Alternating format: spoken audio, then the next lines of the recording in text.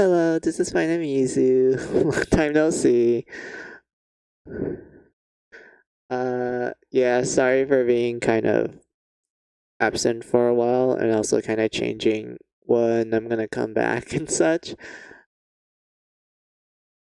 So yeah, apologies for that. If you're wondering what's up with this stream right now, I just kind of finished painting the closets because for the last week or two, what was the last time I streamed? I think it was like last week was when I streamed. But yeah, we did the bathrooms and then we did the closets. We had to do the pantry next. And after that, I think we're gonna be pretty much done with painting the whole house. So I'm way looking forward to that. I can't wait to be done painting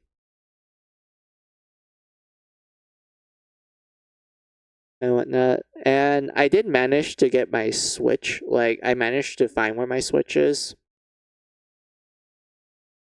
but I'm too lazy to set it up right now. So I went like, okay, since I'm not gonna do Mary Skelter, what else do I have on me? And I'm like, well, there's Holocure, but I already did that. I don't feel like doing another Holocure stream yet. So I went with another option where I'm like, oh, I can play God Eater. I always been thinking about streaming that one day. And such. And I could have just streamed it through my actual PSP, but it didn't work. Like it didn't capture it well. So I have to use a different way, a legal way, quote unquote. But like, yeah, I don't even know what to say to you guys at this point. This is just pretty much me recapping what happened to my life and such. But like, yeah, man, I can't wait to show you guys God Eater because like it was one of the few Monster Hunter games, well, Monster Hunter genre games that I am really into. Like, I do like Monster Hunter. I do play the PSP games. I like those games the most because the newer ones, like World and Rise, I didn't like World. World was like it was fine and dandy, but I didn't really like it. Rise is like a step up, and that's pretty much it. But like, yeah, God Eater on the other hand, I love all the games, even though they're like there's some games I do not like, but they're still really fun. I like them a lot. But so yeah, we're gonna be playing God Eater Burst, which was essentially an enhanced version of the original God Eater game that first came out in Japan in 2009. So Burst is essentially the enhanced version that came out a year later in 2010 in Japan. We will actually receive this in 2011, and it came out on the PSP, mind you. So yeah, I think that's it for the history of God Eater. Like, I'm not gonna talk about the lore or the setting yet. I'm just gonna let you guys experience it. Also, we're not gonna be watching the opening because I feel like the opening for Burst kind of spoils like certain plot points too much. So what we're gonna do is that we're gonna skip the opening and we're gonna watch the original opening of the first God Eater game. But in order for me to do that, I had to go through like a bunch of cutscenes. So like, yeah, I don't mind. I don't mind re-experiencing this game and such. But like, yeah, enough jibber jabber for me. Let's get to the game.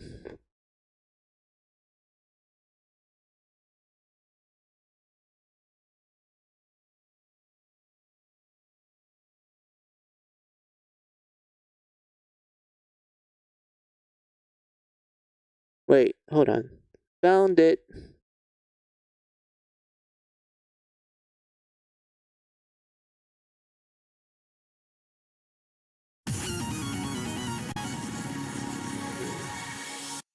Not even sure if it looks right or not.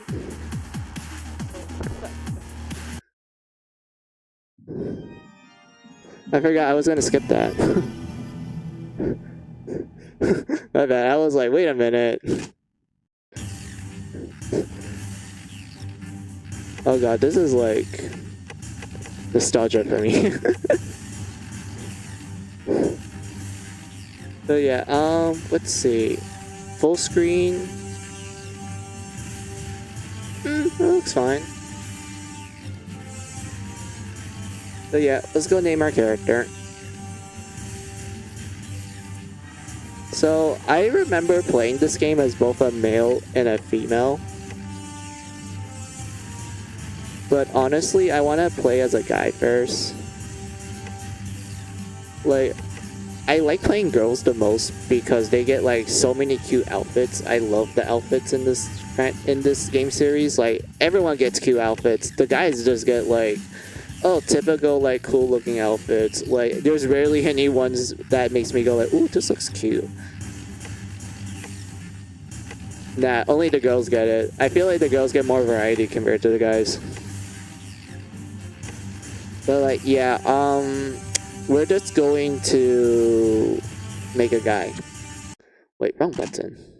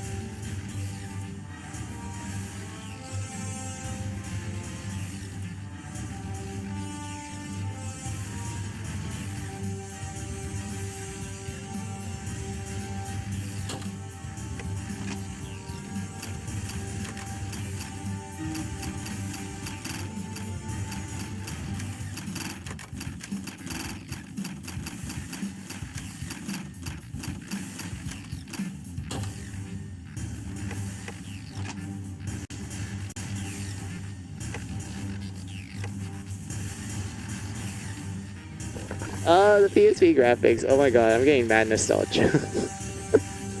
Hold on. There's something I want to check. Can I increase the resolution? I wonder what happens when we do that. Oh, okay, it's slightly clearer. I don't think it's gonna ruin the game. This is a little fine. Honestly, I don't like these hairstyles.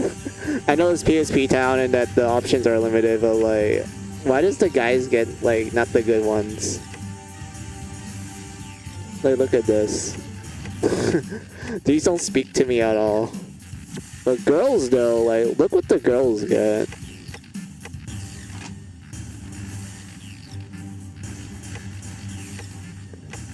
Much cuter.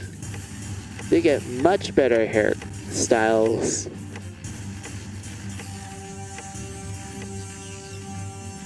Like, they get way better hairstyles, but guys, no. It's a shame, to be honest. But, wrong button.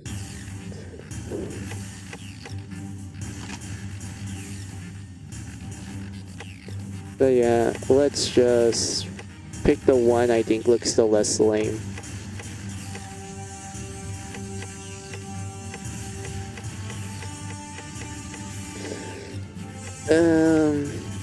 I guess this one. God, it looks so, oh my lord.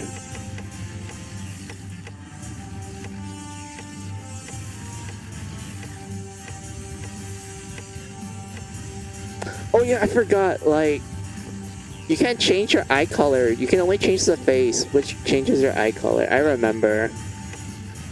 Because in the later games, you can like change every single aspect.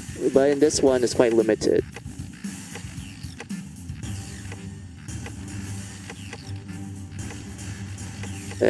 This hairstyle is not speaking to me. This one, maybe. Yeah, maybe this one. The baby face. Happy. This. Oh fuck, wrong button.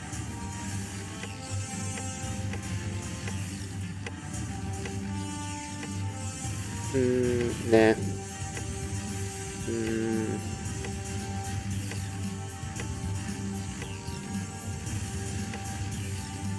I guess this one. Let's see, different. That's pale. Man went really pale. I guess this one. And then we get to the tops. Honestly, the tops don't even look that great. Like, look at this. The guys don't even get like cool ones. I mean, it all looks cool. They don't look cute at all.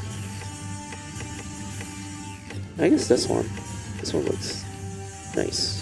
Yeah, this one looks nice. Okay, let's go. Okay, let's go. Oh my god, the voices. I remember this. Don't get in my way now. Okay, let's take care of this ASAP. Let's go. All right, time to go. Let's finish this job pronto. Wait, I skipped. Let's go. All right, time to go. Alright, I didn't skip it. Now then, shall we go hunting? All right, let's do this. Shall we go? Okay, follow me. Let's go. All right, let's go. Okay, let's go. Let's do this. Should we go? Mission launched. Let's go. Let's go. Let's go. Let's go. Okay, let's go. Honestly, I remember sticking with just voice 1. Because I thought that one sounded the least cool. Like, it sounds the least nice. And whatnot. The other ones were like fine and dandy, but I think 1 was the one that appealed to me the most. And I do know for a fact that this one was probably this is probably voice acted by Yuri Lowenwell. I don't know how to pronounce his last name, but you know the famous English voice actor known for like Sasuke, Haseo, and many other characters that I can't list right now because this guy is everywhere. He's in every single anime game. I don't even know.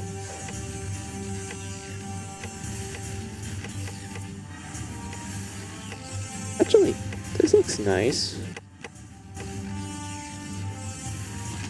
Confirm. Is this character okay? Yes, it is. So yeah, here we go. We have Walter Mizu. Male. Looking, I guess, quite dapper. Oh my god. Am I gonna regret this? Am I gonna regret playing as a guy instead of a girl? I don't think I am, because I'm just going through like memory lane at this point, and I remember always playing as a guy back then. I rarely played girls when I was like playing video games.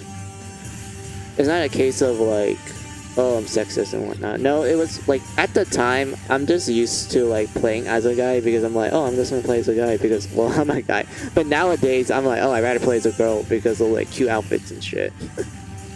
Well, like, yeah, we're gonna go with guy for like memory's sakes, and also there's a specific cutscene later on in the game that I remember loving a lot, and it like sent chills down to my spine when I first experienced it back then. But like, yeah, let us go.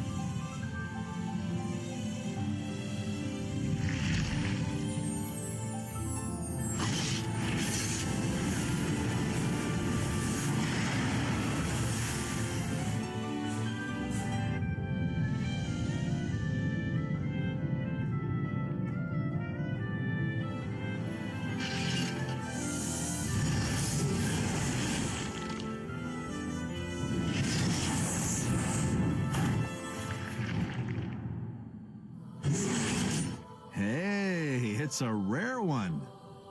To the victor go the spoils, as they say. I bet old man Sakaki will have a fit over this. Now, if they'd only get us some reinforcements. Let's head back. I'm starving. What kind of rations are they serving today? Huh? Actually, that came up during the last food supply meeting. Got it. We're having a new type of corn. What? You mean that giant corn on the cob again? That's so hard to chew. Hey, times are hard. You should be grateful you're getting fed at all. Hey, Soma, I'll trade you. What do you say? No way. Come on, you guys. You want to be left behind?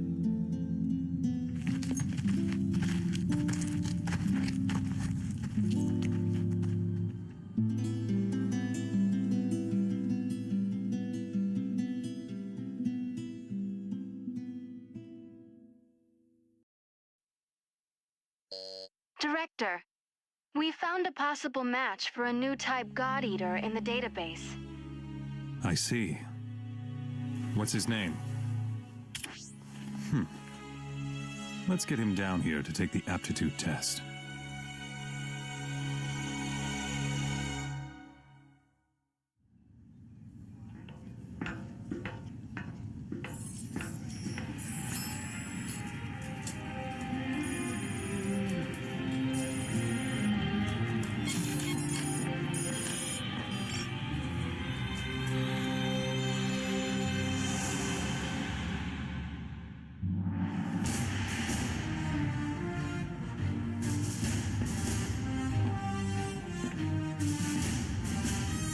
Sorry to have kept you waiting so long.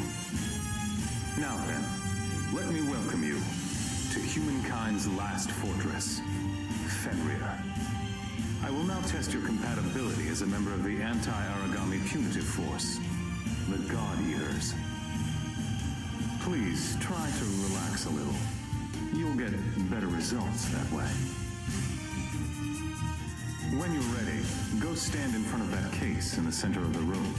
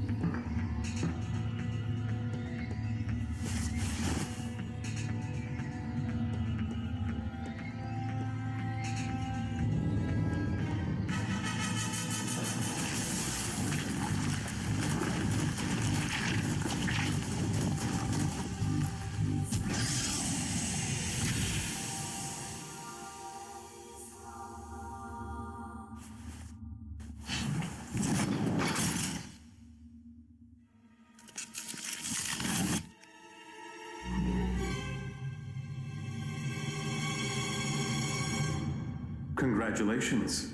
You are now the first of the Far East Branch's new type God Eaters. This concludes the aptitude test. Now that we know you're a match, you'll be going for a medical checkup next. Now then, I'd like you to wait in the room beyond that door. Don't hesitate to let someone know right away if you start feeling unwell. I've high hopes for you.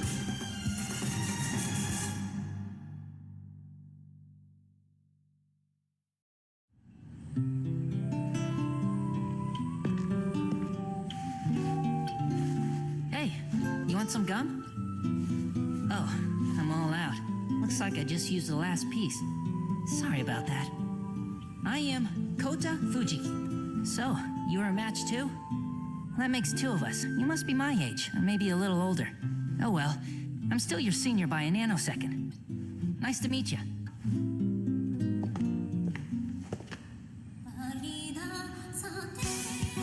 Stand up. Huh? I said stand up, on your feet. I'm on a tight schedule, so I'll be keeping this short.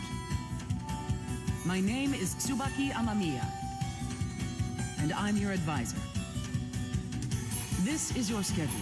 After the medical checkup, you'll complete a full curriculum of basic physical training, basic combat training, as well as a weaponry armor clinic. We are the ones who have been protecting you up until now. But from this day forward, you'll be doing the protecting. If you don't want to die over something stupid, then answer my every order with a yes. Understood? Answer me. Yes, ma'am. All right, let's begin the medical checkups. We'll start with you. Report to Dr. Paler Sakaki's room by 1500 hours. Take a tour of the facilities until then. This is your new home, the Fenrir Far East Branch, aka the Den. Make sure you pay your respects to the members of your team.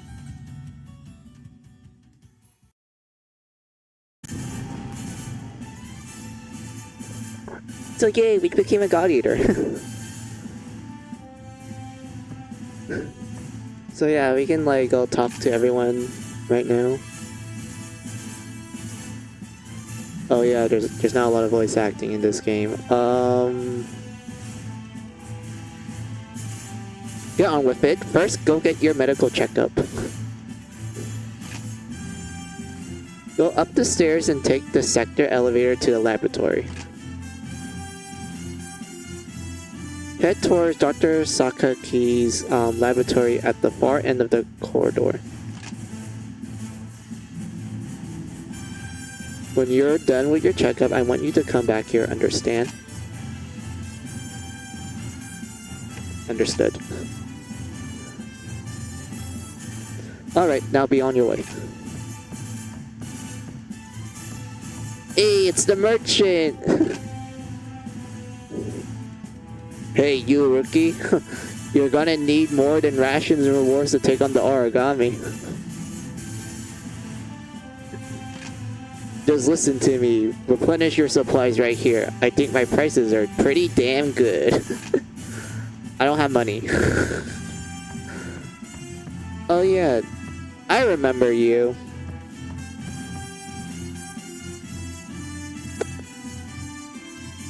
She will be important later on in the series, more specifically in God Eater 2. But for now, she is known as the rich-looking girl. Excuse me, do you work here? I seem to have gotten separated from my father. Do you know where my father is? I never met him before, so I don't know. Are you lost? Are you lost? No, I'm just wandering around on my own, having fun. Maybe I'll buy something at the merchant's. I know there's like a second dialogue. Okay. Well, I guess I can ask the operator lady over there, so that's alright. See you. Yeah, she's polite. Hibari, hey Hibari! Oh my god, it's been a while since I last seen you. Oh, it's again. Hey, you there. Being a God Eater is tough business. We're despised by some and envied by others. Even so, we're protecting those same people hit, but that's just an old God Eater rambling. When you're old enough, I'll buy you a drink. See you later. Yes, Gen. He's like one of the first, like, old God Eaters. Like, he was actually, I think he's like in his 80s. Hold on. There's a database that we can actually like look up everyone's bio. Hold on. This is us. We just joined them.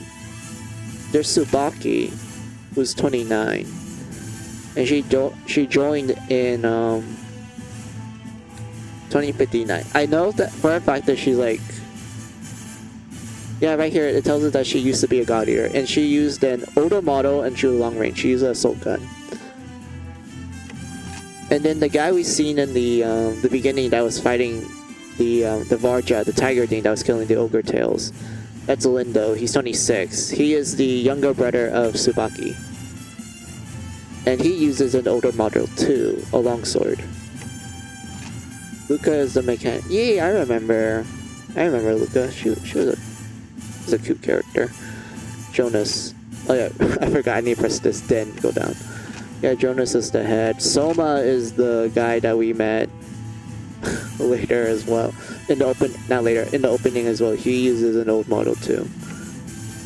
Hibari is, yeah, I remember. Sakura, Yeah, she was the lady that was complaining about the corn in the cup. And Sakaki is the professor. Gen. Yes, I found it. It's Gen. Okay, so Gen is 62 years old. And the setting of God Eater, like the first game takes place in 2070. So that would make him like, let's see, in the 1950s. Let's see, the Great Collapse happened in 1950. So that was 20 years ago. So 20 years, subtract that. He was 42 when that happened. And what makes him unique is that he used a pistol-shaped God Arc. And what's interesting about those God Arcs is that they were essentially the prototype. Those were prototype God Arcs. But for some reason, they categorized it as an older model. And later games, they changed the term older model into Generation 1 God Arcs, which makes zero sense to me. Because there's a huge difference between a pistol that was made right when the Aragami outbreak actually occurred in the 1950s to like a big ass buster blade and like a sniper gun that's literally the size of a railgun and it acts like one too. Like there's a huge difference between a pistol and like a buster blade and whatnot. So because of that, I never understood why they categorize prototype God Arcs with Gen 1 God Arcs.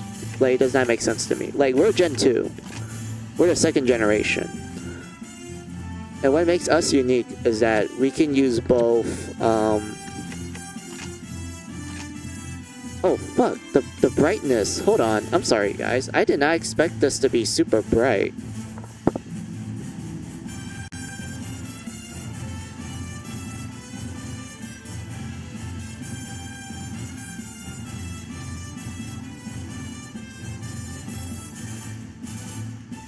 Wait, I made it worse. Hold on. Window size? No. I hate this. Why did they... Yeah, it's so bright. Hold on. I'm sorry. Hold on. I need to, like, search up why it's acting like this. Oh, God.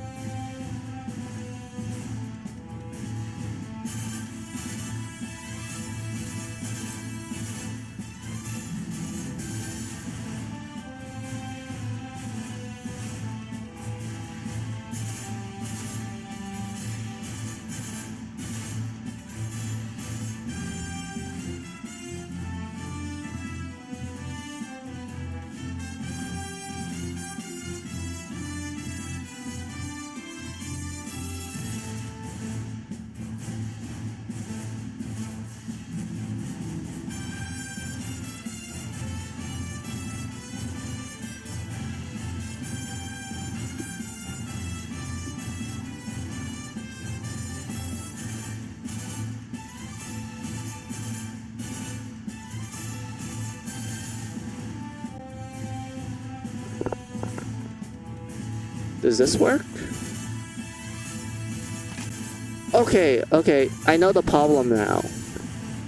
The problem was... I turned on the, Where is it? Where is it? Oh. Oops. Oops, my bad. I turn on the,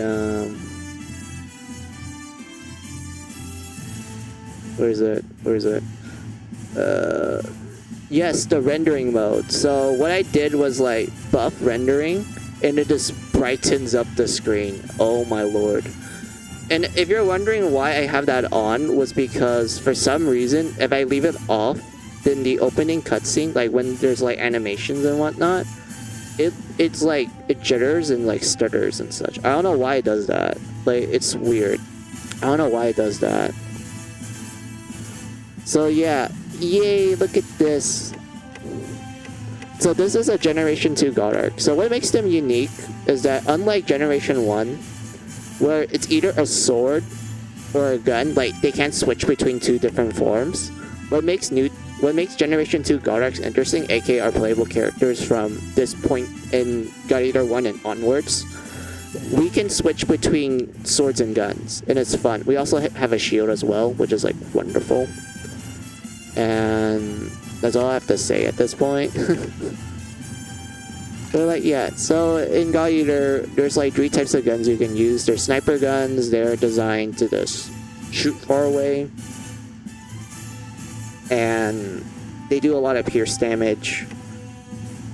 Assault guns, they're literally designed to be like run and gun. Like, you can just walk around and just keep firing everything. That's the whole point of assault guns. And then we have blast guns. Oh my god. Blast guns are just like, they're just designed just to do huge amount of damage. They can like break Aragami body parts like it's nothing when you give them like crush bullets. Like, this is literally designed to like break body parts. And what else is there for me to talk about with the blast gun? Oh yeah, every time you shoot, it takes away a little bit of your stamina because of the intense recoil, and that's it. Then we get to blades. Okay, so there's short blades, long blades, and buster blades. So I always play short blade. Like, short blades are always been my favorite ever since the first game and such. What makes them good is that speed. Like, you can literally be really fast with a short blade. Not only that, but we get dash canceling, which is really great if you want to dodge attacks. It's wonderful. And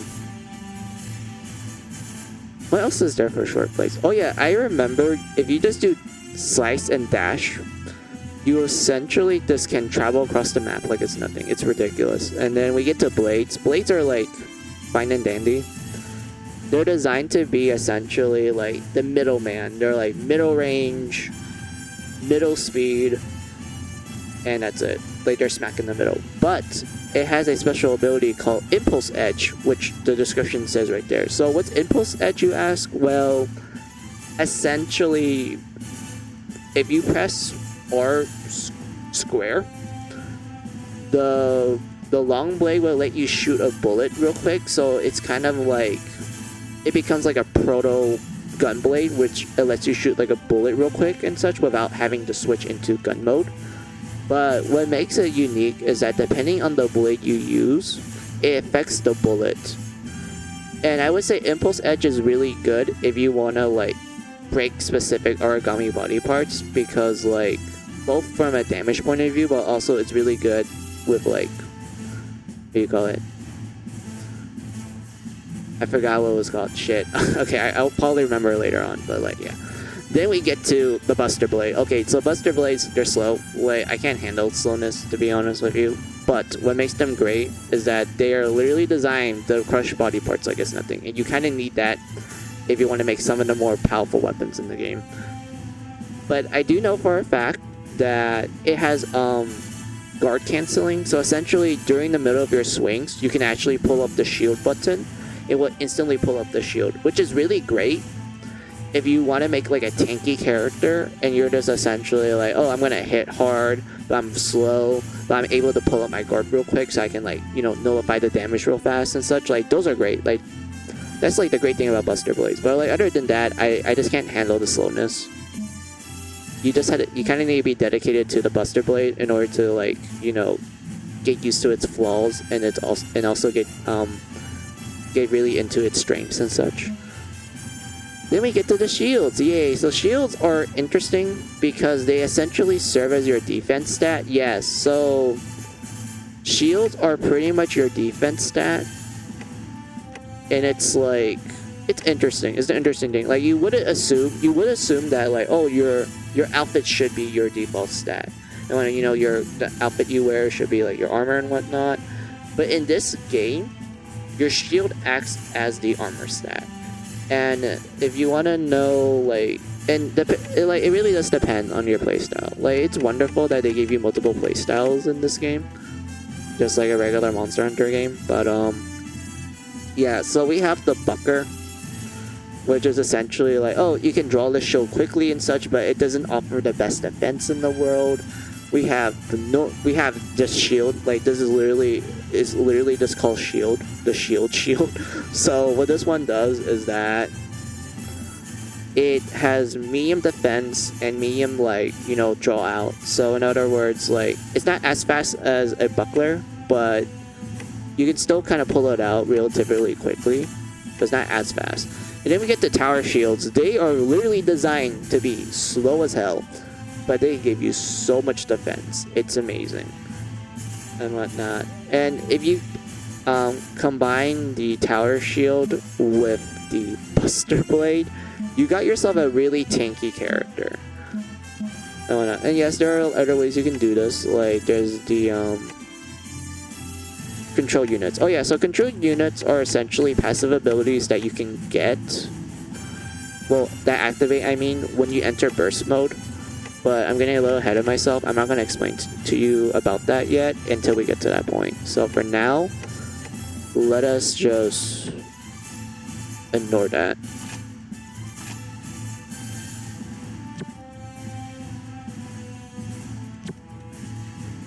And whatnot. Oh, we have emails. I forgot that there's emails in this game. Coda. Oh my god, Coda. Nice to meet you. By the way, do you know when my medical checkup is? I think Miss Tsubaki told me, but I can't remember. I want to ask her, but she seems kind of scary. I mean, come on, Coda. It's not that hard. You can talk to her. And then we have, oh yes, the Ogre Tail, like the first Aragami of the series. Like, this is like the first thing you fight and such. I love it. They're really cute. I mean, like, granted, there are horrifying monsters that are practically capable of like one-shotting actual humans, not god eaters. God eaters are built differently, but it's still cute. I like it. Ogre Tails are adorable. Oh yeah, I should save. I don't know why I did that. That was weird.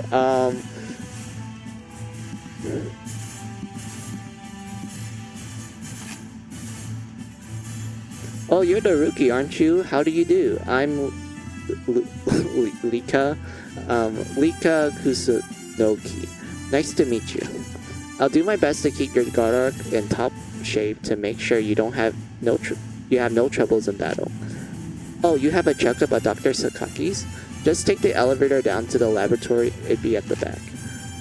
Hey, when you have some free time, let's go to lunch. Later. She's so nice. The mechanic is really nice. Rookie Station. Oh, this guy. Yeah, hey Shun. What a puny reward. Rations are getting worse too. Oh, you're new? Oh, you're one of those rookies. God Eaters may get better pay, but it's not nearly enough to cover risking your life. Listen, just do enough not to get killed. Without your life, you're nothing. I honestly don't like Shun, because he's really like a nothing character. Like, throughout the series, in any game he appears in, he's such a nothing character. There's literally nothing about him that's like straight up likable. It's so weird. And look, it's our room. Look at this. We get like a cute like kitchen area with a sink. We get a couch and some stereos. A table, a bed, a nice painting. Look at this window painting. This looks really nice. And then we get the terminal where we can like, customize stuff. Or we can look at the archives, which has like tutorials, movies. We have the opening, and then we have the original God Eater opening. Oh, I love that one a lot. And then we get BGMs, which we slowly unlock throughout the game and such. And I know this feels kind of like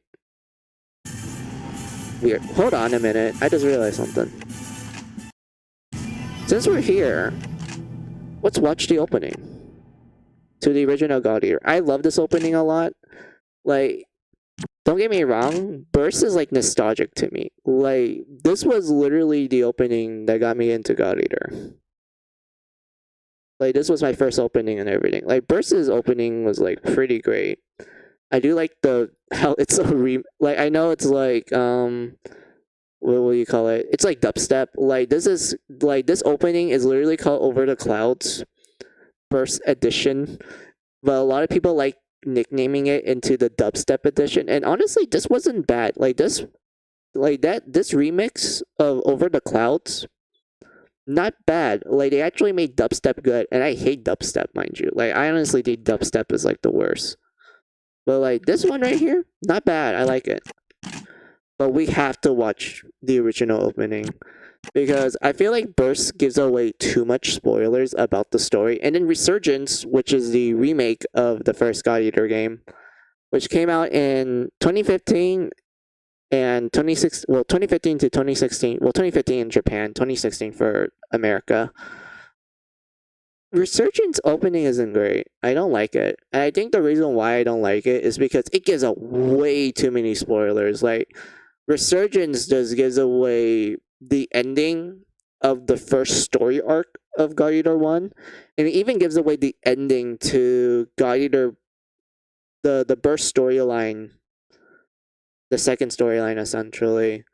And like, it's so weird. Like Resurgence just spoils everything, and I didn't like it. Also, the remix that they did for Resurgence, not great. I don't like it. I know this is like me belly aching and complaining and shit, but like that's honestly how I felt. But like, yeah, let's watch the original opening. And I do know for a fact that it's gonna have some stuttering issues, so I have to turn in the buffer and whatnot. But like, yeah. So while the opening is playing, I'm gonna go use the restroom because I drank a little bit of too much water, so I really need to use it.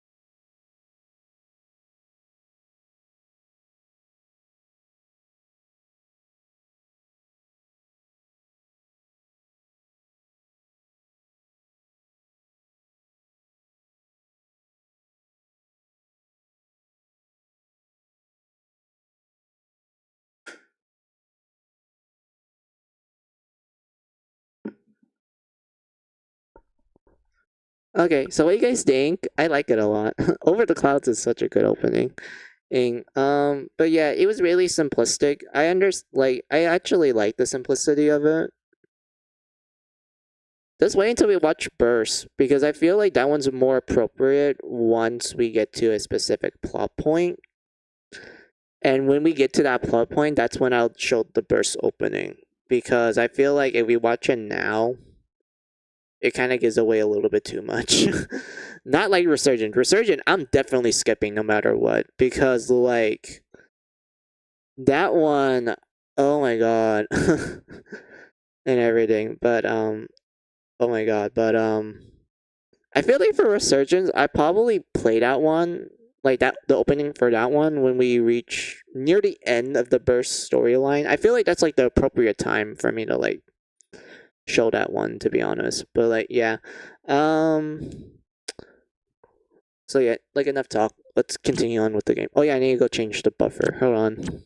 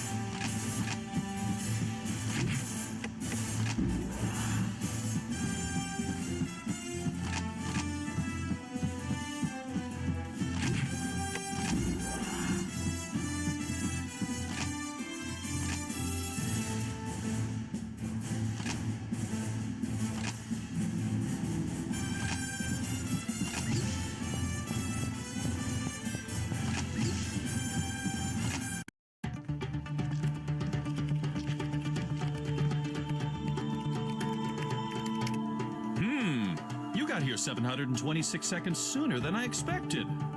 Good to see you, new type. I'm Paler Sakaki, and I'm in charge of the Aragami Technology R&D. Well, we'll be seeing a lot of each other from now on. Welcome aboard. Now then, as you can see, I'm still pretty busy getting prepared. Johan, why don't you get your business out of the way first? Dr. Sakaki, I think it's high time you learn to separate business from private matters. Thank you for taking part in the aptitude test. My name is Johannes von Schicksal. I'm in charge of the Fenrir branch in this region. Congratulations again on passing the test. I expect great things from you. He's a former techie too, you know. The new type's medical checkups interest you to no end, right, Johan? I decided to retire as a techie because we have you. Keep that in mind. Did you really ever retire, though? Now then, this is where the real fun starts. Let me explain the Fenrir's Corporation's objectives once more. Your direct duties are very simple. They are to keep the Aragami in this region at bay, and to gather materials, which are then converted into resources needed to maintain this advanced base, as well as to complete the impending Aegis project. Oh, look at these numbers. The Aegis project is, simply put, a plan to create a utopia impregnable against Aragami attacks, located far out to sea, close to the former Sea of Japan trench. Once the project is complete, humankind will be able to avoid extinction. At least, for a while. Amazing! So this is what a new type is like. Taylor, you're disrupting my lecture. Oh, sorry about that. I was just so taken aback by these stats, I got carried away. At any rate, the future of humankind is at stake, so give it your best effort. All right, I'll be taking my leave now. I'm leaving it all to you, Paler. Send me the data when you're done.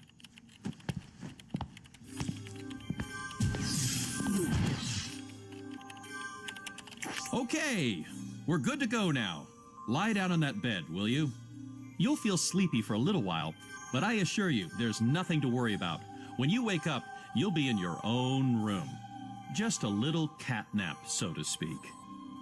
You'll get about 10,800 seconds. Sweet dream.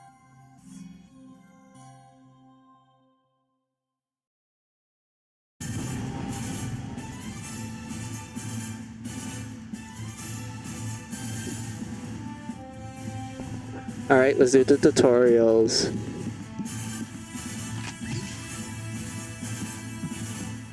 Is there? Yeah. Oh wait, do you have any new dialogue? He does. Alright. I like how so up I'm so close to him that he's just clipping through me. That's hilarious. Hey Rookie, I was about to go get you since Tsubaki is asking me to. Take the sector elevator to the entrance section to see Tsubaki. Rookies have to work hard for the chance to earn rewards, you know. Well, good luck, kid. I still don't like you.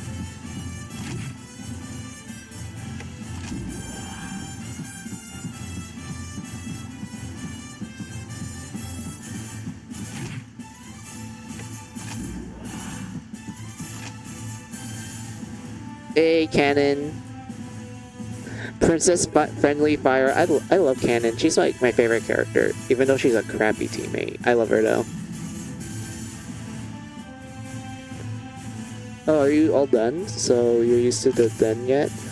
I just got here. I understand. To tell you the truth, neither am I. I keep getting lost. It's been quite a while already, but my instructor is always yelling, saying I'm stuck in rookie mode. No problem. No problem. Pretty smooth. You seem so tough. I can see why they call you people new types. No, it's called not being directionally challenged, Cannon. Oh, the professor's not here.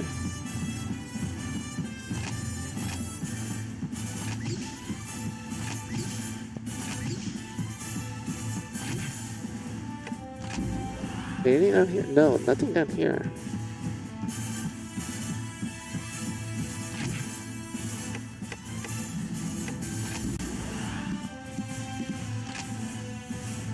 Finally mobilizing Rookie. Before you head out, you should set your loadout in the terminal. You can store items and reload used items. You can also change or power up your guard or loadout. Just remember to stop by when you receive or complete a mission. I'll be waiting. Alright. Also, if you run out of stun guns, let me know. I might be able to come out with some for you, alright? A mission so soon, huh? The people here are kinda tough, don't you think? They better not haste rookies. That would suck. File for missions at that cute operator girl, right? Then we go through the Den's Gate and it's actual combat. Yeah, I think I'll wait to head over until I'm mentally prepared. I mean, it's understandable. We're probably gonna die.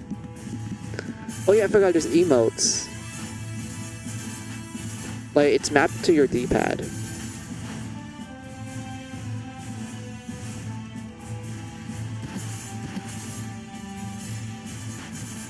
Yeah, so there's different emotes you can do, and depending on which button you press on the D-pad, it does certain ones. You can even unlock more of it.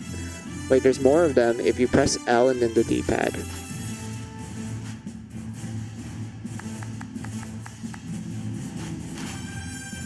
Oh, look at that.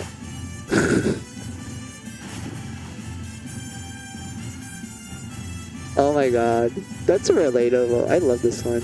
What else was there? Black. Oh my god. So relaxed, jeez. And then we have this one. I think there's like a part 2 of this.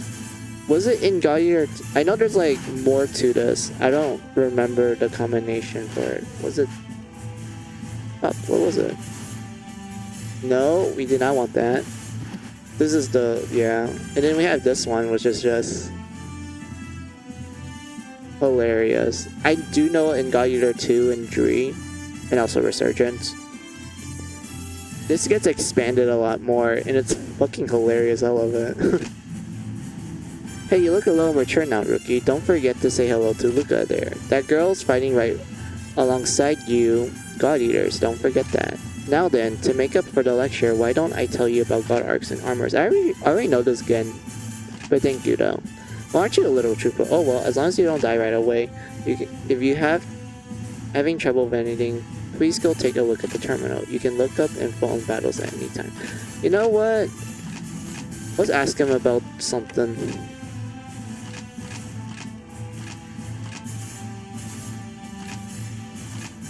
Alright, so we don't get that dialogue piece anymore. I went on a shopping spree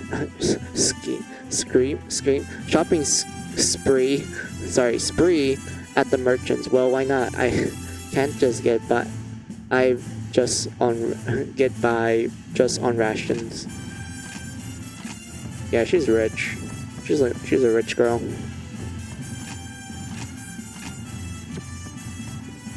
Okay, hello. I see you're done with your checkup. Fine, then I'll have you take on a mission right away. Next to you is Hibari Takada. Wait, Takada. Wait, Kakikuke. Takeda. She runs the God Eater's mission information procedure. Speak to her in order to receive an order for a mission. After that, use the terminal up these stairs to select your loadout. Got that? Understood. Very good. I'm expecting a lot from you. Well, yeah, I played this game before, so of course I know. So you're done with your checkup. Again, I am Hibari Takada, and I oversee mission orders. Now then, let me explain to you about the mission workflow. First, you receive an order for a mission. Then, based on enemy intelligence, you can change your weapons upstairs at the terminal. Then, you launch the mission by giving approval at the den gate over to the far end upstairs. Do you follow me? Yes, I understand. Oh, that's good. I might cause you some inconvenience at times, but I do look forward to working with you. Yeah, we have the DLC as well. So I do know for a fact that the DLC does not unlock until you beat the game. And I do mean like you beat not only the original God Eater story, but also the storyline of Burst. Because originally God Eater had like one story arc in it. When Burst was made, they added a second story arc. And then when Resurgence came, they added a third one. And I don't want to talk about that third one yet until we get to Resurgence. But yeah, we have like a bunch of tutorials here, which I could use to grind some money. But right now, we're going to focus on the Devil's Tail. We're going to fight an Ogre Tail. One Ogre Tail confirmed in the Old City. Eliminate as soon as possible. Research identifies that the outer skin of Ogre Tails to be vulnerable to pierced weapons. Mission time is 30 minutes. Good luck. I can't wait. Oh yeah, I forgot. They give you Lindo, but we can't remove him. Oh wait, we can. Oh, I thought they don't let you carry. Sorry, I'm so used to the older games where not older games, the newer games where they keep this one like in story missions, especially ones where they want you to have like specific party members. They keep it locked. But this one, I did not know you can like straight up remove Lindo. Oh my god, that's hilarious. Before you set out, go upstairs and head for the den gate. Okay, look, I know this, Hibari. You don't have to tell me. But yeah, let's go.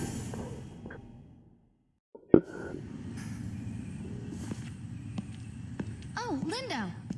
The director said if I saw you to tell you to come see him. Okay. Don't tell him you saw me. Hey there, rookie. The name is Lindo Amamiya. On paper, I'm your superior officer. But never mind all that boring stuff, okay? All I'm asking is that you become someone I know will have my back. Okay? Oh, who's this, a rookie? Yeah, and I'm pounding him with all our severe rules right now. So take a hike, Sakuya. Yes, sir, big boss, sir. So anyway, that's about it, okay? I'm sending you right into battle now. But I'll be accompanying you on this mission. Hey, look at the time. We're gonna head out, guys.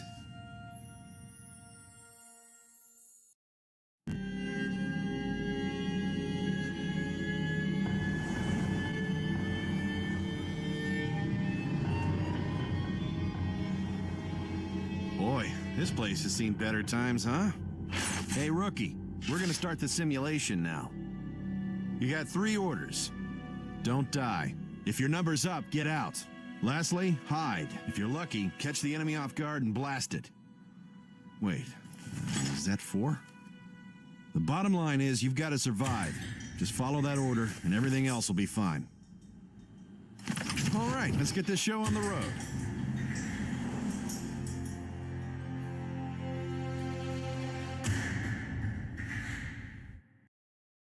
Let's go. Relax. Okay, let's go. Wait, why is it not showing in chat? Fuck, I messed up, didn't I?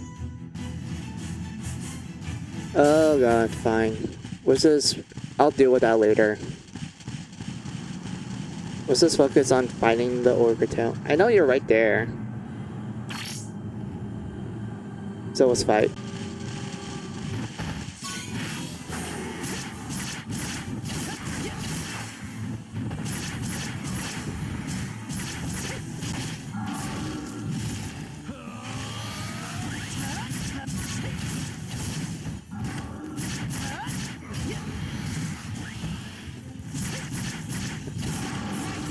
There we go. Easy.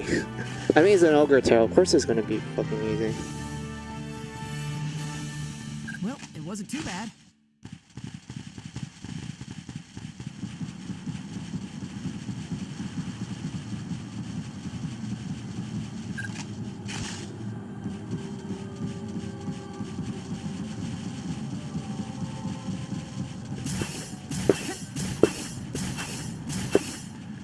Our mission's not done till we get home.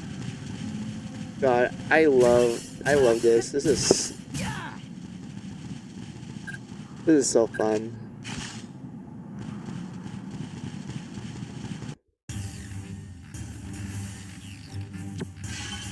Honestly, I think I can totally beat this without Lindo.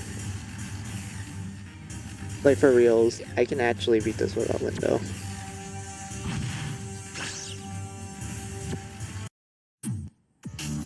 There you are. All right, let's jump right in. What do you think an Aragami is? The nemesis of humankind, an absolute predator, destroyer of the world. Well, that about sums it up. Now then, these aren't misconceptions. Rather, you could say it means one simply has his eyes fixed on the phenomena before him. Okay, I have a question.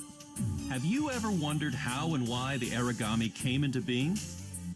As you probably know, the Aragami appeared out of nowhere one day. Since then, their numbers exploded. Yep, as if they were ripping right through every evolutional process. Hey, listen, does this lecture have a point? I mean, what do we care about the reason for the Aragami existence? Sure about that? Well, An Aragami has no brain. Neither does it have a heart, nor even spinal fluid.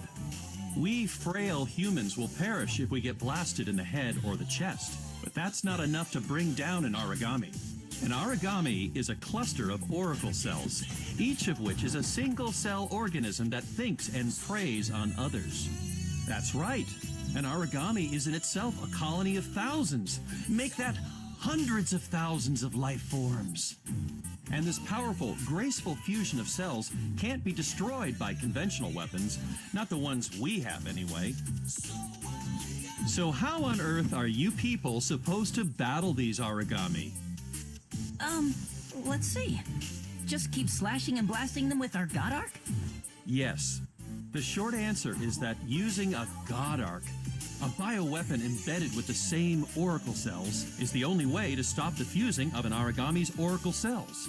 However, this can also cause rogue cell colonies to refuse, and then form a new entity. The best thing to do would be to extract the Aragami core, the cell colony serving as a command center. But this is extraordinarily difficult to do. Even with God Arc, we have no way to deliver a decisive blow. Somewhere along the way, the people likened this absolute being to countless gods that have been passed down around here, and they started to call it Aragami. All right, that's it for today's lecture. I'd like you to refer to the Norn database in the terminal for more details about the Aragami. Understood?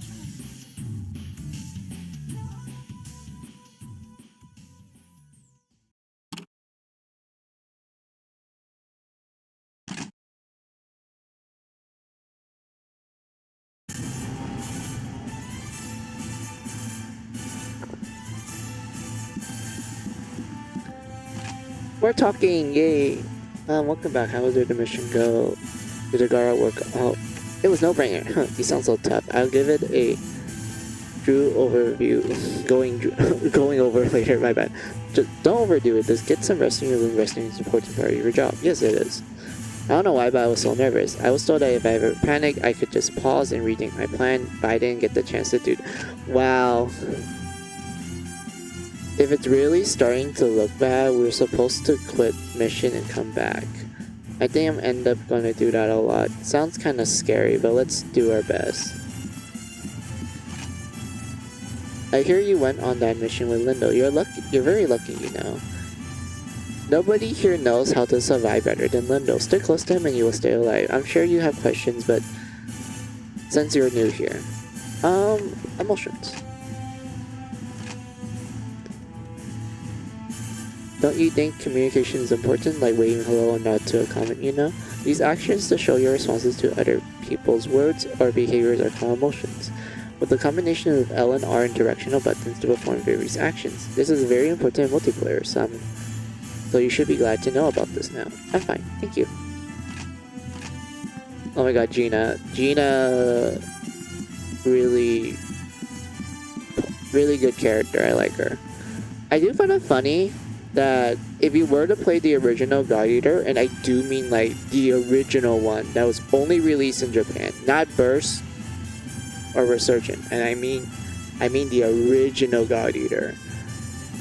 Gina looks very different in that one, and I think the reason why is because most of the characters that are not the main cast, they had like very different designs compared to what pretty much became their canon and established design in God Eater Burst. So that's like one thing I want to point out.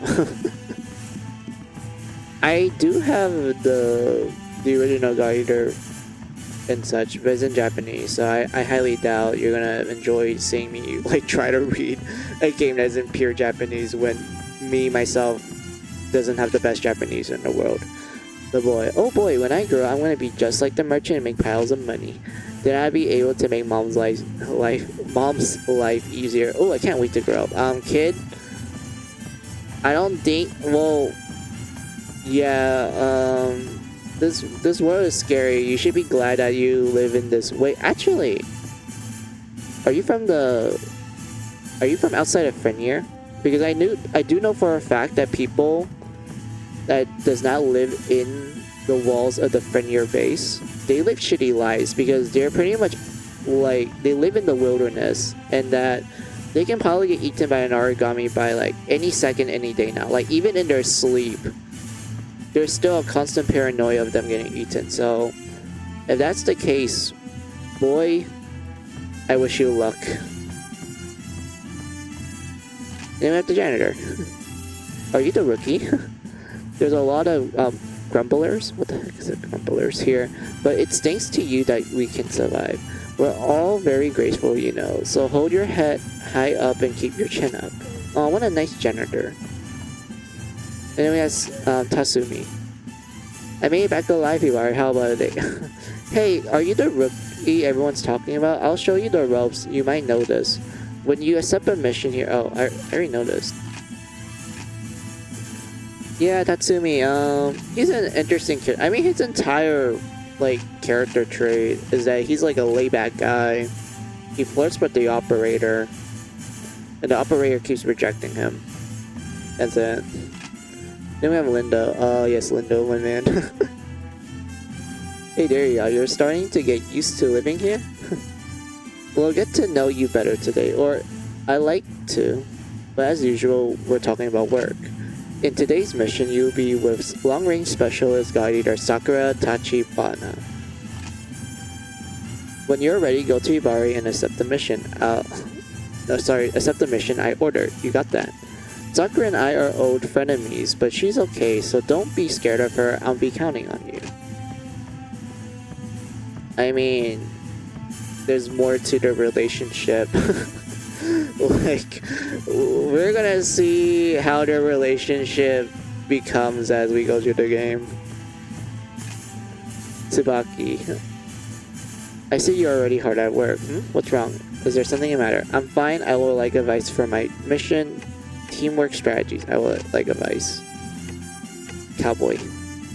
Make sure you destroy just your target the Ogre. A Varja has been spotted, but the Varja is extremely dangerous for you right now. Your top priority is not to let one spot you. It's important to come back in one piece. Got that? Yeah, I remember that mission. I remember like actually being surprised to see a Varja like early on in the game. I don't even think I was able to kill it though. I think I just ignored it.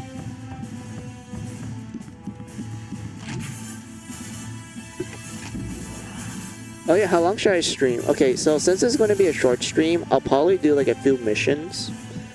And once it reaches like, I guess 20 hours or maybe 20 hours and 30 minutes, I'll end stream there. Who knows, maybe if I feel like it, I can probably just turn it into a long stream, but I don't feel like streaming long today. I want to stream my usual long streams tomorrow. And if you're wondering what's going to happen tomorrow, I'll just be back to Mary's Skelter and, well, Mary's Skelter finale, and I'm hoping to fight the nightmare and then get to the next dungeon and just try my best to progress through it. Laboratory,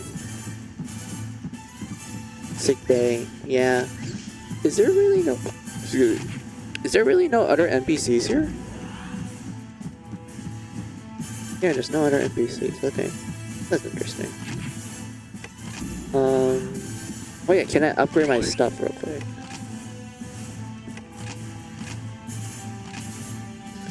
I can't because I don't have the gear.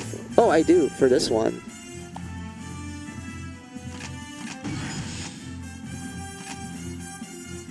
This one will be much later in the line. And it costs me money to make it. Oh my god.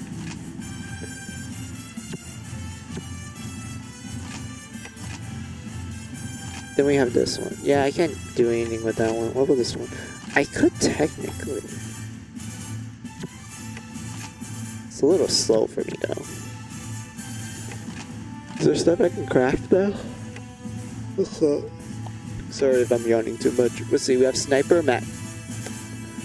I do not get why they made this sniper gun. Like, look how big this is. Like, this makes sense for it to be a sniper. This does not. And what's even more hilarious is that in later games, it's categorized as either a blast gun or a shotgun. Like, it's quite something. Hey, I remember this. I love this thing. I remember, like, I remember always using this because it gives you like a lot of oracle points and stamina. This one becomes a shotgun in 2. This one was still a blast gun. And then we have knife, drill eyes, that, and that. And then shield is. Ooh, this one also I like a lot because of the enemy HP vision. Like, I didn't give a fuck that it didn't have like the best defense in the world. So the best part about it was the fact that I can see the enemy's HP.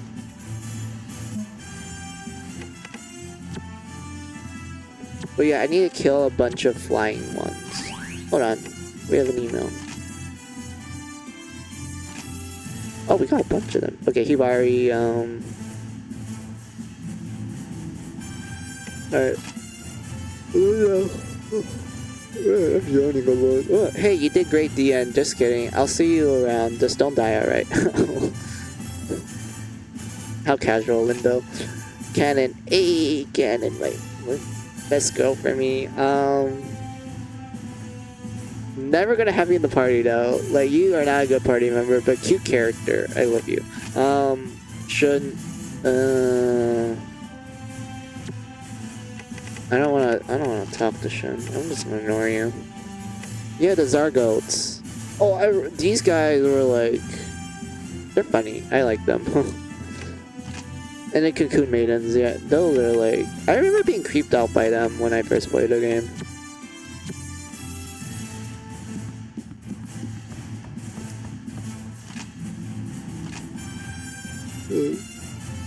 I'm yawning too much. Yeah, so we have that and that. We're gonna do this because I do want some parts from the Zolzak.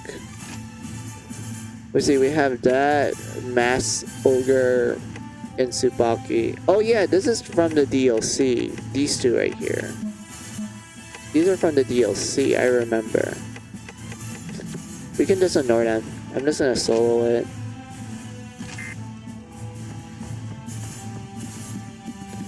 Oh yeah, there's something about this game that I like. It's called bullet crafting. You can literally make custom bullets, and they're so fun to mess around with. But I'll show you guys that much later.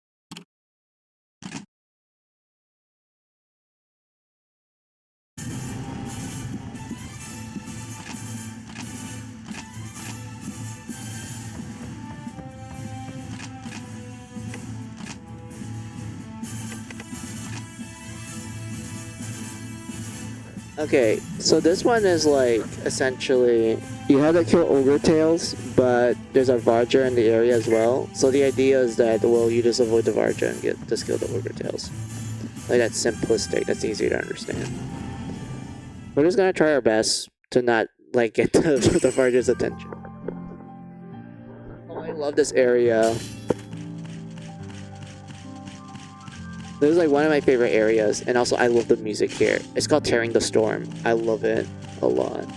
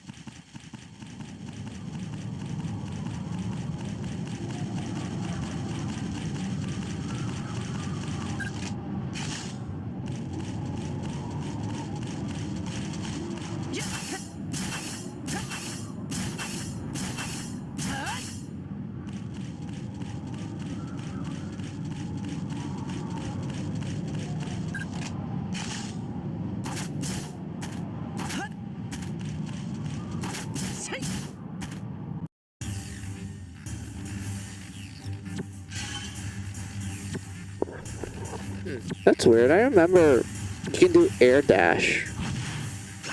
Unless that's like only in burst mode. If that's the case, then like... Oh, okay. Alright, so we did those missions. I wonder if it's enough for me to craft the shield. Let's upgrade. I mean make. Is it enough? No, I do not. So I need to kill at least another Zoldark. I need to get Sensor and Employer. Those we can check the database to look for. Convert items.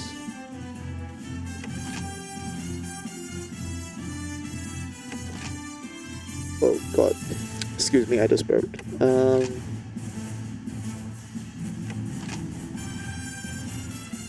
Let's poison extract. Is it in here? No, it's not. Where do we get that then? Let me double check.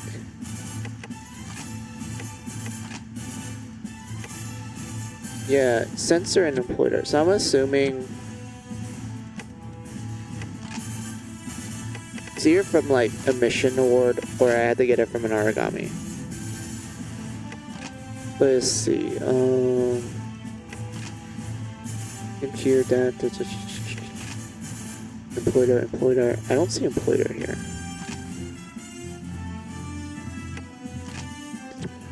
Oh. Oh wait, we can craft outfits. I forgot. Hold on. What kind of outfits do we get? Oh, no, we didn't unlock the variations yet. Ew. Gross.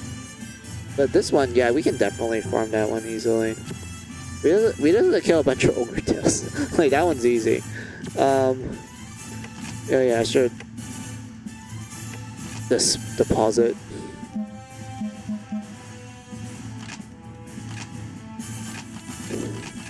There we go. So yeah, in the first God Eater game, you actually had to manually deposit materials that you get from missions. I mean, the stuff you get from when you harvest an Aragami. I do know from 2 and onwards, they auto do it for you, so you don't have to manually do it, which is like a good quality of life improvement.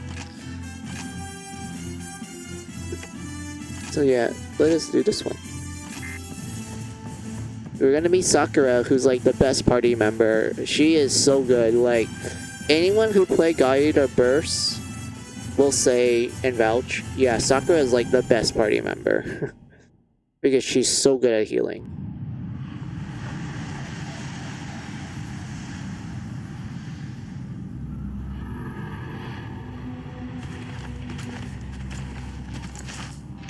You're the new recruit I met earlier. My name's Sakuya Tachibana. Nice to meet you. Are you nervous? You need to relax, or you'll find yourself freezing up at crucial times. All right, I'm going to brief you now. During this mission, you're going to take the lead. I'll be backing you up from the rear. This is basic strategy for teaming up with a God Eater with a long-distance God Arc. So don't forget it. And don't get too far ahead. Always stay within firing range of your backup. Okay? Good. You do as you're told. I'm counting on you. All right. Let's begin.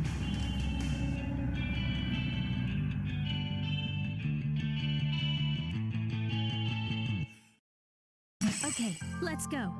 Okay, let's go.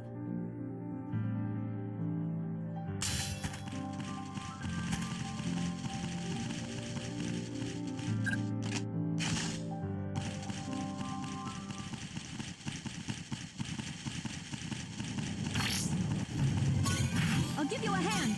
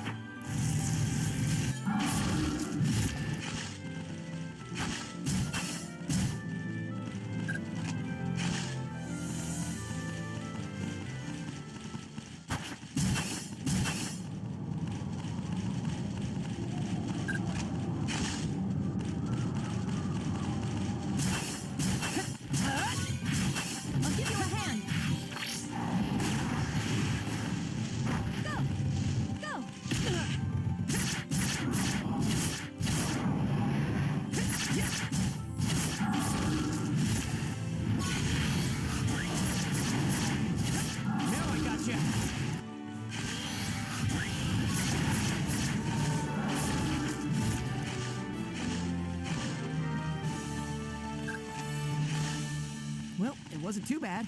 Yes, let's pick this up next time.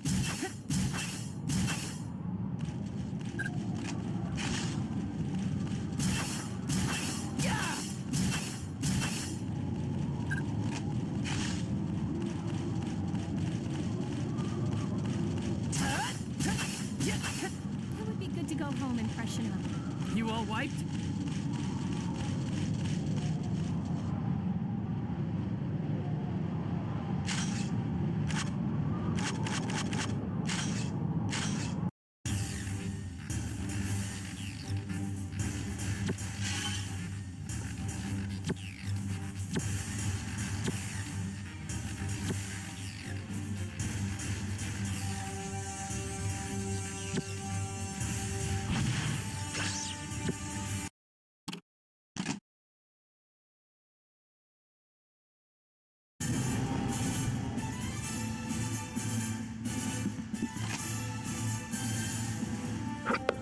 Oh, it's Carl. Oh, I remember you. You just care about money.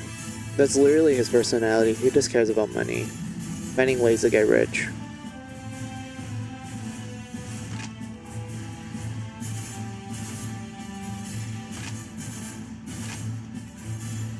Yeah.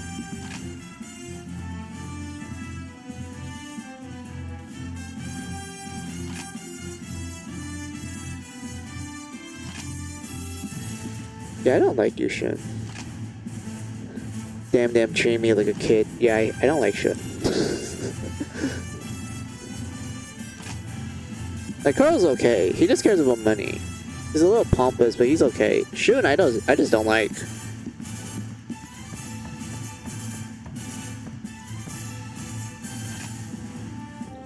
Oh no, okay.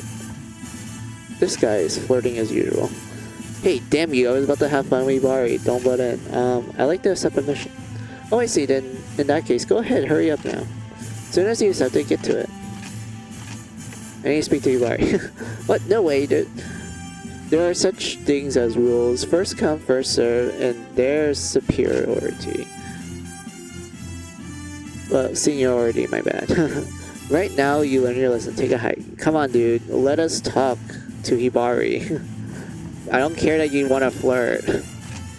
Hey, did you hear? The toilet got stuck up and everything got hectic. Nope, I did not hear that. Oh, well, get this. It was all Eric's doing.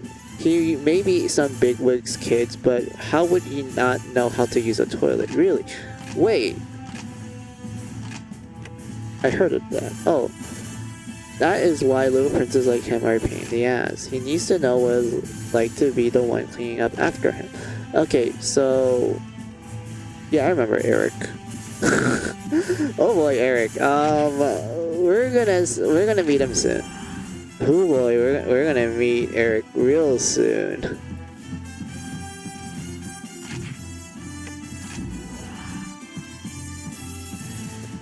Is there any? Yeah, we can go talk to Lindo. Oh yeah, she's in there. I forgot. I'm gonna talk to Lindo.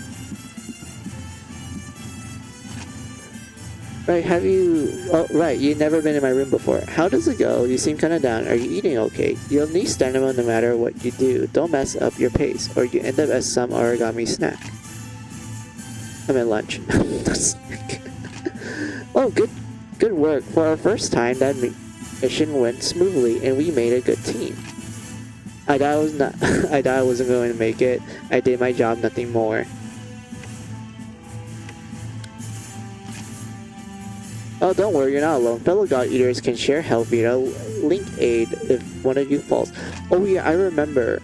So this game is really lenient towards like getting passed out or dying, because the way how it works is that there's a timer when you die, and when the timer reaches a 0, you reset from the start.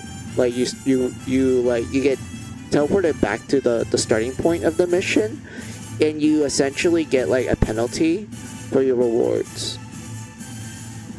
and such. But in this game, it's real. Your allies like revive you so often. Like, there's literally no consequence in like getting knocked out, other than like, you know, losing part of your reward. But in this game, it's really forgiving, so you don't have to worry too much about it. It changed in God Eater 2 where when you pass out, you actually do pass out. You lose endurance, which essentially acts as your like life counter essentially. Like, it's the same case, but like when you knock down, you will lose the reward regardless. Instead of like in this game where if you get knocked down, if your teammates are fast enough before the timer reaches a 0, you won't lose the reward. So in 2 and onwards, yeah, like they changed it, and it's a little less unforgiving. Well, not forgiving and such. It's not that bad. I didn't think it was terrible.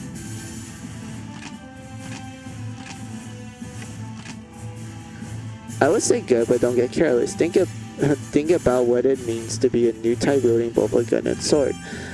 You got to do what us old types can't. It's a big responsibility. Can you handle it? Just kidding, you'll be fine. If you need help, I'll shoot a recovery bullet anytime. You will have my support until you are a full-grade God Eater. And then we can look at his other files. There are various files about combat tactics, signal bullets and control units, and then there's no name. You don't have any rights. And then this one tells you how to use the signal items. Not much to talk about. Oh yeah, I want to show you guys something. But first, let me see if there's any other NPCs we can talk to. Restricted and sick bay. There's no one in sick bay, so let's go through this one. Exclusive section. Nope, no one here. All right. So let us go talk to. Well, go to the bullets. I mean. So in this game, you can actually craft bullets. Oops, wrong button. Yes, you can craft bullets, and this is like the fun part about God Eater. There's so many bullets you can make. It's amazing. And it gets like bigger and expands more as you go through the game. Like, you can make some really busted bullets and whatnot. Like, don't get me started. But right now our what do you call it? Our decisions are really limited at the moment.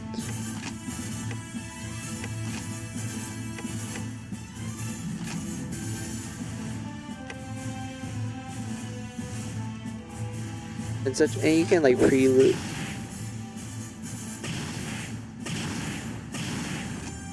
Hold on.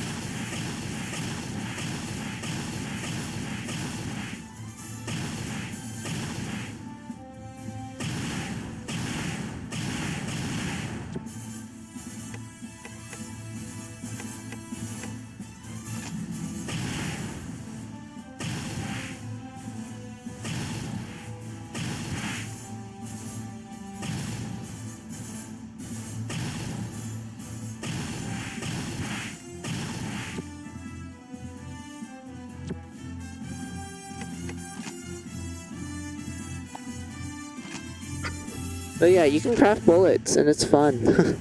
Like, it's really limited for me right now because I don't know, like, the logistics of bullet crafting. Like, it really requires, like, a lot of, like, I guess experimentation is the best way I would describe it. It requires a lot of experimentation.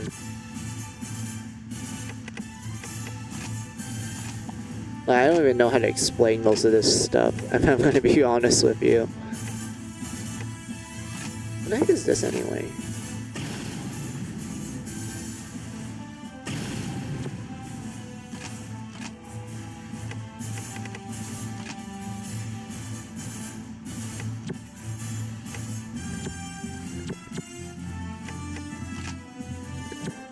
But yeah,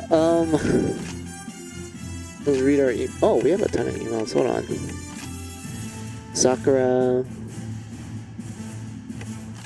Gina,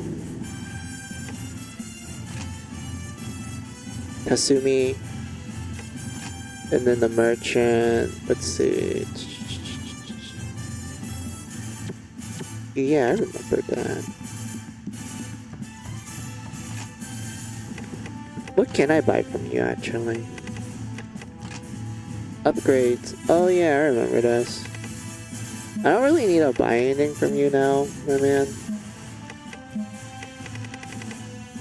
Yeah, I don't need to buy anything from you. Thank you for the offer, though. Getting sleeper. Let's go to the rookie section. Is there anything here? No. Alright. Let us go.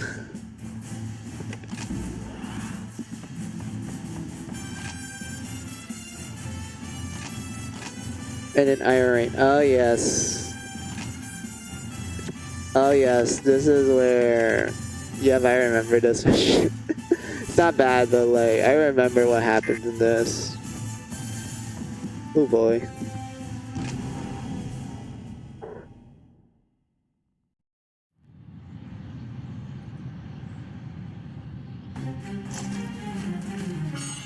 Hey, are you the rookie we've been hearing so much about? I'm Eric. Eric de Vogelweide. I suggest you take your cues from me and learn to battle gloriously for humankind. Eric, above you! Don't just stand there.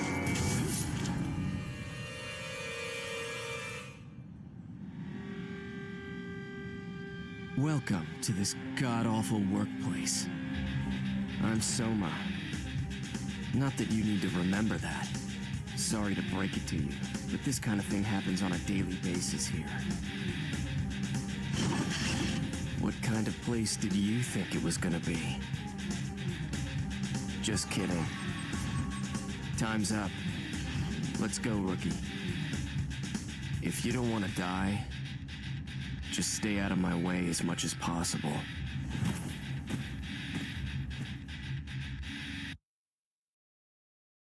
Okay, let's go.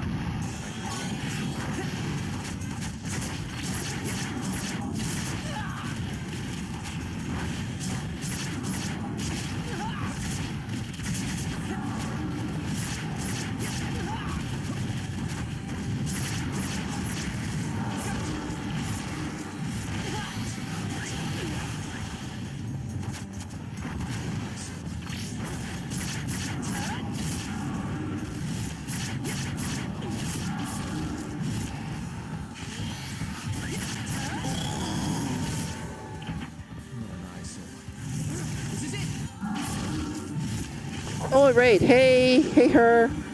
Hold on, I'm in the middle of a mission. But missed that. How are you? How was your stream? And that or Aragami, Ogre Tail. It's far away. But yeah, let me shout you out after I kill this enemy that's far away from me now. I don't know why it ran away so far. I don't even know where it is anymore. Hold on, where did it go?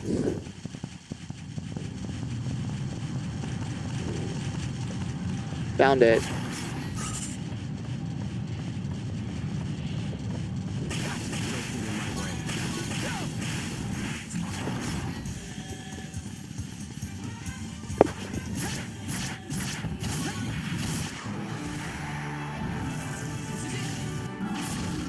Alright, now I can go shout you out. Well, it wasn't too bad.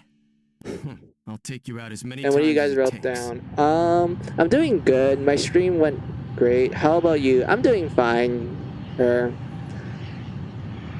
I'm just playing a game that I have a lot of fond memories of. Don't let your guard down. I love like God Eater 1 a lot. It's wonderful. Like, it's a fun Monster Hunter game.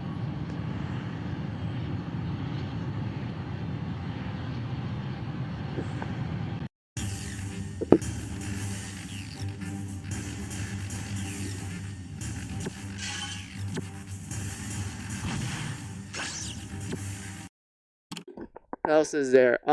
Dr. Senior Satan, God Eater Sick, yes! And such. Let's see what else you guys wrote down. Excuse me. I just burped. It was trying to get away from your greatness. Haha, that's awesome to hear. The God Eater series is so good. It is. I love God Eater. Like, Burst, the one that I'm playing right now, like, this one's like my favorite, mostly due to nostalgia reasons, and also I just had a lot of fun with it and everything. Like, I remember playing this with my siblings and my uncles a lot, and it was just wonderful. I love it. What else is there for me to say? I did play the other games like God Eater 2 and like Resurgence, Rage Burst, yeah, Rage Burst. And God Eater 3. I even played the mobile games here. Like, the mobile games that are now defunct, and I'm sad that they're defunct. And whatnot. But like, yeah, I really do like the God Eater series a lot. But I think out of like the ones that are more available to people now, because all the God Eater games are on PC and more modern consoles and such, I would say Rage Burst is like my favorite, like gameplay wise, because of the blood arts and the broken bullets you can make in that game. And I would say my second favorite to play is God Eater 3, even though I don't like how they made that game easy. Like, the Aragami in that game are literally can't take a hit. They die so quickly. And they nerfed the bullet crafting mechanics, which sucks so bad. And I didn't really like the story or characters in God Eater 3. But like, outside of that, I did have a lot of fun with God Eater 3. And then we have Resurgence, where I like Predator Styles a lot. Like, Predator Styles is like amazing and such. Like, the different ways you can devour an Aragami is like amazing. It's just wonderful. I love the high amount of mobility you can get in that one. But I didn't like the new voice actors they did for Resurgence. I thought they weren't as great compared to Burst. And they made some scenes lack a punch. Like, some scenes feel like it didn't have the oomph to it compared to Burst. And don't get me started with like Sakaki's voice in Resurgence. I fucking hated his voice in Resurgence. Like, his Burst voice actor, much better, like way better, and such. But like, yeah, I forgot I gave you that shout out. Hold on. I think that's how you do shout outs. Yep, I did. There you go. There you go, her. I gave you a shout out.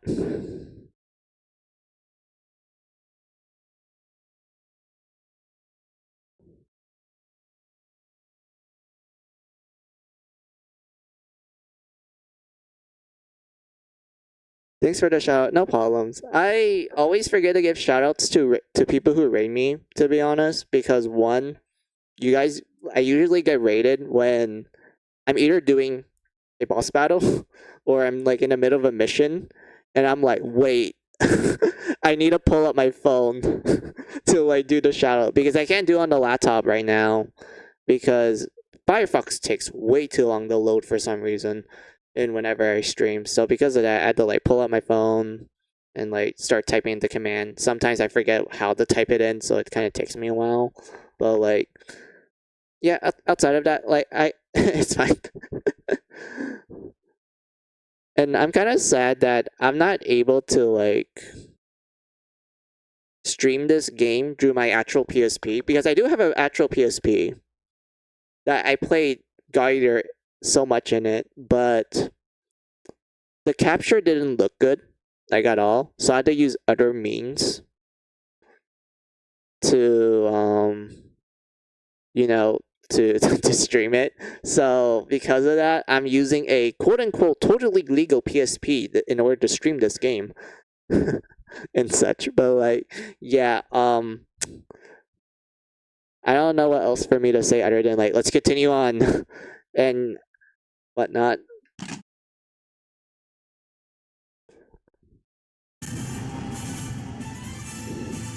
Alright, what you guys wrote down? Burst was a lot of fun. Haven't played it in a while. Ooh, I know. Oh, how you feel. I forget to give shoutouts to people too. Yeah, like, I feel kind of bad when I don't give, like, people who rate me shoutouts because it's like, oh man, they went all this effort to, like, rate into my stream.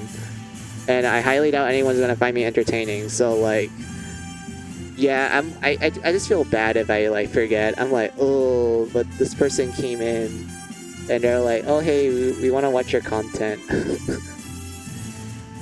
and whatnot. But like, yeah, let's see. Oh yeah, Brandon. I forgot about this guy. We lost another comrade. He was cocky, but that kid was sure to be a great god eater one day. Tomorrow will be one of us. Let's all stay on our toes. Yeah, Eric. The guy who just died instantly to a fucking ogre tail. You're perfectly entertaining. Thank you, her.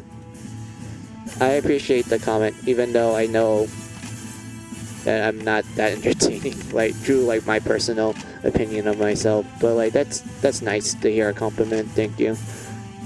Let's see, Tsubaki. Items are not for crafting. Oh yeah, I already know this. Luca. Oh yeah. Shield you're using compared to other god eaters are barely scratched at all. Are you really using it? I don't want you to scratch it up, but you gotta be defensive too. Oh yeah, I think she only gives you this email if you never like use the shield that often. Or does she always give you that email? I forgot. Like, it's been a while since I played this game. Like, what was the last time I played this? Technically, I played this like a week ago. Because I felt bored and I wanted to play a game that hits me in the nostalgia point of view, so I just boot up my PSP and play God Eater. But yeah. Oh, the Orca Tails, the Zagots, and the Cocoon Maidens. You're welcome. Hype, yeah, hype. Sorry, it kind of took me a while to read what the emoji said because like where I'm looking at right now, it's kind of like a little small for me, so I probably have to like change my chat box settings so that the emojis can be a little bit bigger so people can like read it and such. But like, yeah, look at this. It's Eric, the guy who instantly joined us and he just dead. He just immediately died to an ogre tail. And let's see, Age of Death 17, he joined the branch in 2069. Nice. Good time to join, Eric.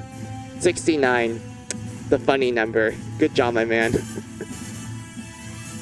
Let's see, killed in action during the Iron Rain mission in 2071. Oh yeah, that's the setting of God Eater 1. It takes place in 2071, technically. And such. Let's see, post rank, Master Sergeant Sniper, Goddard, Buster / older model / long distance. I always found this weird that Eric is given the rank sniper when he's using a blast gun. You know, the gun that's not a sniper type. He uses this giant ass like cannon of a gun. Like, look at this shit. This is not meant to be a sniping gun. This was meant to like blow open a body part like it's nothing. Like, that's literally the whole point of like blast guns. They're designed to crush the enemy's body parts so that you can have an easier time, like, you know, damaging the enemy and such. But the fact that Eric manages to use this type of gun and get the rank sniper instead of not using like a sniper gun is mad impressive. But sadly he died, so oh well. And then we have Edgy Soma. What do you want? Eric, nothing to do with me. The weaker among us are the first to die. That's all to it. I remember how edgy you are, Soma, in the first game. He's like an edgelord in the beginning parts of God Eater. And then you get to like that one like event later on in the game, and he pretty much becomes not an edgelord anymore, but you can still be kind of blunt with things. And then later on in Burst storyline, which is essentially like the second half of the game, he pretty much is no longer an edgelord. And then we get to 2 where everything, like all of Soma's edgelordness just disappeared. He's just a normal guy now. And then we have Gina. Alright, aren't you glad you made it back safely? It's terrible what happened to Eric, but what's important is that you made it back alive, right? Yeah. And then Eric's God Arc was unscratched. It can be passed down to the next God Eater as is. We should be happy about this silver lining, but sorry, I don't feel well today. I mean, yeah, this is the life of a God Eater. We can die any moment. Oh no, there's no dialogue. I thought she was gonna say something about Eric, but oh well.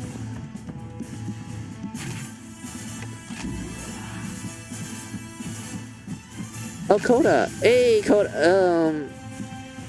Your room is messy. How do you made it so messy? You just joined. Like, we joined at the same time. And when you compare it to my room, look at my room. It looks nice and neat. And then you look at Kota's room, and it's like dishes everywhere. There's like trash shit and whatnot. Oh, wait, no, I didn't mean to skip that dialogue. He was talking about how he was sad about Eric dying and like he's scared of death and shit. Oh, god damn it! I keep forgetting that I like to skip like the dialogue and shit. God damn it! I hate myself for that. There's a collection of burglary data. Burglary... What the fuck? This is the episode that Kota was talking about. It's about Johnny saving his partner or something. I wonder how many episodes there are. Family. A family picture was mixed into that pile. Oh yeah! He likes that fictional show. That's why he has the figurines over there. Also, what you guys wrote down in chat. I never played this series much, but I did got into Monster Hunter. You play Monster Hunter? I haven't recently, but yes, haha. Yeah, Monster Hunter. I play Monster Hunter as well. I played the PSP games growing up, and I eventually played the 3DS games as well. And then I played World and Rise. If I'm gonna be real with you, I didn't really like World. I like Rise though. Like, I thought Rise was like really great. But World, on the other hand, I wasn't really a huge fan of it. And I think the only reason why I played World, like back when it was still relatively new and such, was because of the Final Fantasy crossover event. And that was pretty much it. Like, outside of that, like, wait, actually no, I did play the expansion, was it called Ice World? Yeah, it was called Ice World. Yeah, I did play that expansion. That was actually a decent expansion. They brought back some monsters that I liked from the previous game, so yeah, that one was decent. But Vanilla World, I didn't like. And such. And then for Rise, I think I loved it regardless. And then we get to the expansion, and I thought the expansion was like really great as well. What do you guys wrote down? Started at Try for the Wii, fell in love there. Rise was super fun, and I dig World a lot. Oh, you played Try on the Wii? Same. I played that one too. That was a really interesting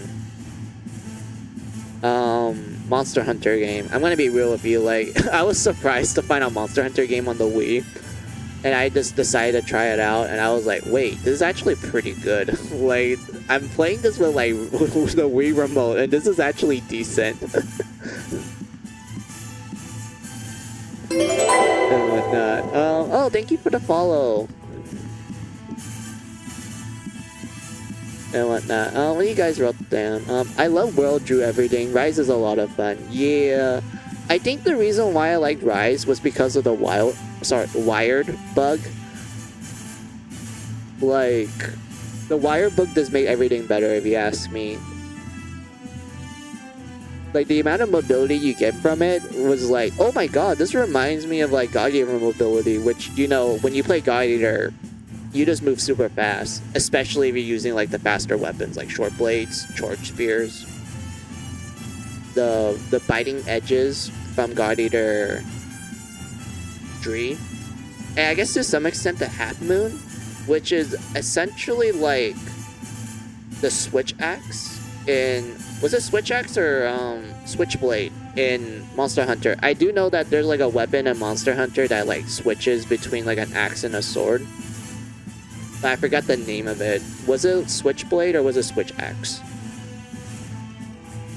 But like, yeah, the Half Moon in God Eater 3 is essentially that, but the default form is like short attack range, but it's like relatively fast. But then you transform it, and essentially at that point on, you just have a chainsaw. Like, that's literally how I can describe it. It's literally like switch axe, but when you switch it to the axe form, you just have a chainsaw, and it does a fuck ton of damage. Like, it's just, wow, oh my god. And whatnot. What you guys wrote down? I used the classic remote for try, haha. The wire was definitely, sorry, the wire bug definitely was a great addition, haha. Switch axe, that sounds awesome, haha. It is, like, it is, Dr. Satan. I'm not sure which name to go with you. I'll just call you, Dr. Satan for now. And whatnot. But like, yeah, like the Half Moon in God Eater 3 is like, it's really fun. Like, I'm just gonna say that it's just fun. I love my I love my short blades. Like, they have always been my main because they are essentially like pure speed. Because what makes short blades great is that you can essentially cancel your combos with dashes, so it makes it easier for you to dodge attacks. And in the later God Eater games, starting with 2, you learn essentially like an uppercut move that you can immediately follow with a dash and such, and it's like wonderful. Like, you get so much mobility from the short blade and whatnot. I mean, that's like the great thing about short blades, other than like they have a short range and they're essentially designed just to be DPS, but like other than that, yeah, short blades are pretty cool. I guess I can talk about God Eater 3 a little bit after we talk to Sakura. Eric was a little selfish sometimes, but for some reason, you couldn't really hate him. After all this time, I still can't get used to losing one of our comrades. Yeah, that's the interesting thing about Eric. Like, when you first meet Eric, well, actually, before you accept the Iron Rain mission, when you talk to the janitor character, she's complaining about like a certain character, and when you like, depending on how you answer her, she will explain like, oh, this Eric guy doesn't know how to use the toilet. Like, I'm not kidding about that statement. The entire conversation was that the janitor was complaining that one of the toilets literally stopped working to the point where everyone just had like a absolute meltdown. Like, it was chaos everywhere. They weren't sure why this toilet wasn't working, and then they learned that it was Eric that clogged it. And she's just complaining about like, I can't believe this guy who's the son of a rich man doesn't know how to use a toilet. And it's like hilarious when you like see this conversation dialogue. And then you meet the guy when you enter the mission. You get like a cutscene entering the mission, and you meet Eric with Soma. And Eric just introduces himself. He's like, oh, I'm Eric Von Bucar or something. And he's like kind of bragging a little bit. He's like telling you like, oh, don't worry, rookie. Like, me and you are going to be like the best God Eaters of humanity and such. We're going to like kick the Aragami's ass. And then Soma notices that there's an ogre tail approaching Eric. And Eric doesn't notice it. He gets jump scared by the ogre tail and immediately gets eaten. And that's the end of Eric. And now we're like going around base talking to everyone, and they're all like, "Oh man, it's sad that Eric died." And then you kind of learn from their conversation that he wasn't really a bad person. Like, yeah, he's a bit of like high ego. Like, he has a little bit of a high ego, but like overall, he was a decent person. Like, he wasn't like straight up, you know, evil and whatnot. He just had a huge ego, and that's it. Never had a comrade died in front of you, huh? Come to think of it, we haven't really talked yet. I'm not really much for talking, but is there something you want me to ask? Oh, something you want to ask me. My bad. About Eric, yes. Eric was one of those rich kids. He could be bratty, but he's a good guy who looked after his sister. When you become a God Eater, you're mostly fighting against the weight of that responsibility. In his own way, he fought as hard as he could. Soma. Soma is one of the top God Eaters in the Far East branch, but he's misunderstood because he's blunt. Well, you can't deny that he's a brat. But I don't think you'll find a kinder person. His worst fear is losing a comrade right before his eyes. That's why he always keeps his distance. I mean, that literally happened right in front of him. He literally lost a comrade right in front of him, out of the blue. Right, so anyway, I'm ordering you to make friends with him and keep from ever dying. So you see, I don't want you to be too hard on him, got that. And then we have Kota. Yes, that classmate of yours is a good guy. Hard to believe anyone could be raised right these days. I mean, Kota is a nice guy. Guess we should give credit to the way his parents raised him. There's no greater treasure than comrades you can get along with. Take good care of them. Alright, thank you, Lindo. Right, that's right. Both you and Kota still have a lot of learning technically. You survive a while and you do fine. I'm counting on you. Just don't get killed. Got that? Okay. Yeah, I get it, Lindo. You're still my favorite character. I like you.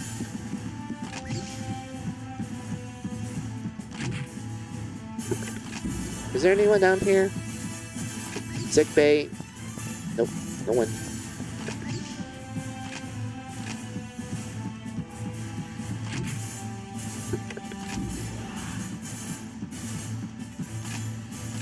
Nope. Okay, so it looks like we have to set up another mission. A Congo has appeared for the first time in ages. Launch a Congo suppression mission at once. Hey, it's the monkey! It's the monkey enemies! Oh, I remember you. You're fucking annoying in the later parts of the game.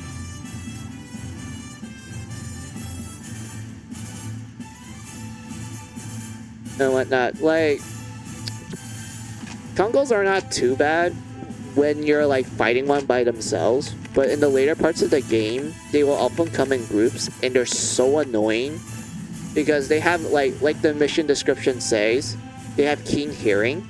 And if you're wondering like, oh, how's that a bad thing? They have such good hearing to the point where they can literally hear you across the map.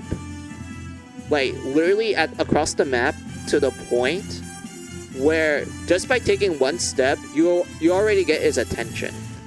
And don't get me started with like the more tighter maps where there isn't like a lot of room for you to wiggle around, and you have to like juggle between that one and like another monster and such. Like, it gets painful. Like, it gets really painful. But I'm glad that the teammates in this game have good AI, so I don't worry about that too much. I want to see if I can upgrade my equipment. Ooh, okay, so I need, that I can get from harvesting. This I cannot upgrade yet. This I can totally upgrade. This one as well. But yeah, I know for a fact that I can get that later on. What about crafting? I really want to craft this particular... Actually, no, this shield looks good too. Dexterous. Oh, excuse me.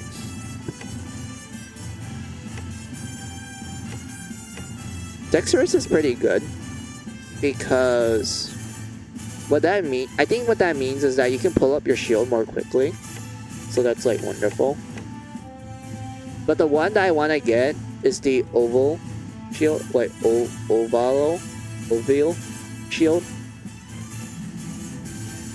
This is the one I want to get. If you want to know why, the enemy HP vision. So essentially what that does is that once you equip this shield, you can actually see the HP of the enemy.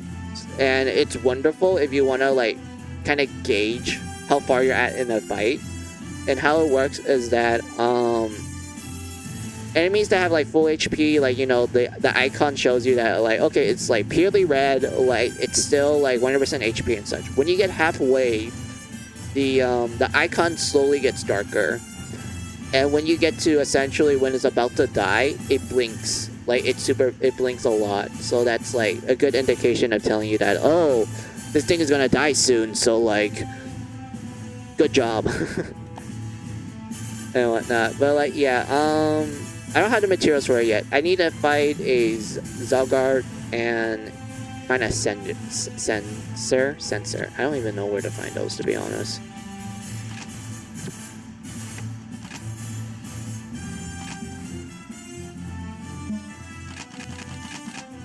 Looks like I got the employer from the mission, so that means I can probably just do like Iron Raid a couple of times just to get more of that certain material. What do we have for bullets? Nothing. I have no use for these bullets whatsoever.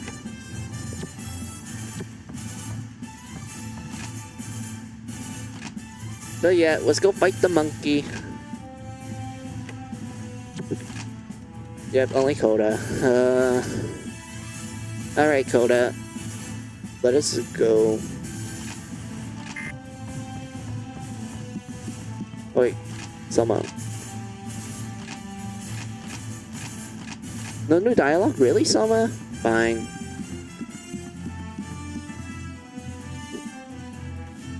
Alright, let's go.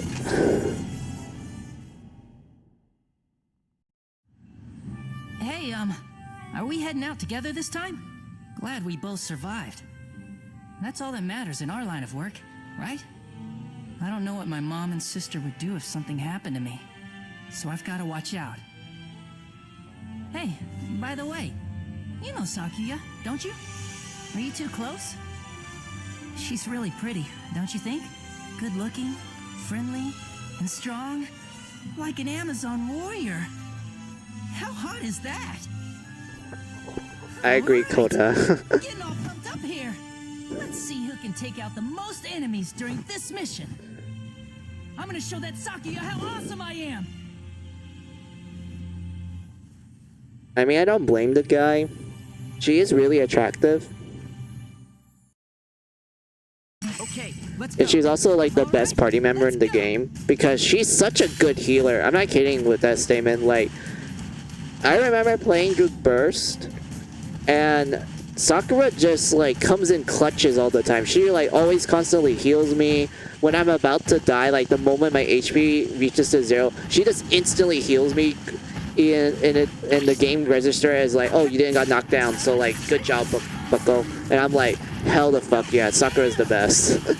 She's the best healer.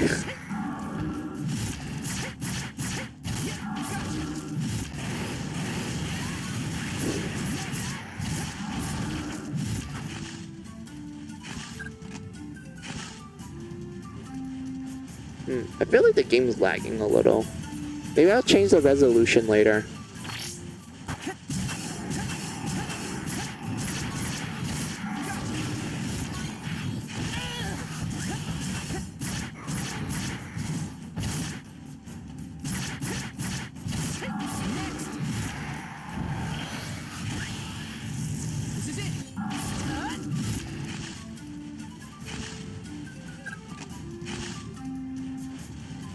Where's the other original?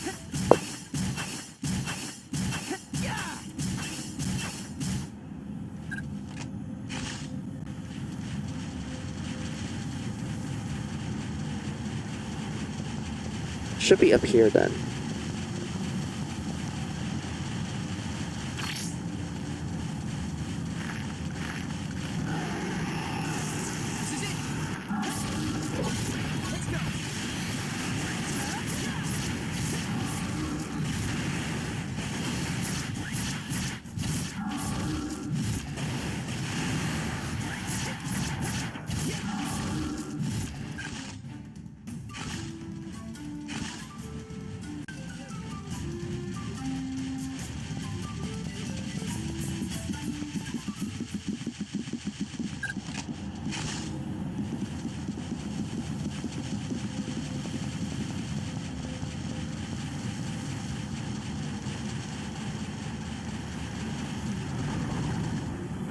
Yay, we saw the origami disappear. Sorry, Aragami disappear. I don't remember how monsters disappear after you kill them in Monster Hunter. I don't remember how. But in this game, when the Aragami dies and you leave the corpse out for a little bit, they slowly sink into the ground, like dissipating into the air. And I always like that detail because according to the lore, when an Aragami dies, its auricle cells, which is essentially the body cells of an Aragami, it actually slowly dissipates into the air until it just becomes like ash. It becomes nothing. And I always liked it a lot. Huh. Monkey can't hear me, so we're gonna go bite the monkey's ass.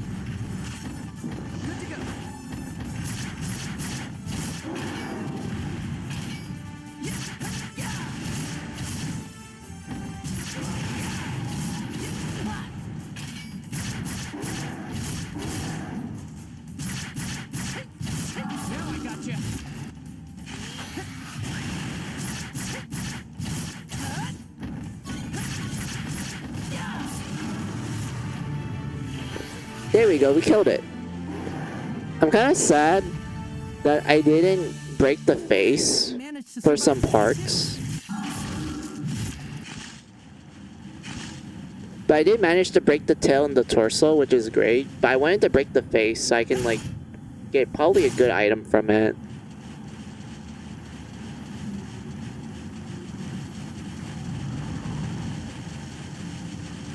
You all wiped?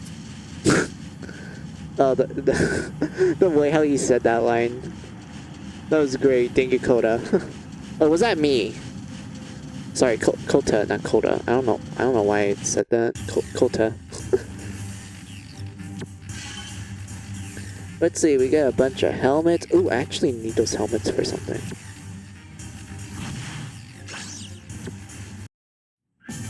Wait, no.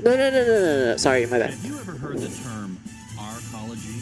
Why Arcology did means that? a building completely self-contained and self-sufficient in production and consumption. Oh, no, Yep, that made it worse. that's right. Oops. This Fenrir branch, with a den at its center, can be thought of as a type of arcology. Why did it? To put it in extreme terms, Why did it do that? with the exception of Like, a we're certain cut. branch, should the entire Fenrir Corp collapse, this one remaining branch will be able to live on exactly as it did before, by taking full care of production and consumption on its own. The den has a fully equipped plant below for producing food, god arc, and various other materials. And it boasts a solid defensive capacity with an anti-Aragami armored wall along its perimeter. Not to mention you top-notch god eaters, among other things. That's the Fenrir branch in a nutshell. It's a highly advanced arcology project optimized to protect humankind. But there's still one issue that plagues us. It can only house a limited number of people at any given time. As I'm sure you all know, there has been for some time a vast outer ghetto surrounding the Far East Branch. But the fact is, we still don't have the space available to house them all here. I'm afraid the best we can do at this time is to surround the outer ghetto with an anti-Aragami armored wall. But do you think that's enough? I hear the armor has been compromised a lot lately. Well, that's why we have the God Eater Defense Unit posted there. Oh, I'm sorry. I forgot that your family lives in the outer ghetto. Forgive me for sounding so flippant. Oh, no, Actually, there was a plan to expand the den downward and build another inner residential section. But the Aegis project improved on that plan and made it even safer, right? Yes, at this time, most of the resources from the Far East Branch's underground plant are being allocated to Aegis construction. Why don't we talk about that another time?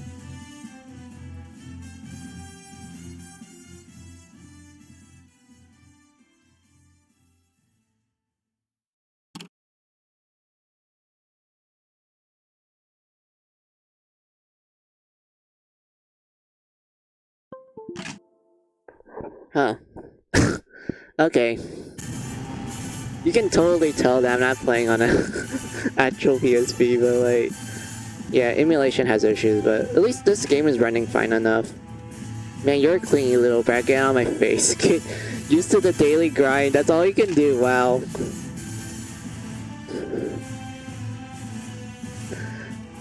Soma, the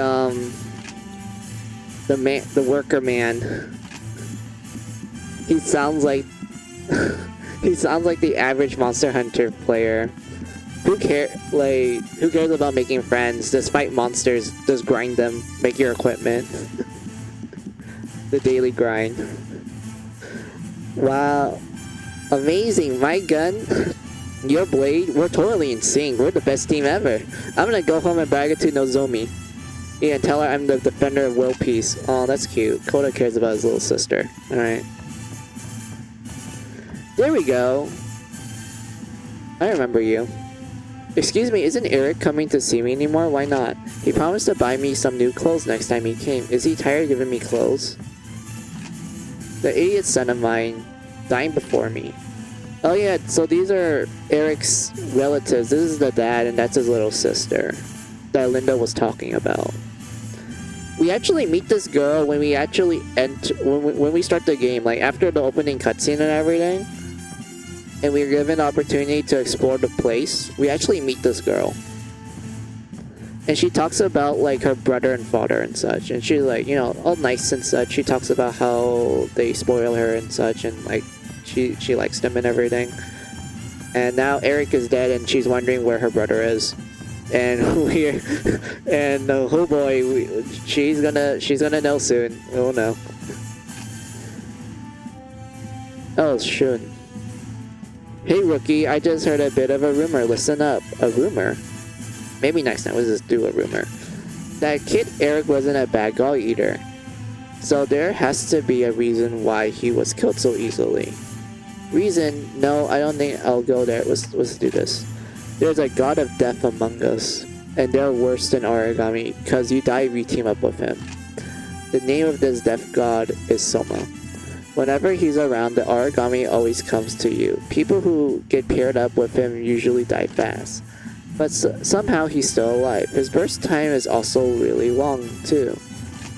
See, he can't be human. He is death. Okay.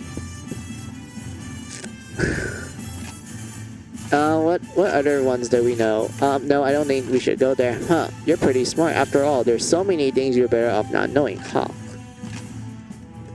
And then maybe another time. You're no fun. I don't like Shun. I don't like him at all. Like, in every game he appears in, he sucks. He's really a nothing character. There's literally nothing to him. He's just annoying. And such. But like, yeah, it's interesting that Shun actually talks about Soma's burst time being really long. And such because, I I remember back when the God Eater anime came out, it was a lot of people did complain about the liberties they did with the story and like certain stuff happened in it. But I do admit that the animations for the anime was pretty cool, and I do like the opening and ending for the anime. It was pretty pog, but I remember there was like one episode in there that people complain about, like, oh, why does the main character go Super Saiyan and whatnot? And like a lot of people thought that it was essentially burst, but in the anime they call it Oracle Cells Infection, which makes zero sense to me because like this wasn't a thing in the games. Like Oracle Cell Infection was not a thing in the games.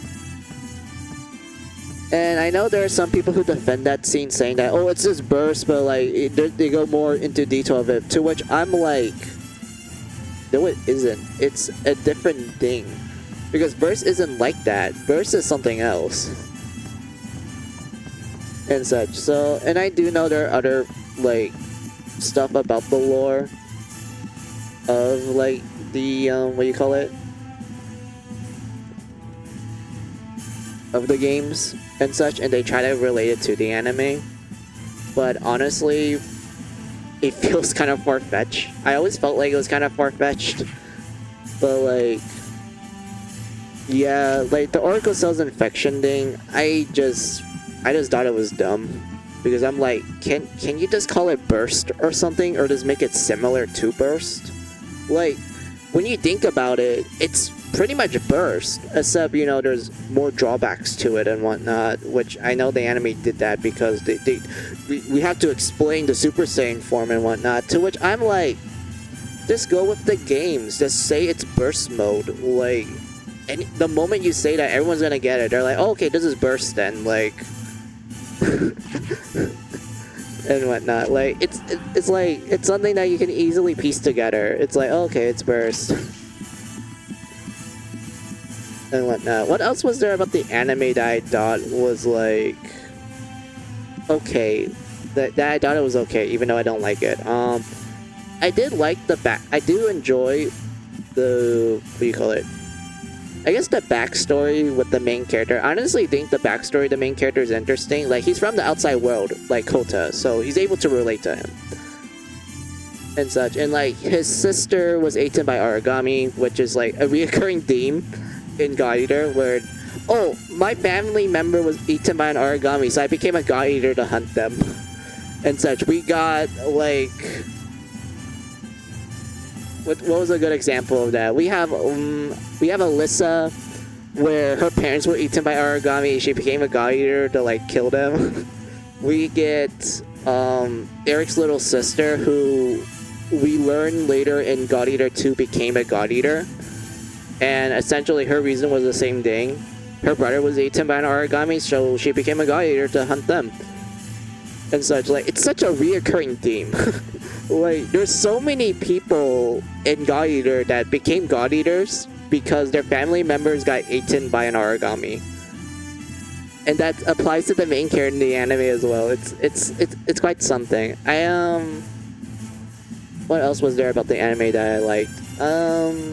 I did like how in the anime, when you meet the Ouroboros, like, it's actually as big as a mountain. Because, like, I'm sure you're familiar with, like, most of the Aragami in God Eater.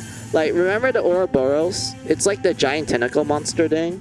Like, remember, like, the description for it saying that, oh, it's a mountain-sized Aragami and shit, and then when you fight the thing, it's not as big as a mountain, it's kind of, like, small. Like, it's big, yes, but, like, it's not, like, as big as you, like, imagine and such. I remember the anime actually shows an Ouroboros, and oh my god, it's actually as big as how it's described, and I like that part of the anime. But like,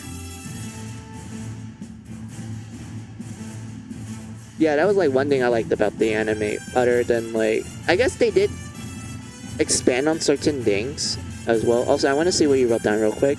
Right, I really like the anime too. I think they did that to make it a little different from the games. The Oracle Cell Infection thing, yeah, I get why they did that, but like, I don't know, man. I wasn't really too into it. What else do you wrote down? Right. I'm so glad that they made it that big in the end. I know, right? Like, actually seeing, like, an Ouroboros being as big as you expected is, like, amazing to see. Like, I honestly liked it. And whatnot. What else did they did in the anime that I'm, like, trying to remember from my head? I remember liking how they expand on Soma's parents. Like, I like the additional flashback scenes that they did in the anime. More specifically, they actually showed us how, like, Soma was born. And I honestly thought that was, like, a nice touch and everything. I know, like, to some people, they're like, why would you want a scene like that? Because in the games, we're just told that, like, oh, Soma was born and then that was it. And the reason why I'm not talking about it too much here is because I don't want to spoil it yet. But, like, yeah, we're just told that. We're just told that, okay, he was born this way and that's it. But you get to the anime and they actually show you how it happened. And it's, like, it's really sad. And it's kind of brutal because you kind of, like, piece together what's actually happening in that scene. And when you like remember the lore of the oracle cells and how they work and such, when you get to that, like, scene and you see the aftermath of it, you're just like, oh, it was not pretty. Like, oh god. Like, it's like even more worse when you remember how oracle cells work and everything. Hey, way to go! You defeat a Congo. Yes, we killed the monkey. Yes, the monkey. Somehow, piece of cake. You're good. I understand. Yeah, I know. Yeah. It was not pretty. It was not. It was really not pretty whatsoever. And whatnot. Well, yeah. How does it go? Somehow, piece of cake. I mean, Lindo, it's a monkey. Like, they're not that difficult. And such. Even the monkeys that you meet later on in the game, like the fallen type and the fierce monkey, they're not that bad. And in God Eater 2, like, you meet the another variation of the monkey, and it's not even that bad either. Like, monkeys are not that hard, Lindo. Hey, nice going. Keep that up, and you can help me out on the side. Never mind that. You know the temple ruins where you took out that Aragami? That's the area where I used to live as a kid. Me, Sakura, and my sister, I mean Sabaki, we're all from there. Though there's nothing left now. Oh no, this is no time to be sentimental. Anyway, you did good, kid. Okay, stand by and don't skim on preparations, that's all. Man, I love Lindo. I like him.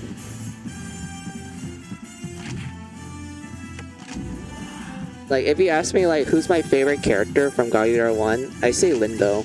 I like him a lot. Soma's, like, second place for me. Koda's, like, third place. Every other male afterwards is just, like, they're fine.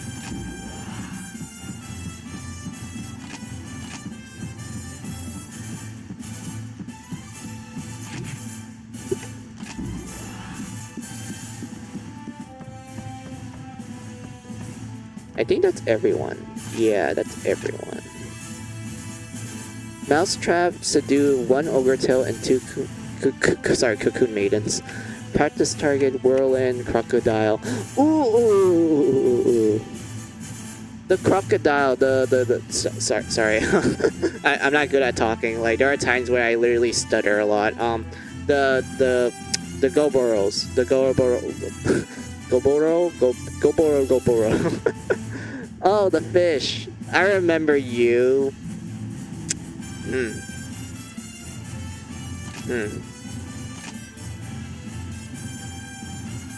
But anyway, let's go pick up our team. Let's see, we have Lindo. Yes, you're gonna be in the team. I love you, man. We have... Oh yeah, these are the DLCs. I forgot about that. We have Sakura. Sakuya.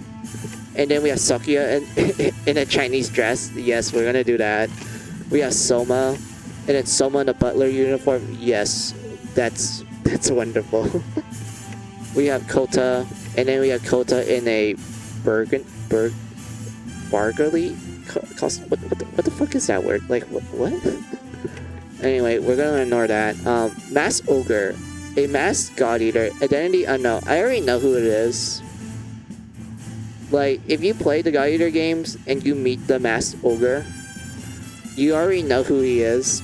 And, like, I know it's confirmed that he's not canon and shit, but, like, it's funny that when you learn about the identity of this character.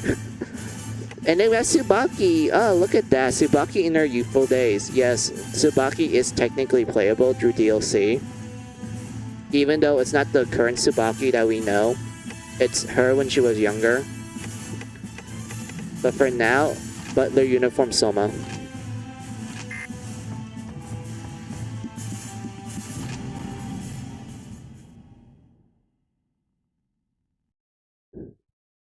I can handle this alone, you know. Okay, oh, look at that. That's a nice dress. Soma, looking dapper, my man. He looks really good. I liked his hood down. He looks nice. Alright.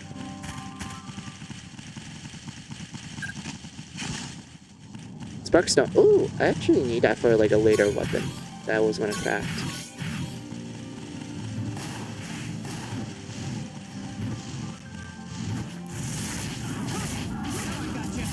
Sorry, homie, I got to dip. I enjoyed the stream, thank you. No problem, Dr. Satan. I'm glad that you joined me and, like, partake in my stream and talk to me and such.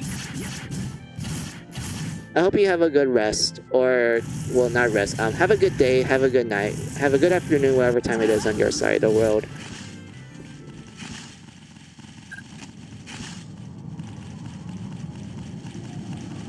And then we need to kill this one. Alright, Fishy, do not try to target us yet. We're trying to kill this Cocoon Maiden. Then we will target you.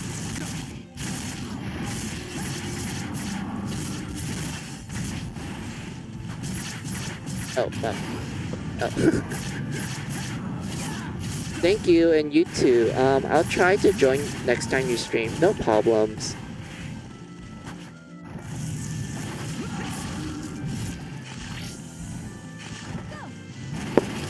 Oh, shoot, I keep hitting the mic. My bad.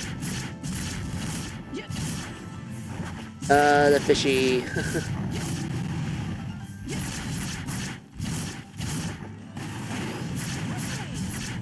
But yeah, fish, not a hard Aragami. Like, let's be real. He's not the hardest Aragami to fight whatsoever. He is so easy. Fishy is so easy.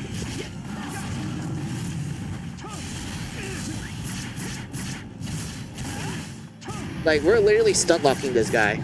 Like, look at this. We're literally stunt locking him. Like, this is hilarious. I love this. Fishy is not that hard. Like, look at this. Look at. Oh, oops. I got hit. Yay, we broke the torso. Next, we have to break the teeth. Oh, poor fishy. Don't feel bad for it. It's a fish.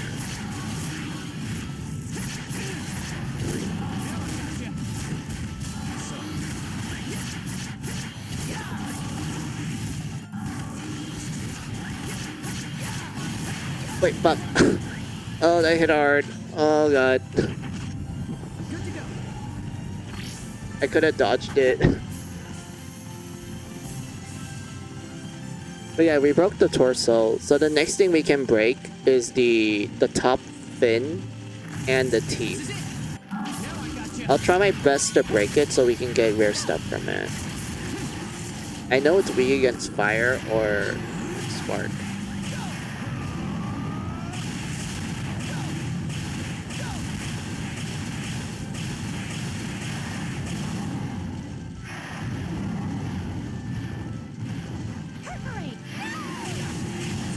Yeah, we broke it. Good.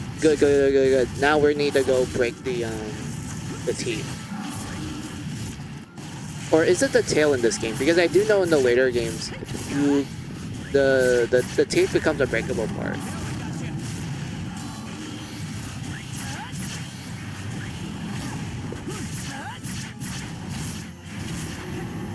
Here we go.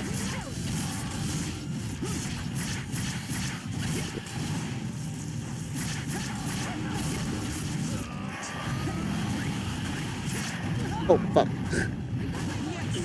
Thank you, Sakura. You're the best. Best healer.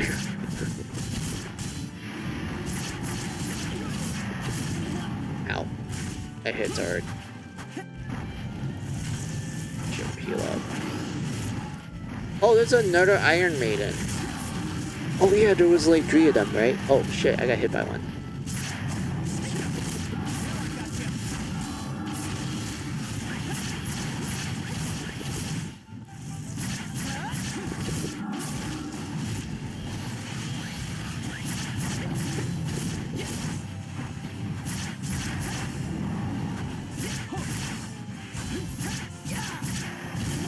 Ow.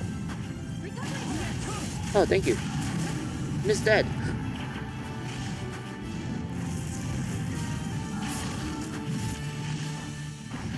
That was an easy victory, huh?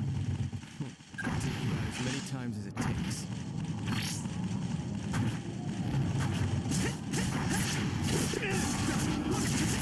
Keep missing.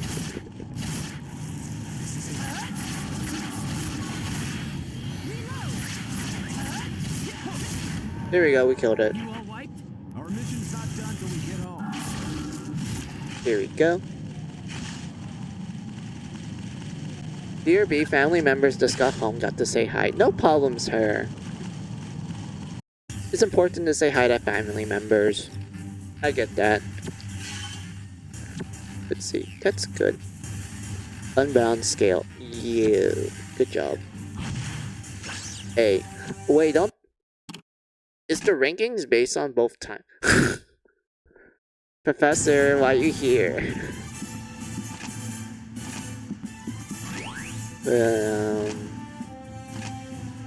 I do want to upgrade soon.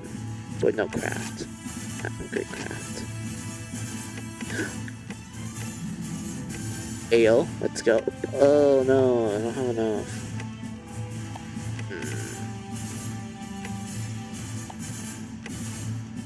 Oh hey, I remember this.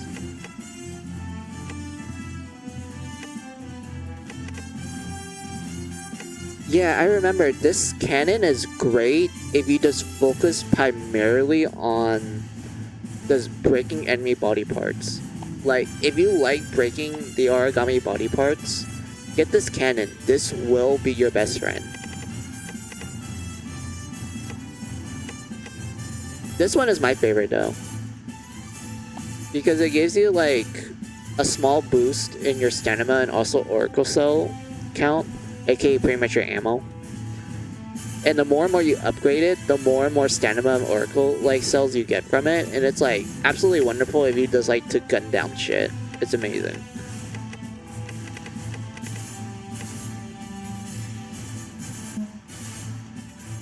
And then Iron Maiden, yes, yes. Bind, yeah, yeah. This is we're cooking. We're cooking with this. This is pretty good.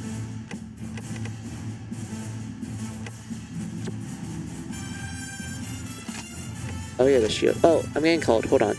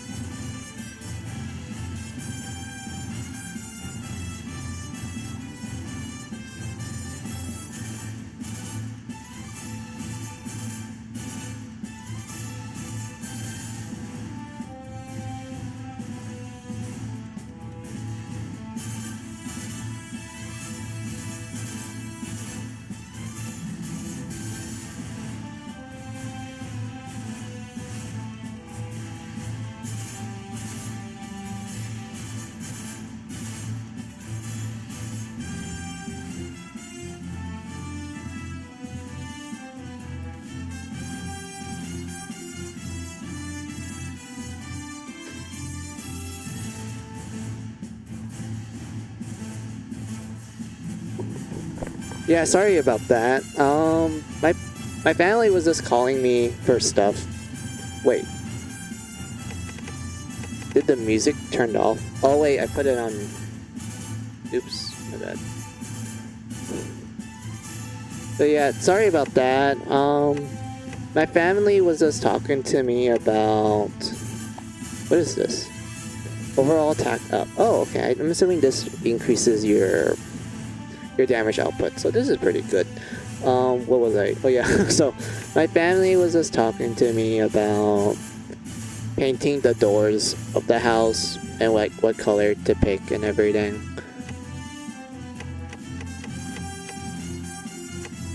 And such, so I do apologize for it taking a little long.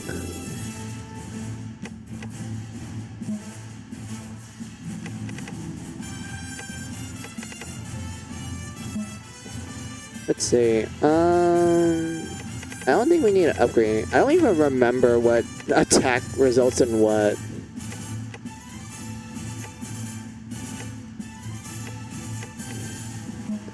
And then we have the outfits. None of these outfits look good. Actually, no, what? Now that I'm thinking about it, maybe the hoodie. The hoodie looks nice. I honestly rather just play as a girl.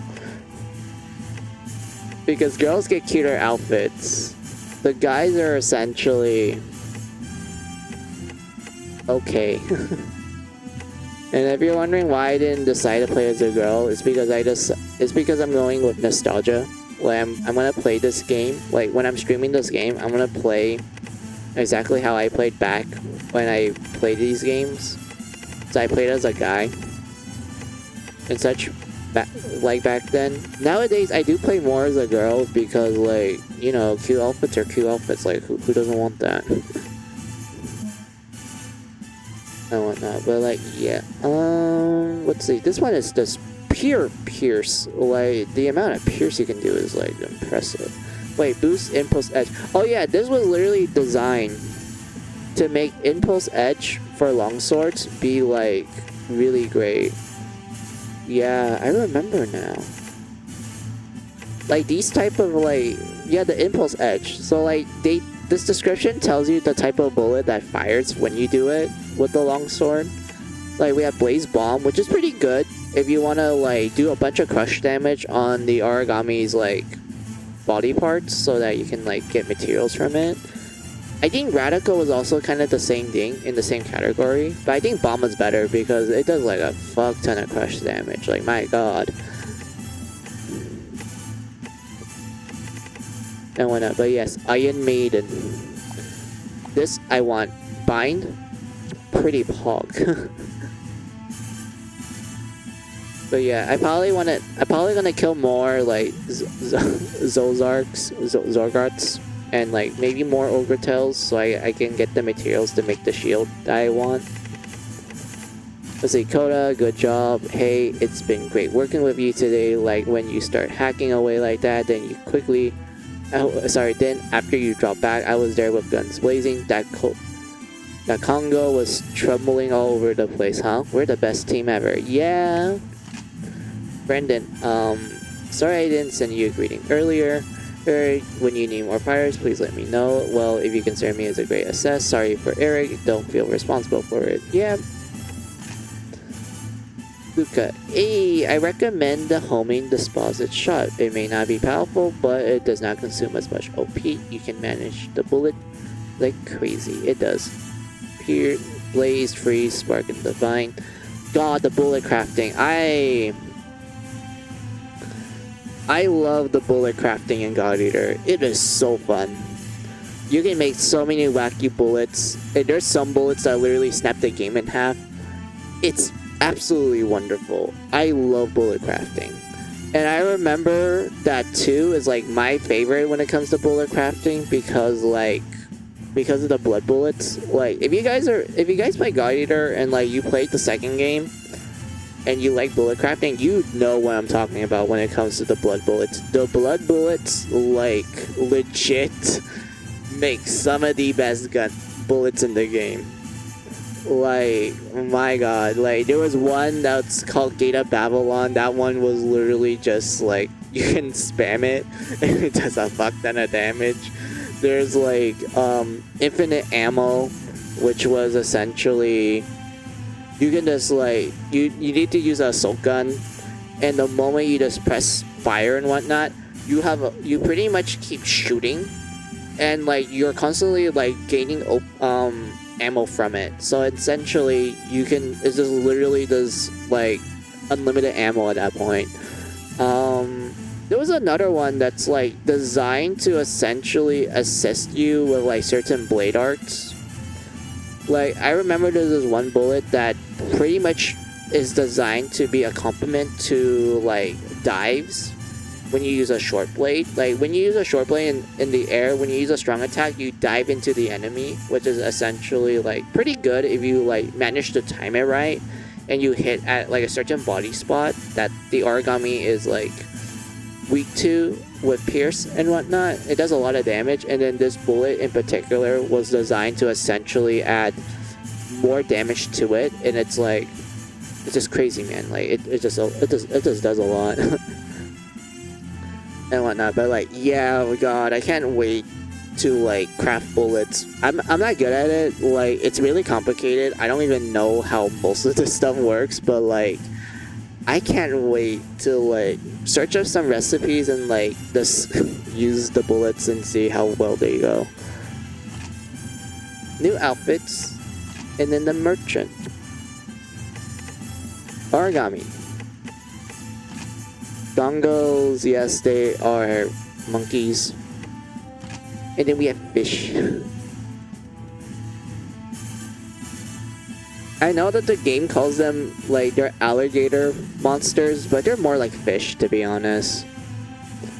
Like in God Eater 2, there's an actual alligator monster, and it's funny. Like in the second game, they're like, "Oh, was this actually tossing an alligator monster, like a legit one?" And then the Goboro is just essentially fish, this pure fish. Koda is 15. He joined in 2071. He uses a assault gun. Older model, long distance. Hasn't caused any major problems in actual combat so far, but his lack of concentration during drills and lecture is a cause for concern. Those who join them on missions should stay on their toes. Tsubaki Amamiya. Yeah, that's Kota. That is literally Kota.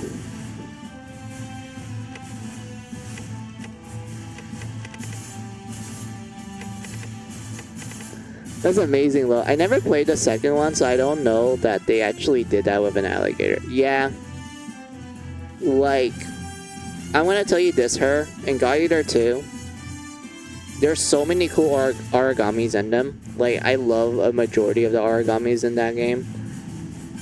But one of the new ones they introduced is literally just an alligator. Like, they're just like... Actually, no, I can like pull up a picture if you guys don't mind. Let me pull up a picture.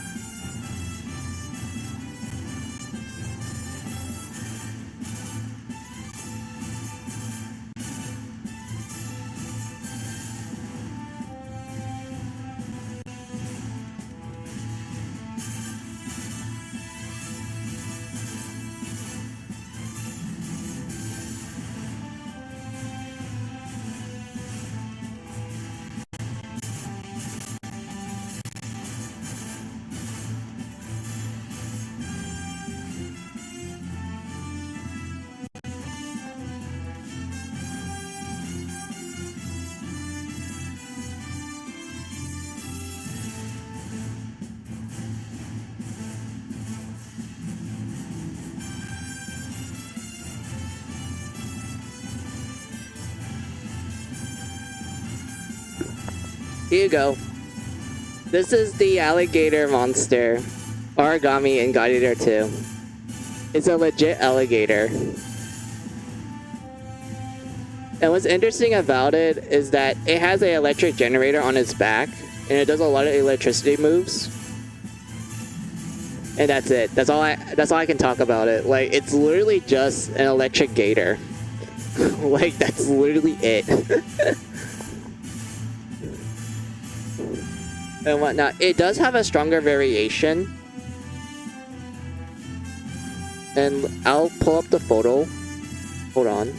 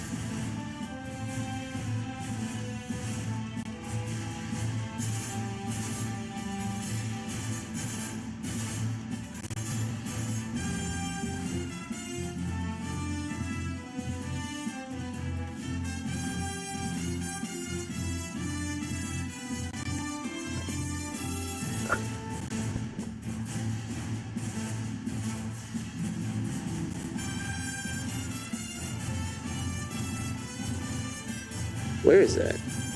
Hold on. I literally saved this photo. Where did it go? Hold on.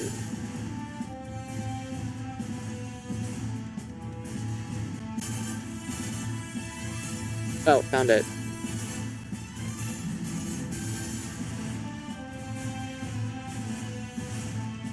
Here. This is its variation later on in the game. It's electric gator, but it has a cannon where its head is. So essentially, it's a cannon gator. It's a cannon crocodile. A cannon croc. It's hilarious. Like, when you actually meet this thing in battle, you're essentially like fighting a crocodile that's like, oh hey, I can shoot far away, and whenever it bites, it just shoots like a bomb, and it's like, oh god. But luckily it's not that bad. Like, it's honestly one of the more easier enemies, which I'm glad, because if they made this thing hard, I'd be like actually salty and raging. Okay, that's dope. I love it. I know, like, God Eater 2 has some amazing, like, origami. I'm gonna show you, like, my absolute favorite one.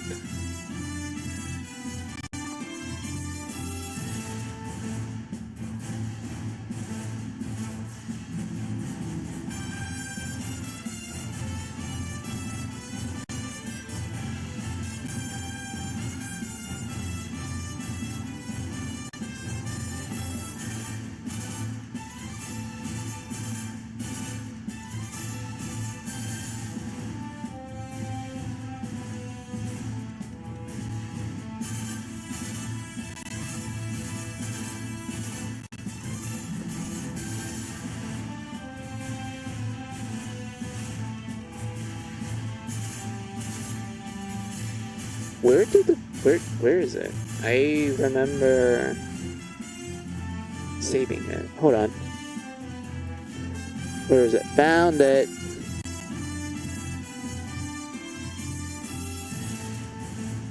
This is my favorite 1 and 2. It's called the Nyx Alpha. And what makes this one unique is that it can heal Aragami. Like, it can heal its allies. And not only that, but it's completely immune to physical attacks. You have to gun it down. And to make up for the fact that you can only shoot it down, it has piss poor HP. Like, you can literally just make your gun sneeze at it, and it just flops dead. Like, it legit just drops dead. But like, I love the design. Like, I love the story and like the inside of it is like starry and such. Like, it's like the galaxy. It's like space. And it gets a halo, and behind the halo is Jupiter. Like, it's literally the planet Jupiter. And I like it a lot. And everything. And there's like other parts of the design that I like. You know, it has like an elegant look to it. It has Booba. Who doesn't like a good old Booba? But like, other than that, yeah, really great design. This is like my favorite one in God Eater 2.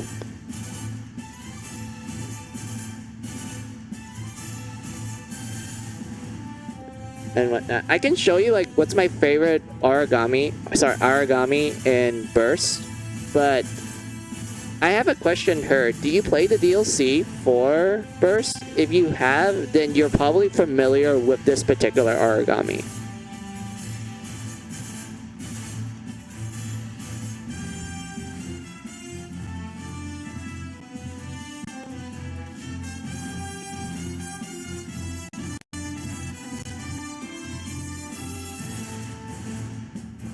I did not, unfortunately. Okay, so if you manage to buy the DLC for Burst, they give you 2 brand new Aragami. The first one is called Caligula, which is essentially a Hannibal. If you remember those Aragamis, they're the dragon ones. You know, the dragon ninja Aragami? the ones that literally just decide to stand up and just pull out a bunch of swords and just try to smack you and whatnot. Like, yeah, those things. Like, you remember the Hannibals, right? But so yeah, they made essentially a blue Hannibal called the Caligula, and the best way I can describe it is that it's pretty much a Hannibal, but you give it wrist blades, and it has a jetpack, and it just zooms around the battlefield like an absolute like motherfucker. Like, it just goes. Like, it literally just zooms across it like it's nothing. And whatnot. But like, yeah, but that's not my favorite. I like fighting it, but that's not my favorite. My favorite DLC is the Venus, and I'm gonna show you what it looks like.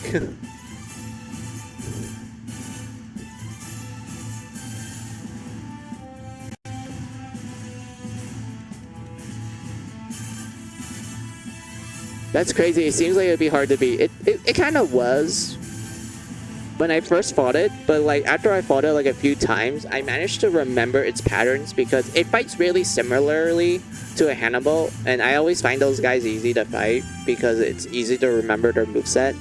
But like, yeah, like it is kind of a pain because of their high speed stat and whatnot, but like, once you understand his movements, you're gonna be completely fine. You're just gonna be like, oh, it's a Caligula. Oh, don't worry. I can like snap this dragon in half. Like, it's really something. But yeah, I want to show you like what's my absolute favorite like Aragami from the first game. And I know it's DLC, so like not everyone knows about it. But after Burst, from God Eater 2 and onwards, this Aragami and also the Caligula are considered part of the official roster. So they always appear in every other game onwards and whatnot, except for Dree. Dree is like a different case. Like her, I honestly have mixed feelings with God Eater Dree because it has good like new Aragami designs, but it felt so cut. Like her, I'm gonna be honest with you. Like Dree is good. Like in a gameplay point of view, I think it's fun. There's a lot of fast movement in that, which is like an absolute godsend. But like, they cut out so much, and they kind of nerfed like certain aspects of God Eater that I like. Like for example, they nerfed the bullet crafting to the point where it's kind of useless. I mean, it's still busted and broken, but they limit the amount that you can carry. Like you can only use your custom bullets like a certain amount of times instead of like until you run out of ammo. In this case, they're like, oh, you can only use a custom bullet twice per mission, which sucks so bad. And whatnot. What else did Dree did that I wasn't really a huge fan of? I felt like the setting of Dree is very far, like it's very distant from the original time, from like the previous games, because Dree is like, the setting of Dree is like very different to the point where it feels like it's a different game.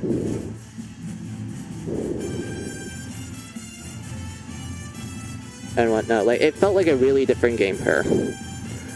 Like, it still is like God Eater because of the God Arcs and the Aragami, but like the setting of Dri, it felt really distant to the point where I kind of had a hard time saying that it's actually a God Eater game. And whatnot. And it didn't help the fact that, like, I didn't really enjoy the story. I thought the story was like meh. The characters were also meh as well. And then the music was still good as ever.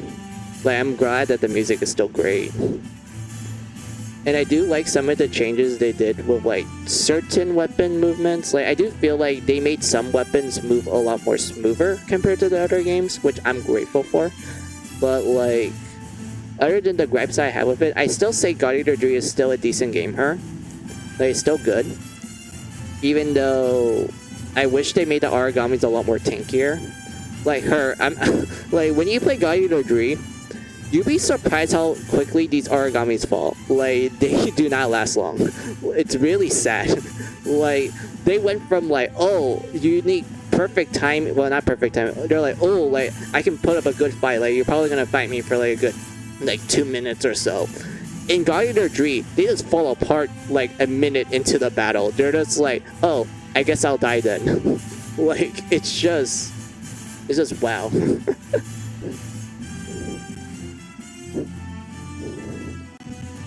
And whatnot. But what do you wrote down? Yeah, but custom bullets are broken to some degree and made the game easier. I do agree that custom bullets are pretty busted. Like, I do agree with that. I just feel like there could have been like a better way to like nerf it in a sense. Like, maybe make it take way too much like ammo to the point where you kind of feel like, oh, maybe making busted bullets are not like the viable choice, because I do know for a fact that in God Eater 2, all you need to do to make a busted gun build is use a blast gun and pick any like custom bullet that you like. The moment you do that, you can pretty much do a gunner run of God Eater. Because the way how blast guns work in 2 is that they can store ammo. Because unlike in the first game, where they're just designed to like break the Aragami body parts like it's nothing, in 2 they still have that role, but they change it so that you can actually stock up on bullets. I mean, stock up on like multiple bullets. Wait, sorry, bars, OP bars. So the amount of OP bars you can fill up her is 9 OP bars. And you're kind of wondering like, how is this busted? And then you realize that, wait, if I can stack up 9 bars of ammo and I use a custom bullet that can like break the body parts but also not cost a lot, you can pretty much spam it.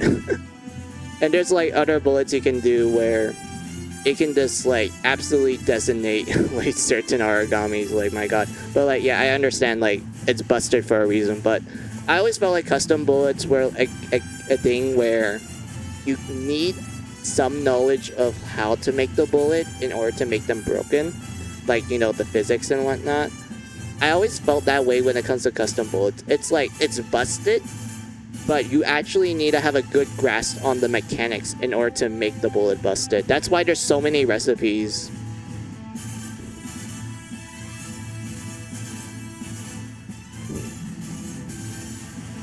And such. That's nuts. I forgot how busted custom bullets are. It is, like, there's some bullets that I remember her that was, like, really great. There's one bullet that I remember in particular, and it's called Gate of Babylon. And like what the name implies, you essentially just go full Gilgamesh on the Aragami, and they can't stand a chance her. Like, the moment you go full Gate of Babylon, it's just dead. Like, you can literally just sit in place and just spam it, and the Aragami can't do shit because they're just gonna get stunt locked to death. And all their body parts are gonna break instantly. And there's like another one that I remember her called the the ultimate sniper bullet, which essentially what it does is that it does a lot of pierce damage. And what the bullet does is that it hits a straight line, which is like, you know, that's how sniper bullets work. But like, what makes it unique is that once it hits the target, it will actually spin to hit the target again, and then hit it again for a third time and just go across it. And because of that combination, it does a fuck ton of damage. It does a lot of pierce damage, so that the moment you like use a sniper gun, which has like, you know, the highest pierce modifier, the moment you use that type of bullet and you just like pinpoint exactly the weak spot of the Aragami, it just hits the damage cap. Like, it just hits it. It's like, wow. And whatnot. I am kind of getting too distracted with the custom bullets, my bad. I was gonna show you like my my favorite Aragami from the first game, my bad.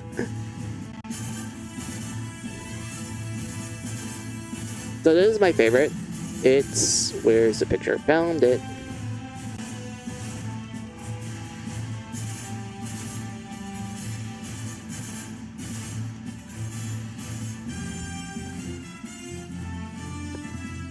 This is my favorite.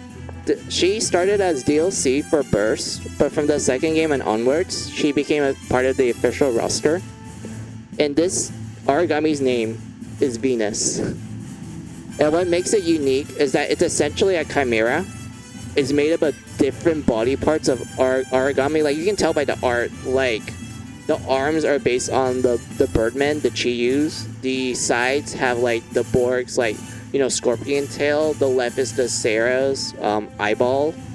The back is the Quetzalcoatl's, like, what do you call it? Missile launchers. In its butt, yes, I'm not kidding with that statement, its butt is a fish face. I'm not kidding about that statement. You, like, the Goboros. Like, her butt is literally just a Goboro. And it's literally her ass cannon. Like, when she charges at you and, like, she, like, stumbles and whatnot, the Goboro's face comes out of her and just shoots, like, bullets at you. And you're like, wait, she has an ass cannon. Ayo, that's amazing. It is. I love fighting her. She's like my absolute favorite Aragami. Like, I love fighting her a lot. And if you're wondering, like, okay, what's up with the girl in the middle? Like, what's the purpose of that? Well, this is because according to the database, Venus was essentially an Aragami that got so obsessed with beauty to the point where she just decided to assimilate everything that she finds. And she essentially thinks that what she assimilates is considered like perfect beauty. That's why she looks like this.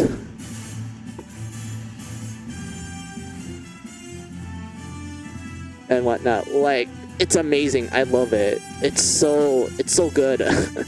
Like, she's my favorite. The fact that she was DLC only in Burst was like kind of sad, because I'm like, oh man, I wish I could fight her in the main story and whatnot. But then you get to God Eater 2. Where in God Eater 2, they're like, hey, you can actually fight her. Like, she's part of the official roster. Like, you can just, like, fight her in the main story or in the side quests and such. She's part of the official roster now, so you can, like, fight her anytime you want. And I'm like, hell the fuck yeah, I love fighting Venus. And whatnot. But, like, I would say this. Fighting Venus as, like, a short blade user kind of sucks. Because, her whole shtick is that she is essentially weak to crush weapons, so like the Buster Blade does a fuck ton of damage to her. But if you're using like a short blade like me, you're not gonna do that much. And like, if I remember correctly, her back legs, they are like somewhat weak to pierce, but it's not that great because it doesn't, like, you know, make her go into stunt. You can't stunt lock her and such.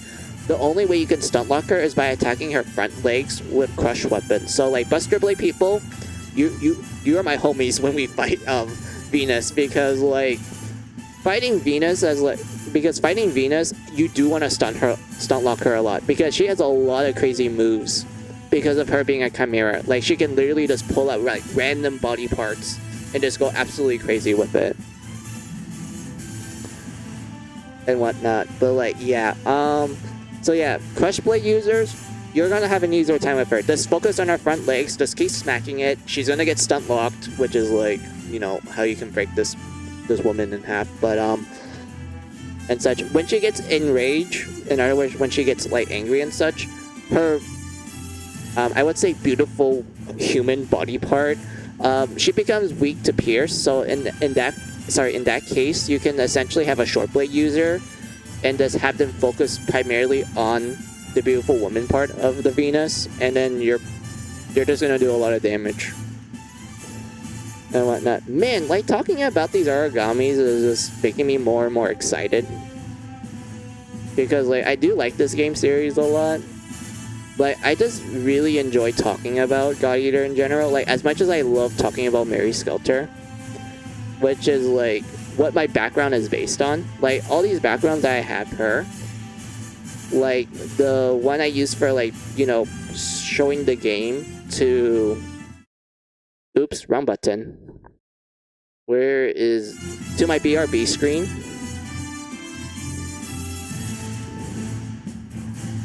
And to my starting stream and ending stream. These are all assets from Mary Skelter, and I love Mary Skelter a lot. It's one of the few dungeon crawler games that I generally think is great.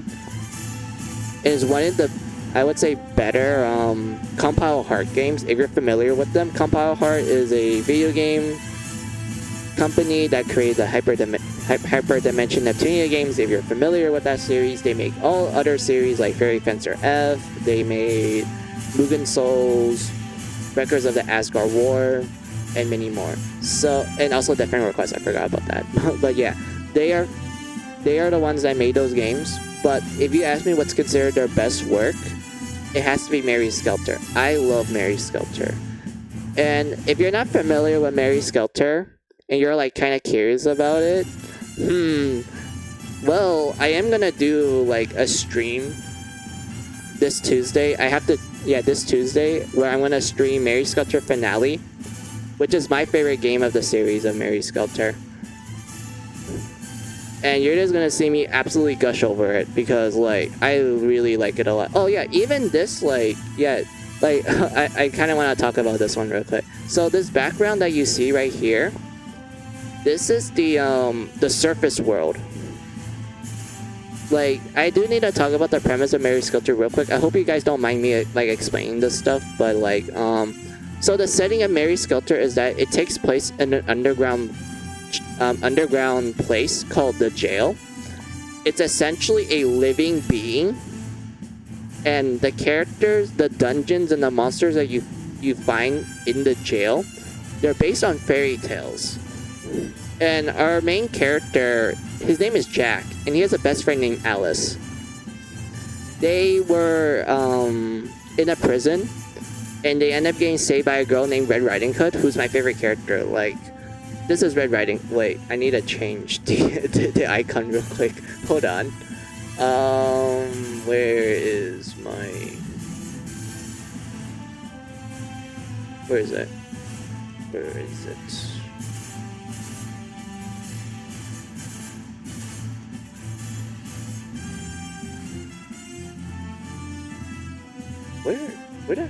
Where's that picture? I have that. Well, this is the chibi version of Red Riding Hood, but like, yeah, this is Red Riding Hood. I love her a lot. She's my favorite character in Mary Skelter. I mean, you can kind of tell by my like icon and also my banner. That's Red Riding Hood. She's like my favorite character and everything.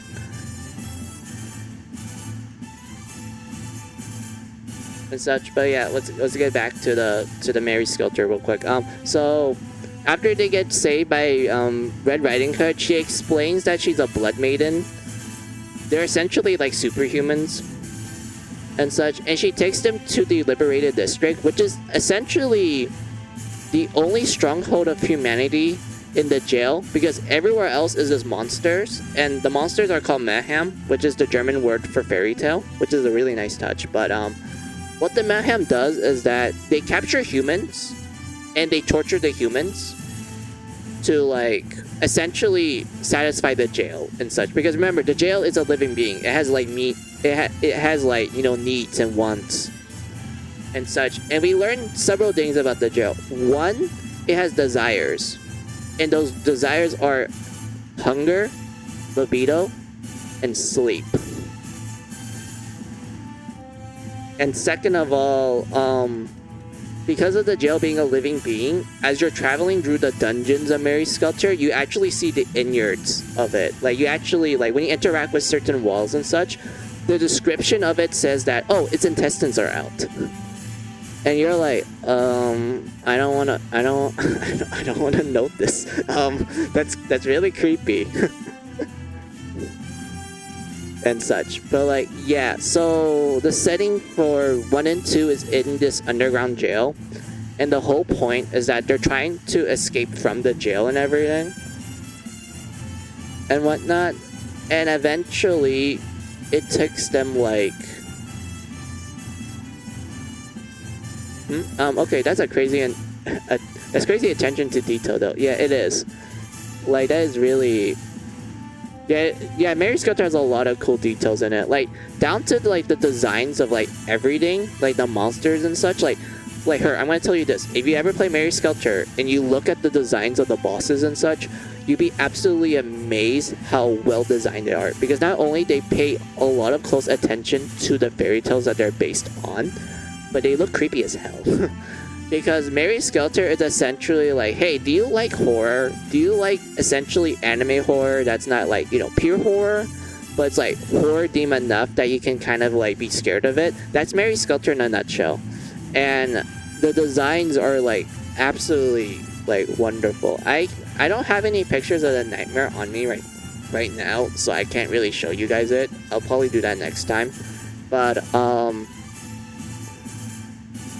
and such. But like, yeah, so after the first 2 games and also the remake of the first game, yes, Mary Skelter has a remake.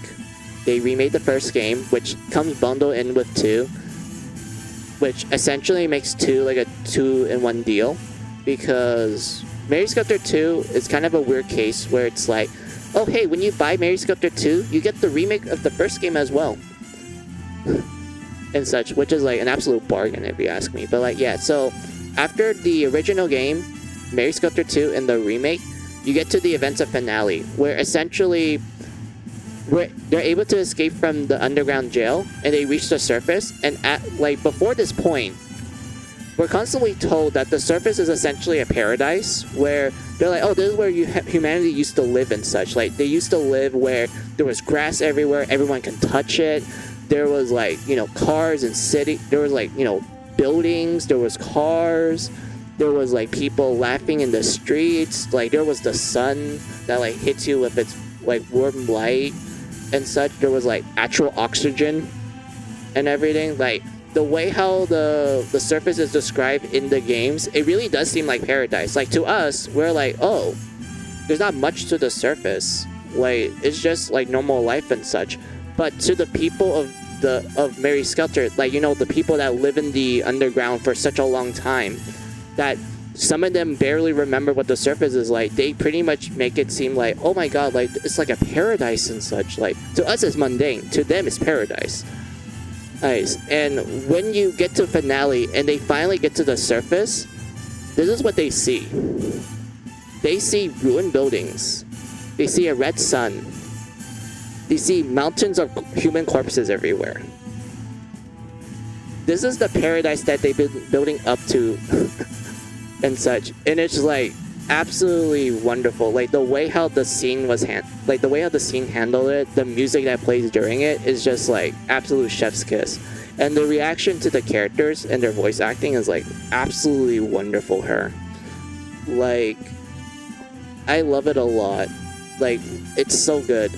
Like, it's really great and such. And there's like other cool things about Mary Skelter and such. I can show you like the designs of the of some of the dungeons. Oh geez, I'll have to check out the game out for sure. Yeah, it's like great. I do recommend not starting with finale here, because you know finale is the final game, which is like, why would you play the last game of the series? So yeah, I wouldn't really recommend that. I do recommend either checking the first original game or 2, just to like, you know, check it out, like see how it is, and if it interests you enough, you can like, you know, buy it and whatnot. I'm not gonna like force you and whatnot. I know everyone has like different game tastes and such. Like hell, like I have that too. I have a bias and such. Like you will never see me buy like a first-person shooter game because I feel like nowadays they're not that great. Like the last time I played a first-person shooter game, was Call of Duty Black Ops 2, which I think is like the best one. And such. Like the other ones, I have not played.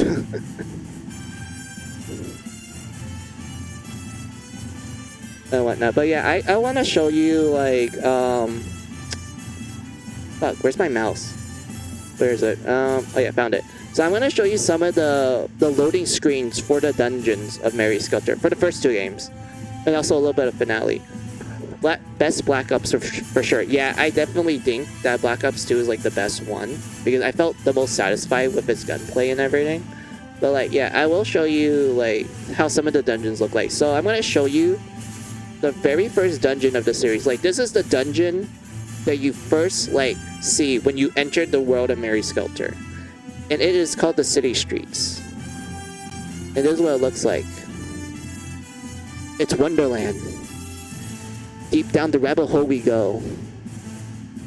And such. This is the loading screen, mind you. When you actually explore the real dungeon, there's so many like references to Alice in Wonderland, and it's amazing.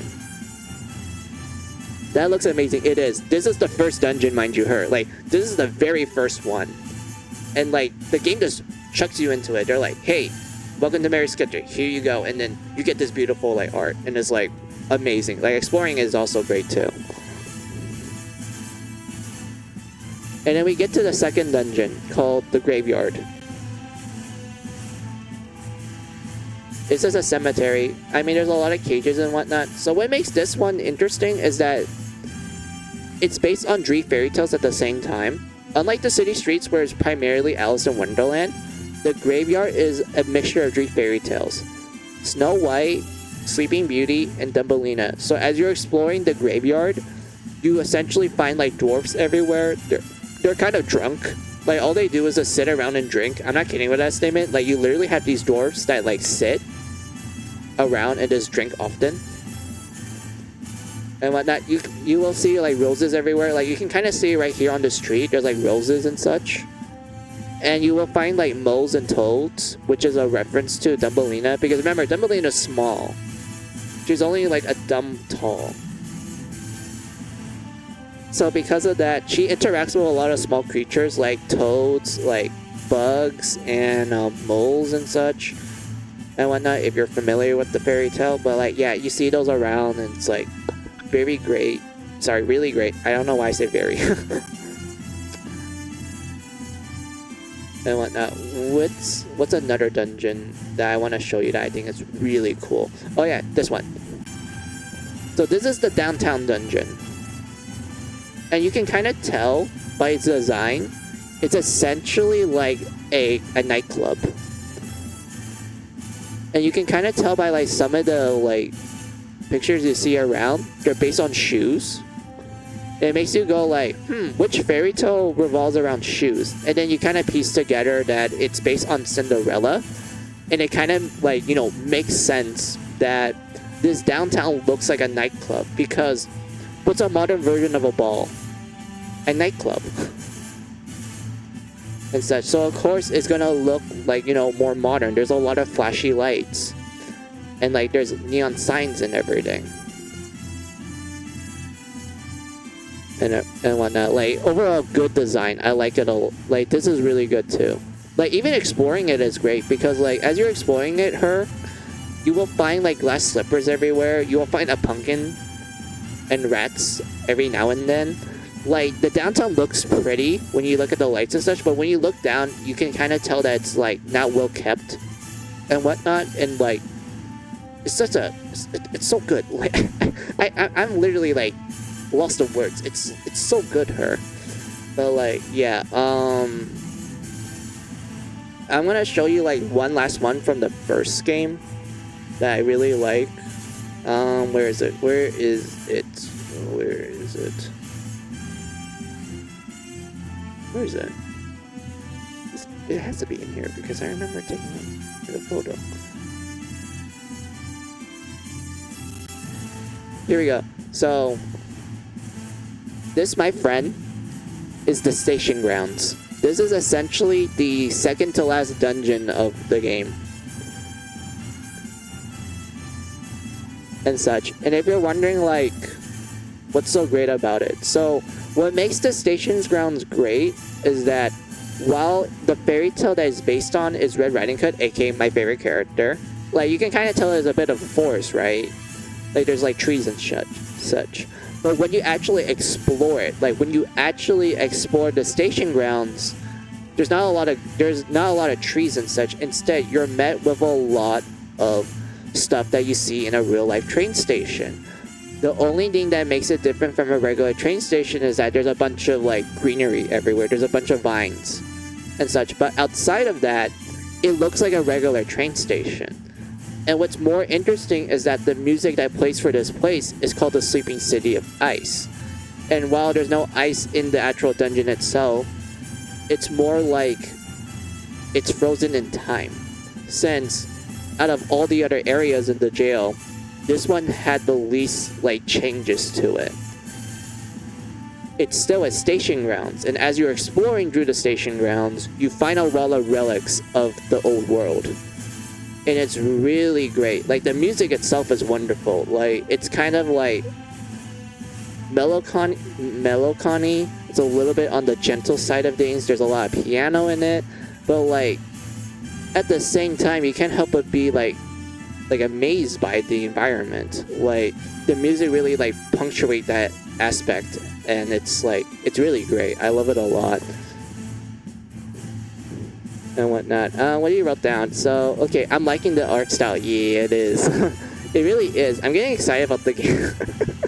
Oh, yeah. I'm really passionate about Mary Skelter. Like, you will, like, I'm gonna tell you this, if you ever give me an opportunity to talk about Mary Skelter, I'll probably talk for days. Like, it's really, like, my favorite.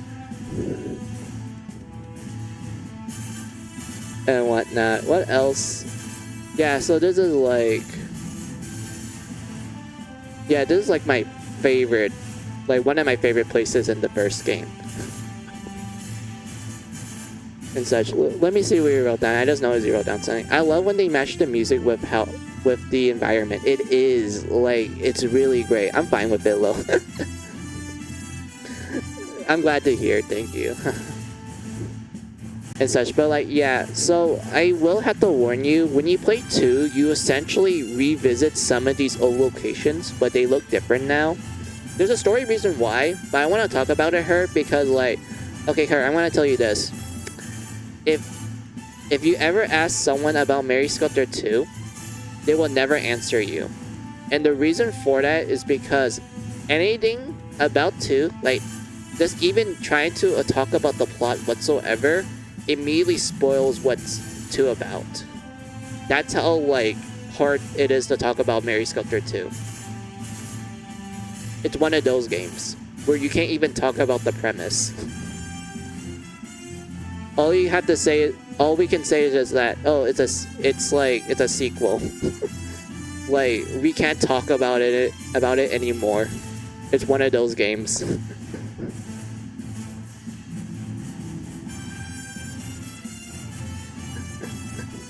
Okay, no, don't talk about the second game. Yeah, it's one of those cases, her. Like, I don't want to seem like it's, like, threatening and whatnot, you know, like, I don't want to make it seem like, oh, this is, like, some taboo shit and whatnot. It's like, no, it's like, if you're, like, if anyone's, like, interested in the series and such, and they're like, oh, I want more info about 2, we just can't, because it just spoils too much. Like, we can't even talk about it, unless you played it, or you at least put in some hours in it. And whatnot. I do apologize if it will, like, if it seems, like, intense and whatnot. It's just one of those cases where it's like, yeah, we can't really talk about it. And whatnot. Like, I could talk about the first game, like, perfectly well, because that one is, like, I wouldn't say straightforward, but it's like, that one's easy to talk about. 2, it's like, yeah, I can't talk about this one unless you played it already. Well, you put some hours in it and such. Finale, I'm fine talking about that one because, like, there isn't much for me to spoil for finale, because finale itself already spoils what's kind of like quote unquote what happens in the ending of the previous game and such. So like I'm fine with talking about finale and whatnot. But like yeah, there is some new locations in 2. Wait, actually no, I don't have pictures of it. Fuck, I just remember I don't have pictures of it. My bad. Can't really show you pictures of 2, but I can show you some parts of finale. And finale, if you ask me, has some really cool environments her. So here's a good example. This is the Linhart Island dungeon. So what makes this dungeon unique is that unlike the other dungeons in finale, they're always called blank tower and such because they're essentially like a tower-like structure. This is the only location that's not a tower whatsoever. It's an island. And what's interesting is that when you go into the lore of Linhart Island, like they actually do talk about it a little bit in the game, but they don't talk about full detail of it and such. But like, what makes Linhart Island unique is that I believe it was in the prequel novel. According to the prequel novel, Linhart Island is an artificial island that humanity made to kind of like live on and such.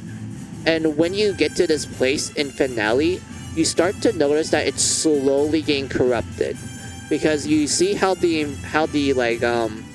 building structures look, right? Like you can tell that like, okay, this is an artificial island, so they just use whatever pieces that they had to create this.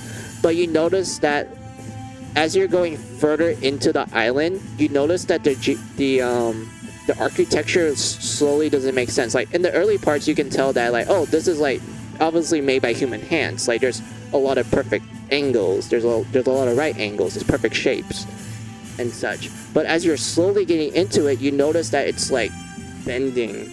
It's like twisting and such. Like it starts making less sense as you're going through it. That is telling you that this location is slowly getting corrupted by the jail's getting corrupted by the jail's architecture and such. Because remember, the jail's a living being, and that the first 2 games, its like design of like its locations and such is like completely alien and bizarre. And Linhart Island is slowly getting infected by it, and you can really see it and such. This is like a really good location, and not only that, but this is one of the tutorial dungeons. Like this is literally one of the tutorial dungeons of finale, and they just knock it out of the park. And whatnot. And if I were to like go into some detail of finale, the best way I would describe the start of finale is that the game gives you 3 tutorial dungeons. I'm not kidding. So when you boot up finale and you essentially go over like, you know, the intro and whatnot, and you get into gameplay, the game is like, oh, here's 3 tutorial dungeons. Here you go. And like you get this one, which is like absolutely amazing. And then you get to the other tutorial dungeons, like the Frozen Dungeon. This one is a tower, and you can tell by its like design and such, it's code. Like it's literally code. You have like water tanks, which people use to waterboard. I'm not kidding about that statement. Like you see a bunch of people getting waterboarded in this dungeon. You see like these uncomfortable chairs. You get a stretcher, which is, you know, a torture device. And you get like all these painful tools like on the top and such. And then if you look at the top left, you see these frozen human bodies. And it's like really eerie and such. And like this is like another tutorial dungeon. Yes, this is the other tutorial dungeons. Remember, there's 3 of them. I just showed you 2 of them.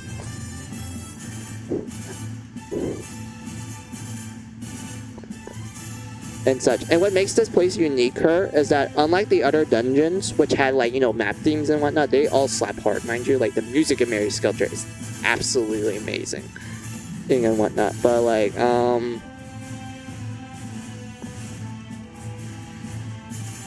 sorry, I just burped. And whatnot. But what makes this place unique is that There's no music whatsoever. While you're exploring this dungeon, there's no music whatsoever.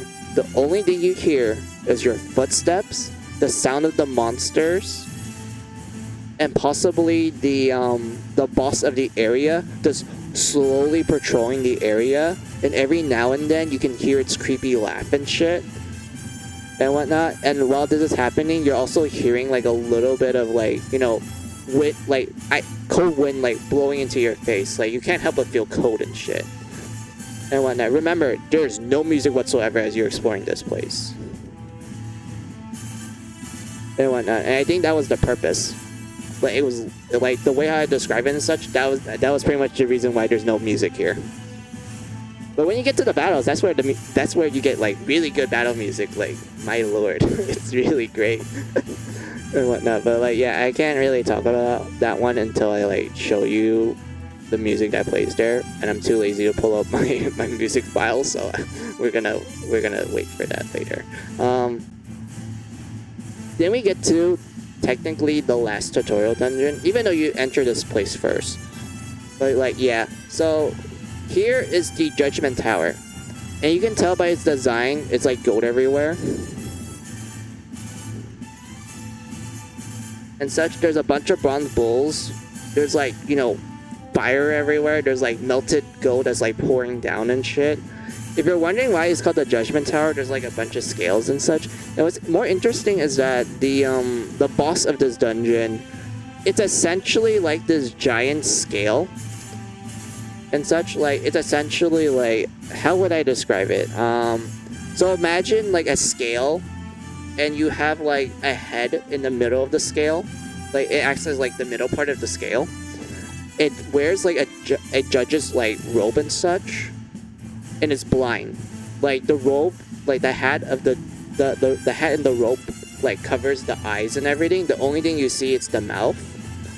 And on the scales you have a candy heart, like, you know, the fake, you know, the hearts that you draw and such, you know, like the fake hearts and such. It's made from candy. But the other part of the scale, it has a realistic beating human heart and such. And don't get me started when you break its armors, because like what makes bosses unique in Mary Skelter is that they have an armor form and a no armor form. You always meet the bosses in their armor. You have to break their armor in order to get to the real fight. And when you see what they look like without the armor, that is where you see horror.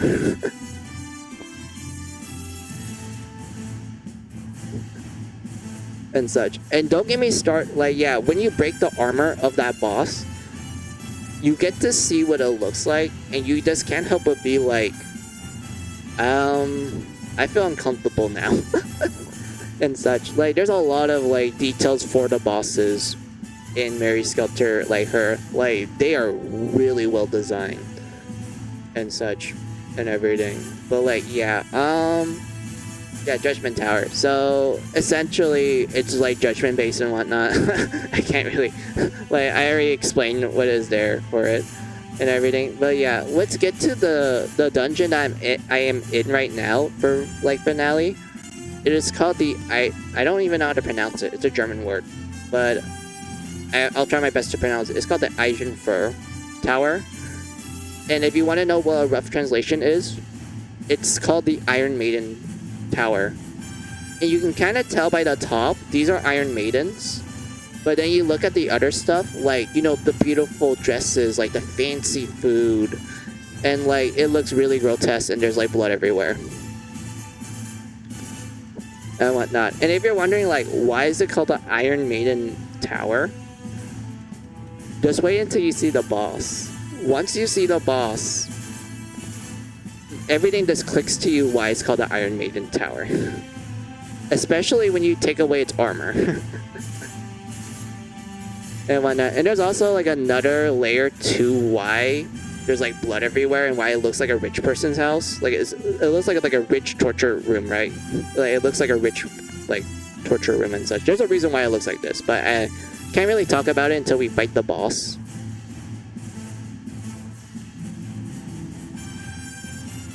And such. That's where I can like talk about the significance of it and such. But like, yeah. What do you wrote down? Yeah, it looks like the bottom portion is supposed to draw your gaze away from the top where the Iron Maidens are at. Exactly. You know exactly what I'm talking about. It's amazing. I love it. But like, yeah, I am almost done with that tower in particular. We're gonna get to the next one called the Grave Tower. And this is what it looks like. Look at it. It's a fancy place. It's an amusement park. Look at it. It's pretty. And whatnot. There's like, oh, look at all these attractions. They look wonderful. Look at this clown guy. Let me move this up a little.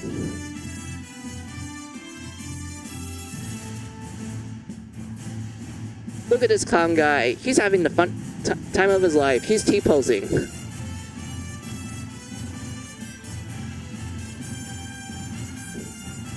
And whatnot. If you want to, I can kind of talk. Yeah, I can talk about it. So, this is the next dungeon I'm gonna tackle soon because I just need to fight the boss from the previous one that I just showed you, and then we're gonna enter this place. And it's called the Grave Tower, and you can kind of tell by like how it looks. It's an amusement park, but you also notice that hey, this kind of looks like a guillotine. And then you notice that all of the clowns here have no heads. And they're also crucified and whatnot. Like, even this top part right here kind of looks like a guillotine. Right? They look great until you look closely and everything is all traps or keeps you in a cage. Exactly. And whatnot. And then you get to fight the nightmare itself, which, I'm gonna tell you this. The nightmare in this place is like fucking goofy looking with its armor on. But then you break the armor and you see what it looks like inside. And you're just kind of left with a feeling of like, why? And such, because like when you see the armor look at the boss, you're like, oh, it looks like a mascot, it's adorable and shit. And then you break the costume, and then you're just like, oh, I don't like where this is going. But yeah, let me scroll this up a little. Right here, yes. So yeah, this is the next one. I will show you the last one because I don't want to spoil what the final dungeon looks like, because I'm gonna tell you this. The final dungeon of finale, fucking like god tier. Like, I love the final dungeon of finale. It's so great. Like, it's well designed. The music there is like absolute poggers. And like the battle music that plays in there as well is like my favorite track in finale. And like the enemies you fight in there, they're literally designed to be like, hey, you're in the end game now, so like here's some tough ass enemies. And it doesn't feel like they're super hard, like they're just the right amount of difficult. And it just makes you feel like, yes, I'm in the end game, like I'm ready for this. Like, I've been building up to this point, like I've been like, you know, getting ready for this and whatnot. It's amazing. I love it. But I'm not gonna show you that. I'm gonna show you the second to last dungeon. So here's the second to last dungeon. It's called the Salvation Tower. I'm not kidding with that name. It's called Salvation Tower. And you can kind of see how it's like an ironic name based on like what you see right now. It's a hospital. There's a lot of medical equipment everywhere. Even in the ceilings, there's medical equipment, but you kind of notice the questionable shit of it. And also, there's like on the top left where there's ropes, and they're like red color, like almost like blood and such. But like, yeah, when you enter this place, you'd be amazed how squeaky clean it is, because like unlike the other like dungeons prior to this point, they're a little bit messy, you know, like the ground is a little messy. Like there's some places that are a little bit clean, but you can still tell there's some dirt in it and whatnot. But when you get to this dungeon, it's completely clean. There's no dirt. There's a shiny floors. It's a hospital. And you see a lot of hospital equipment everywhere. Hell, even the enemies you fight have like hospital stuff on them. and whatnot. And I do like joking around with this like dungeon. I call it the American healthcare system, which is like, you know, typical dark humor shit. I can make that joke because I am technically American, but like, yeah. It's just, it's wonderful. It's wonderful. Like, even the music reflects that, her. Like, when you listen to the music of the Salvation Tower, it's really calm. Like, it's eerily calm to the point where you can, like, feel like this could play in a hospital, like an actual hospital. And not only that, but like, majority of the time, you can not fully hear the music sometimes. Like, it's a little bit on the light side of things, but when the music like beat hits, it hits hard, and you just can't help but be like, wait a minute, now I'm like getting reminded why this place is creepy. And the music does a great job at that. Like, there's like a lot of detail in the music of Mary Skelter, and I don't mind showing you like one of like some of my favorite tracks. Like, yes, I know at this point we're essentially taking a break from God Eater, and we're just like talking about Mary Skelter, but I don't mind that. I will take any opportunity to talk to chat, and also to some extent her, because I just like talking to an extent. Like, I'm a bit of a shy person. I rarely talk and everything, but like when it comes to like certain things, I don't mind like talking you guys' ear off. But yeah, let's turn off the music of God Eater real quick, and we're going to play some tracks from Mary Skelter while I'm playing God Eater. And so let's turn this back on, and let me pull up my music real quick.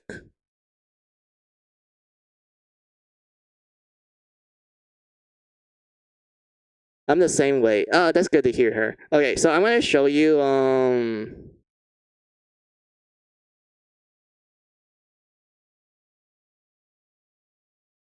the battle theme for the first Mary Sculptor game. So okay, here, I want you to picture this. So imagine like you're entering the city streets, the one that's based on Alice in Wonderland. So imagine this: you enter the city streets. This is your first time playing. You're just exploring this like this crazy Wonderland world. You step on a special panel, and then you fight monsters. These monsters are based on the Cheshire Cat and the Mad Hatter, but they look creepy and shit. And then this is the music that plays. Like the moment you enter into the battle. It's like, this is like your first battle, like the tutorial.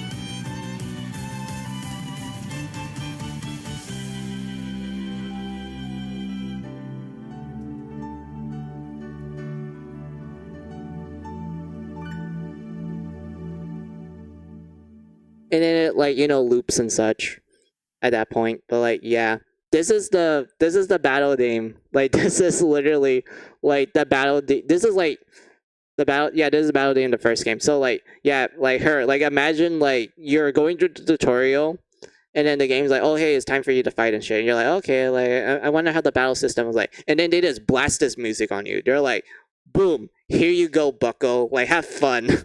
Like, oh my god. I do like like this song plays for like the first half of the game, so like it's amazing to listen to all the time. Like this song always keeps me pumped because like I never felt like it gets old or repetitive. I always felt like, man, I'm so excited to fight these monsters. Like it's amazing.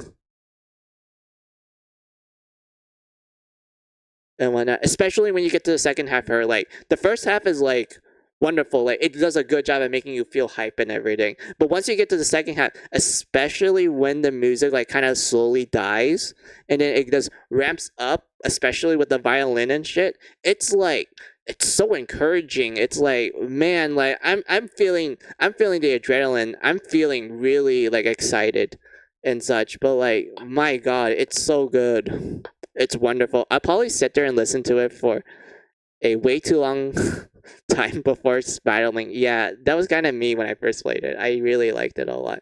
There is a second battle theme to it. It's called oh yeah, I forgot to talk about the name of this battle theme. So the battle theme is called Soldier of the Wind, and it's like very great. There is a second battle theme that plays for the second half. It's called Sumerian's Fairy Dance. It's not good. Like it feels like it feels like a generic battle song, if I'm gonna be honest with you. Her, I'm not gonna let you listen to that because it's an insult if you ask me. But then we get to the boss. I'm in the mini boss. So there are mini bosses in Mary Skelter, and I'm gonna show you the battle theme that plays when you fight them. And the song that plays for it is called Urge to Freedom.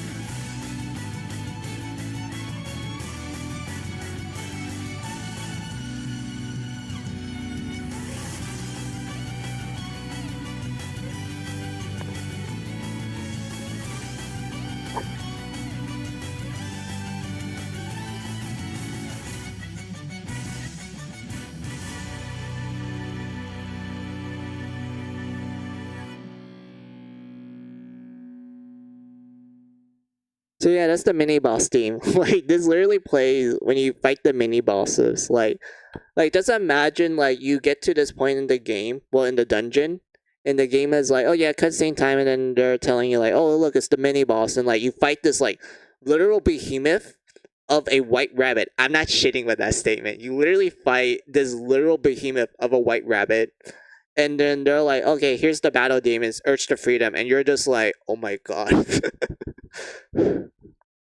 Like it's like wow. And whatnot. But like, what else is there for me to talk about Mary Skelter? I don't mind pausing on here.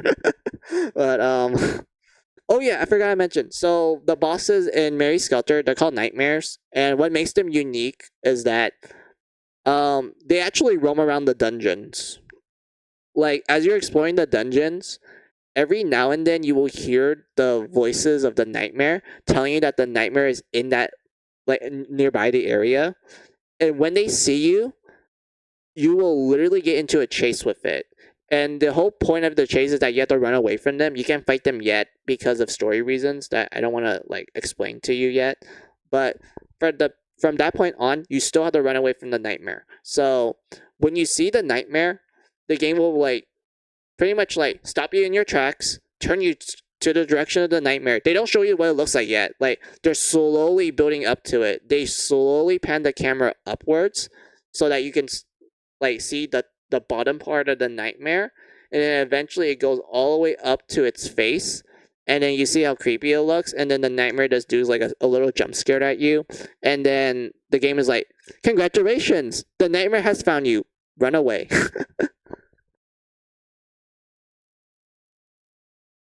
And whatnot. And it has like a chase theme, but I don't want to like show you that one yet because I don't really like listening to the chase themes of Mary Skelter. Like they're really good. Like they do a good job at making you feel suspenseful about like getting caught by one of them. Actually, no, I'll show you it so that you can understand what I'm talking about. Hold on. Here you go.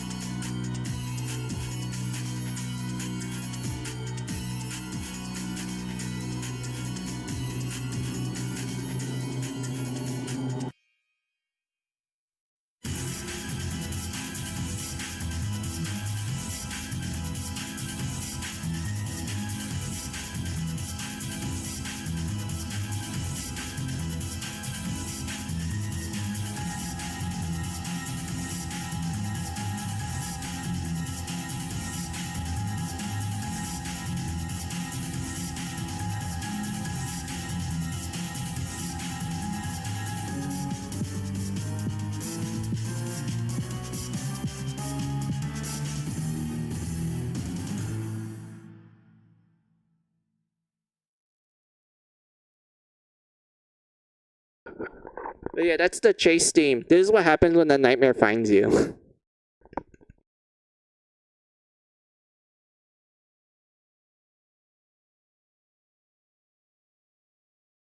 wait, wait a minute. I just realized something. I can pause the game. Beat that, Aragami. But like, yeah, that is the chase theme for the first game when you fight the when you meet the nightmares and such. But like, yeah, what do you write then? Yeah, that's creepy. The heartbeats are unsettling. Yeah, that was creepy as hell. I like it. It is. I love it a lot. Um, and then when you actually find the means to kill the nightmare and such, like remember at like when you actually find the means, like when you get to that point in the story where the game's like, hey, you can actually kill the nightmares now, you're like you feel so excited to face these guys. Like after all those like times that they try to chase you and like you're running away from them and that and such, it's finally payback time. And this is the music that plays when you essentially break all the armor pieces, but before you actually get to fight the nightmare proper. Like this is right before you fight the boss. And it's called Skelter. And it's my absolute favorite track of the entire series. And such. So remember, this plays the moment you break all the armor pieces of the nightmare. And the game is like giving you like this short like cutscene of like you seeing what it looks like, and then the characters are like, "Yes, we broke the armor. We can finally kill it," and such. And like this is the music that plays for it. It's called Skelter. I hope you like it.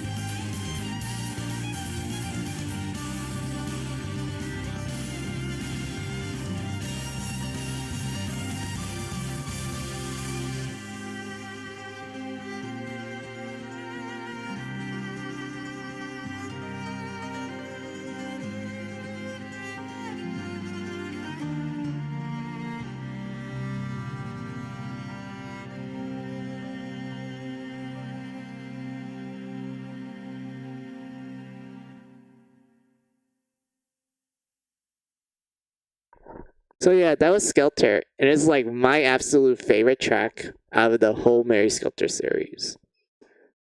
Like it's so good. The music, it's so good. It is like Skelter is great. I'm gonna tell you this. I'm kind of sad that like Skelter was never used for like a battle demon. Like, I understand why, because Demon Wise is meant to be like a power up sort of thing. Like, hey, we are finally able to kill this thing, and like it's just making you feel so excited to finally fight the nightmare and such and whatnot. What's interesting is that this does play for like other parts of the game. I do know for a fact that this plays when you're like about to fight the final boss, like the build up to the final boss. Like you've been like working yourself up to this point in the game, and the game's like, hey, here's the final boss. Like they're building it up, like they're making you go like, yeah, I'm ready to fight this thing. I'm ready to see the ending of this fairy tale. I'm ready. I'm ready for my happy ever after and such. And like Skelter comes in and you hear the full song. Like most of the time you only hear like the first portion of the song. Like you know what I'm talking about, right? It's like mostly the violin part. But like in like other parts of the game where this song does play for like much longer, you get to hear the full song and you can't help but be like, oh my god, this is so fucking hype. And whatnot. Especially when you get to like the guitar part in the middle part of the song. Like I love the guitar part. Like the violin is like absolutely wonderful and stuff. It's like it's just absolutely like ripping it and whatnot. Like it's really going at it. And then you get to the you get to the guitar and it's like really shredding. It's like absolutely going ham. And then you get to like the last portions of the song where the music kind of dies down and like we had the violin like just going like absolutely great. And then the build up gets better and better, and then you get to the final portions of the song and it's like wonderful. And then you get to like the little end parts of it where it's like as a more soulful song, like soul fuck, I don't know how to pronounce it. It's like soul, like it's like soul music like near the end. Like it has like this nice gentle like ending and such. Like it's just wonderful. Like I love it. Right? It goes it all goes so well together. I wanna get the soundtrack to the game now too. Yeah, I love Mary Skelter, man. Like it's great.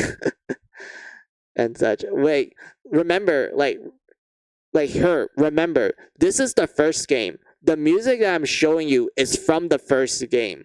Just wait until you get to like the second game and the finale, because they have some really banger tracks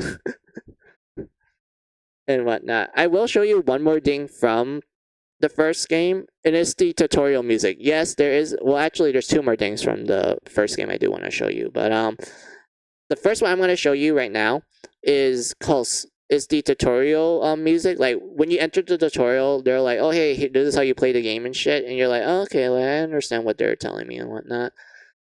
And everything. Okay, so I'm gonna tell you the name of this track, and it's really funny. It's called Skip. Yes, I'm not kidding about this statement. The track is called Skip. SKIP. Skip. And this is what it sounds like. Remember, this plays when you enter the tutorial.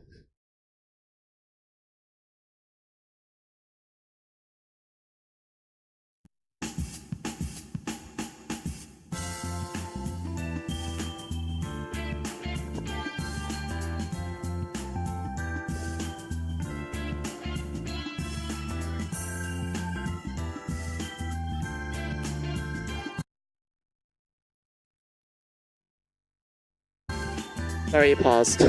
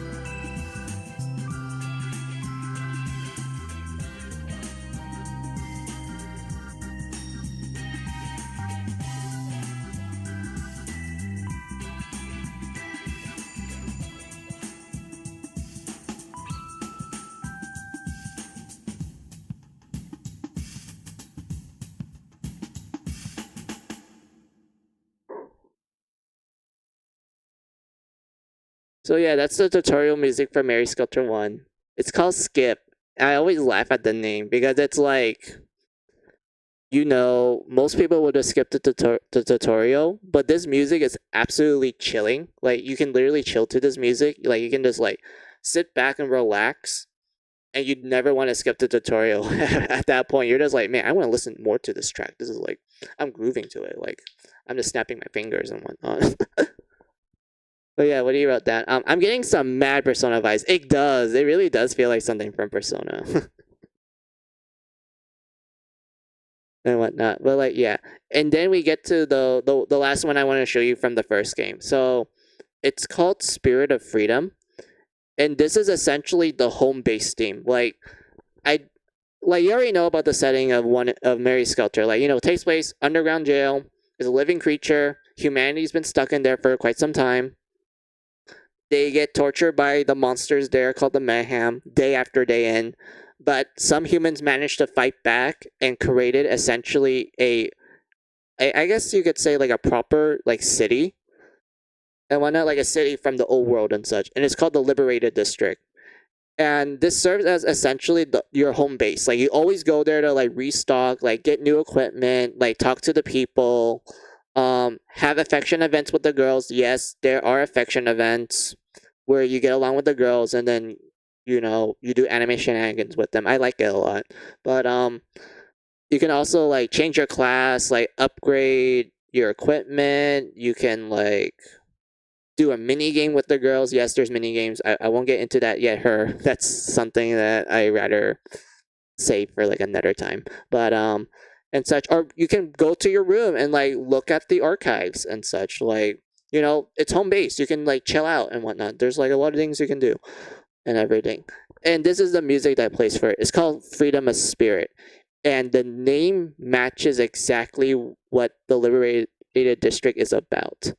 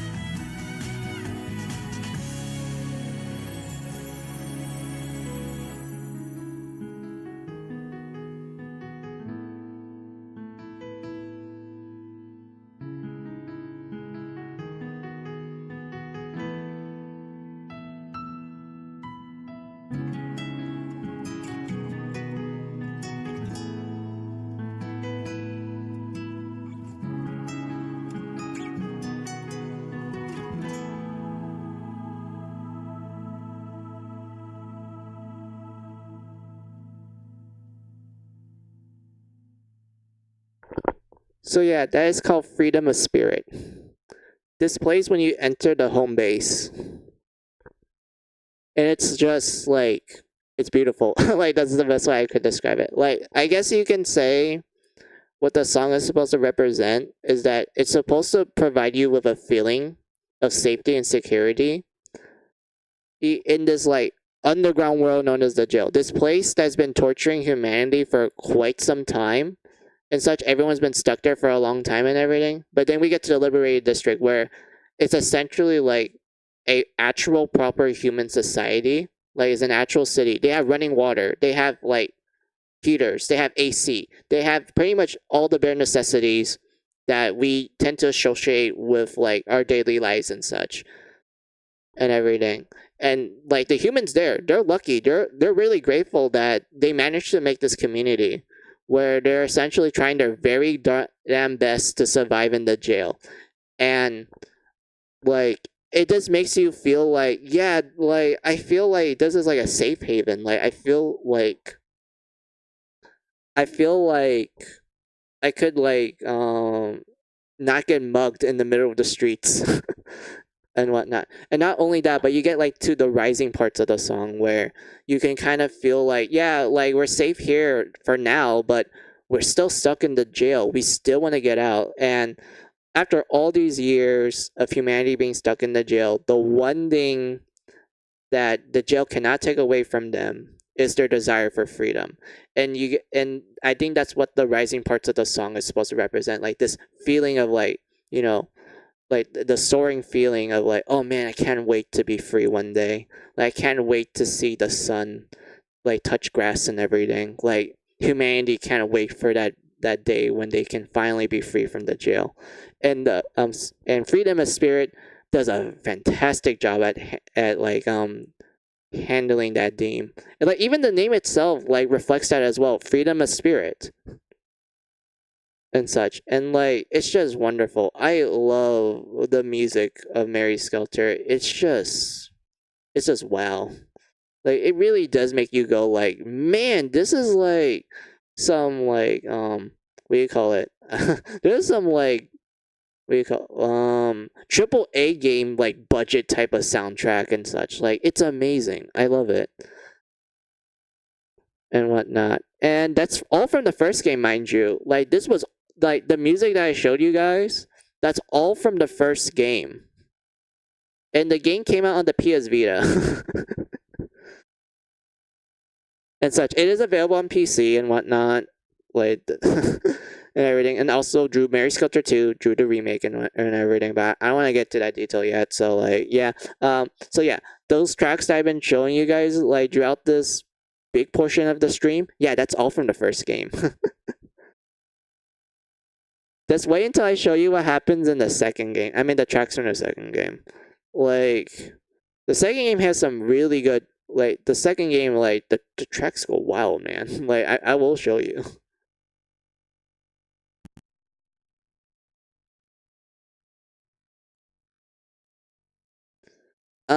Which one do I like to show?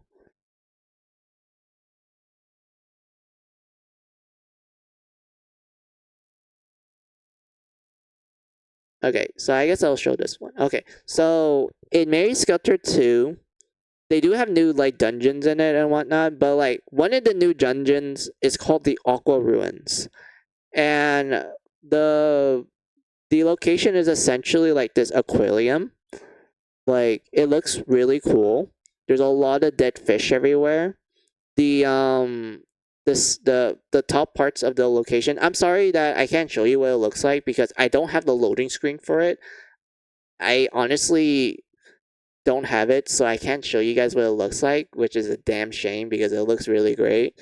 But just imagine a aquarium. Like some of the fish tanks are broken. There's some that are still alive. They still have normal looking fish. But then you look at the ground and then you notice there's a lot of dead fish with human hands and feet, and you're just wondering what the fuck is going on here. And whatnot. And then you get to the music, and the music that plays for that area is called Underwater.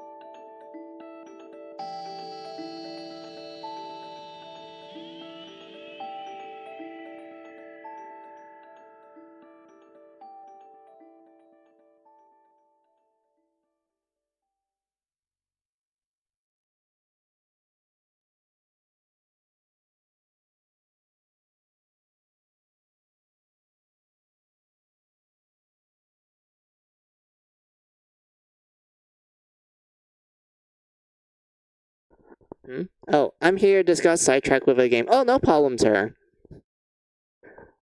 I was just talking about like some tracks from the first game and like how it's so good. Like you heard like most of them and you're like, oh, wow, these tracks are fantastic. And then you realize that that was from the first game. All those tracks that I've been showing, they're from the first game. And such. And then I'm gonna show some tracks from Mary Skelter 2, more specifically the newer ones from the newer areas. And when the first one that we listened to was Underwater, which is what plays for the Aqua Ruins. That one is like wonderful. Also, I noticed another chatter. Hold on. But God Eater stuff. Yeah, hey Rudo. How are you? I am playing God Eater for a surprise short stream, even though it's going on for 4 hours and 37 minutes. Yeah. I'll probably end like in an hour, like so around 5 hours and 30 minutes. So yeah, I'm just playing God Eater. I love the God Eater games. They're like wonderful. I decided to essentially make like a new save and everything. And unfortunately, while I do have the game on PSP, the capture for it did not look good in OBS. So because of that, I have to use like, other means to play God Eater. And I hope that you guys are a bit understanding towards that. But like, yeah. Ooh, interesting. Ooh, yeah. And whatnot. But yeah, I'm just doing like side missions right now. I'm just grinding for like certain materials that I kind of want to use to make certain items and whatnot. And also, I've been talking to her. They've been like a trooper. They raided me, and they've been like here since then. And we're just talking about random stuff, ranging from God Eater, how much we like it, some of my favorite designs from it, to Mary Skelter. And I like they they never heard of Mary Skelter, so I decided to show them some stuff from it, like the designs of the dungeons to the music, and they seem to really like it a lot and everything. But yeah, that's pretty much a recap of what happened during the stream, Rudo. And when also, I've got to ask you this: how are you? How's your day, Rudo? And right now, we're just listening to a lot of tracks from Mary Skelter. So I'm gonna show the next track. The next track I'm gonna show. I can't talk today. I'm slowly losing my ability to talk. But the next track I'm gonna show is the one that plays for the art alley dungeon in Mary Skelter 2. It's called Chaos of Montesquieu. I don't even know how to pronounce this shit. Hold on, I'll just type it in chat so you guys know what I'm talking about.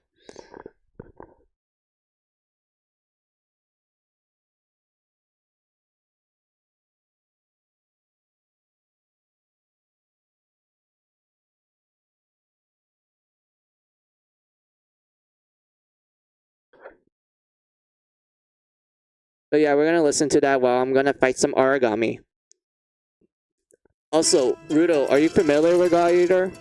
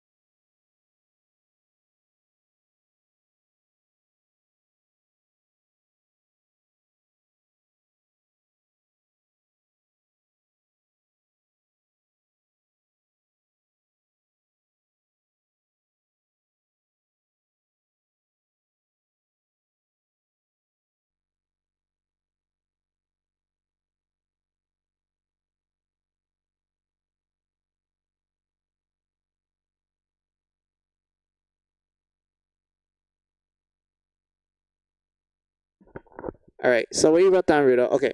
Though I stayed up late, I stayed up late and ended up maxing affection with everyone except Rapunzel and Hamlin because they're not there yet. I'm not familiar with God Eater actually. Oh God. Oh boy, Rudo, are you ready for me to talk your ear off about the world of God Eater? Our mission's not done till we get home. This is it. So, God Eater is a Monster Hunter like game. It's part of the genre, and essentially, the setting is that it takes place in the year 2070. Well, more specifically, 2071. And we learn that humanity is essentially almost extinct. There's only 1% of humanity left. And the reason for that is because in 2050, there was an outbreak of creatures called the Aragami. And they're made up of these things called oracle cells. And what makes oracle cells unique is that hold on. Where is the lore, found it. So what made the oracle cells unique is that they're essentially these single cell organisms that can eat everything to the point where they can eat radiation and nuclear waste, and they're straight up immune to it. And eventually they started to like eat like multi-cell organisms, and they start like learning about it. Like the thing about the oracle cells is that when they eat stuff, they end up inheriting the traits of the things that they devour. So when they reach to the point where they devour essentially multi-cell organisms, they learn how to essentially make one, and this forms the Aragamis. They're the creatures that we're fighting right now. Like we have the ogre tails. They're essentially the weaker. They're like piss easy. Like they're the weakest. We have the Zogots, which are like flying enemies. We have the Cocoon Maidens. They're Iron Maidens essentially, but they're easy to fight. Then the one that you saw me fought, the monkey, they're called Kongos. They're a little bit hard. And then there's one called the Geboro. They're essentially fish. They're just giant fish. There's nothing much to talk about. Like they're piss easy. I don't even want to talk about fish. But what makes what else is there for me to talk about the Aragami? So essentially in 2050, these Aragamis appear in such a huge rate that they essentially like devour everything on sight. From humans to like small animals like dogs and cats to the plants and such, and it creates this environment where it's just like a desolate wasteland. It's mostly like ruined buildings that have like bite-sized holes on them, and they're all created by the Aragami. And if you're wondering like, oh, can we like kill them with nukes or with guns and shit? We can't, because oracle cells straight up eat them. And whatnot. For the longest time, humanity was pretty much like almost done. Like they just couldn't like fight these creatures. Like they're straight up immune to like a lot of things. But eventually humanity managed to fight back by creating the God Arcs. And this is the weapon that you use in God Eater. This is a God Arc. And what makes them like, I guess, unique is that they're essentially like a big blade. Like there's actually different types of God Arcs, I'm gonna be honest with you, Rudo, but I'll tell you the simplistic ones. So they were the prototype God Arcs. They're essentially handguns and like assault rifles that have like these little yellow cores in them. Those are called the artificial cores. They're the reason for that is because the God Arcs are made from the exact same material as the Aragami. They're made from oracle cells. And the little yellow cording is what allows the God Arcs to actually like pierce through the bonds of the oracle cells that make up the Aragami. So in other words, these God Arcs are actually capable of harming them. and whatnot. So the prototype ones were essentially like small handguns, like assault rifles and like, you know, shotguns and such, but like they weren't too effective to fight down like the bigger Aragamis. Like they can kill an Orca tail, which is like not an impressive feat if you ask me, and like the other small ones and such. But when it comes to like the Congos and like the Goboros and such, they don't do much. But then we get to the first generation God Eaters. These are the people that can wield these God Arcs and such and everything. So we get to the first generation, and they essentially wield these buster blades, or like these big ass guns, like this gun right here. Like they wield these big ass guns and shit. But like the drawback to Generation 1 God Arcs is that you can only have them in 2 flavors. They can only be gun or sword / shield. They only come in 2 flavors. Is either you stick strictly with gun or you stick strictly with sword and such. But eventually you get to the events of the God Eater game, like our playable character and such. We are considered the brand new generation. We are Generation 2. And what makes us unique is that we can switch between these 2 forms. We can switch between sword and gun and such. We're the new generation, essentially.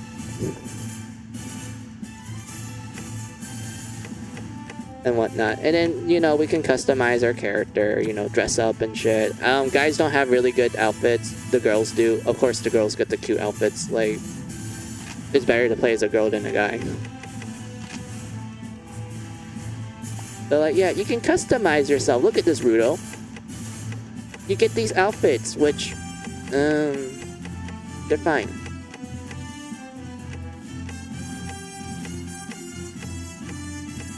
Actually, I think this one looks... I think this looks good on me. But like, yeah, there's like the other outfits.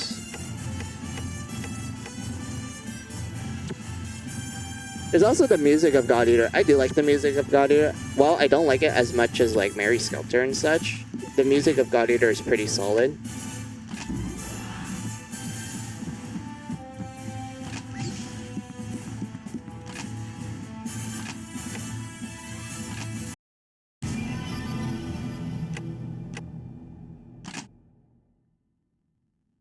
And so it's like, this is the theme.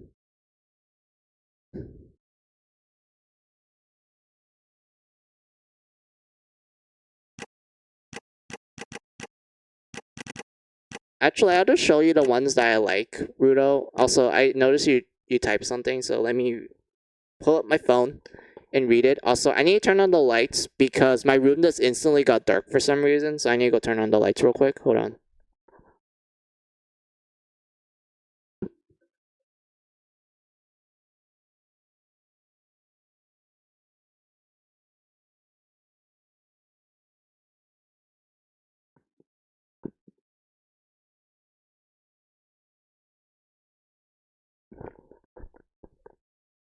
All right, so we wrote down Rudo. Oh boy, they already they already managed to give the Mahan a run for their goats. At least with technology, normal people can fight Aragami with the proper training and right tools for their skills. If I understood that correct. Wait, yes, you did understand correctly. So, if you're wondering, like, oh, can anyone become a God Eater? No, they can't. You wanna know why? Besides, like, you know, training and shit. You see, since the God Arcs are essentially artificial Aragami, because remember, they're made from the same source. They all have like a core, like a yellow core and such. You are a God Arc is essentially, you're wielding a bioweapon. And they are picky. Because you see, what makes Oracle cells unique is that they have no, like, they can eat anything but themselves. This is referred to as the bias, I think it's called the bias gene, or was it the bias, chemical. I don't remember the proper name for that. I apologize to the God Eater, like, you know, lore enthusiasts. I'm really sorry. It's been a while. But like, yeah, so we learn that Orca cells can eat anything but themselves. They are biased. And the way how it works is that God Eaters, when they are first, like, produced and such, a normal person goes into audition to be a God Eater and everything. What happens is that they will essentially be injected with both the oracle cells of that God Arc and also the bias chemical to, make sure that when we inject the oracle cells into this person, the oracle cells wouldn't all of a sudden, eat this person alive. And such. And that's the whole purpose of the bias chemical, is to tell the oracle cells that, hey, this is actually one of your cells, like, don't eat it.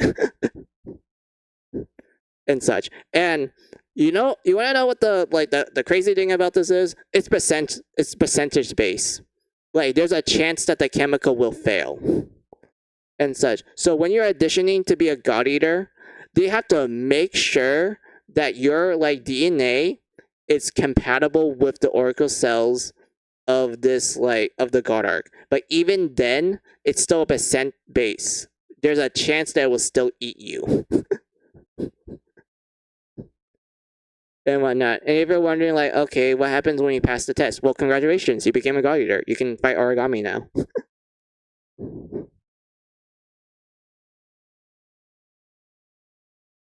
And whatnot. But yeah, I do like the music of God Eater. There's some good tracks and such, but the one that I like the most, Rudo, is Slashing the Storm or Tearing the Storm. And it plays for the Wailing Plains, which is essentially that location that you saw me fight in with the monkey and such. So what makes the Wailing Plains interesting is that, according to the description of that area, they explain that it used to be a city that was located in high plains. So it used to be an area that's probably mountain based. Maybe there was a lot of highlands and such, but now it's just constantly raining. There's mold everywhere. There's grass everywhere that you can touch. There's tornadoes everywhere. I'm not kidding with that statement. The middle of that field is a literal tornado that's always spinning. It never disappears. It's always there. And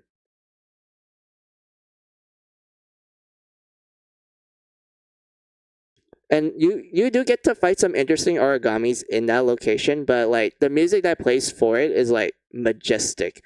And this is what happens when you enter a battle. You see the Aragami, you engage combat with it, and then you hear the battle music, and this is what it sounds like, Rudo.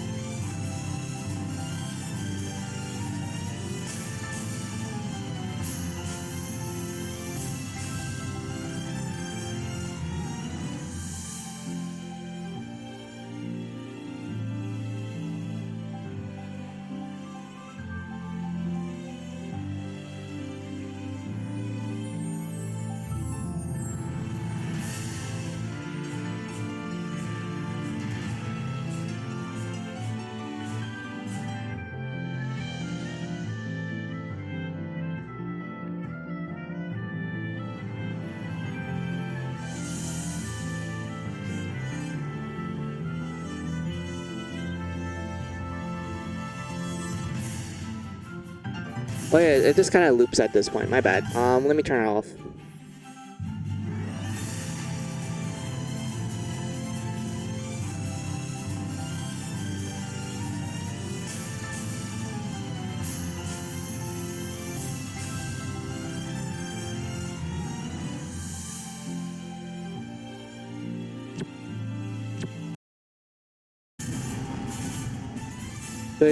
But yeah, Rudo, just imagine, you see this, monkey in this, plane that's, constantly raining. There's, tornadoes and shit. And then you hear this music blast in your ears. It's, this elegant music that's almost like the wind is like, you know, playing you a tune, and then it just gets more and more intense, like it's a natural tornado and such. It's wonderful. I love it. And whatnot. But also what you wrote down, so that means normal people can try their luck to be God Eaters at least. Yeah, that's true. Like, normal people could technically try to be a God Eater. Just remember, it's percent. It's like, you know, percent base. Like, there's a chance that you can become one, but there's also a chance that you become food.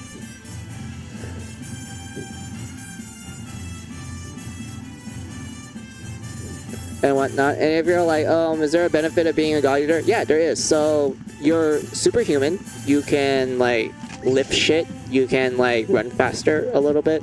You can like tank and whatnot.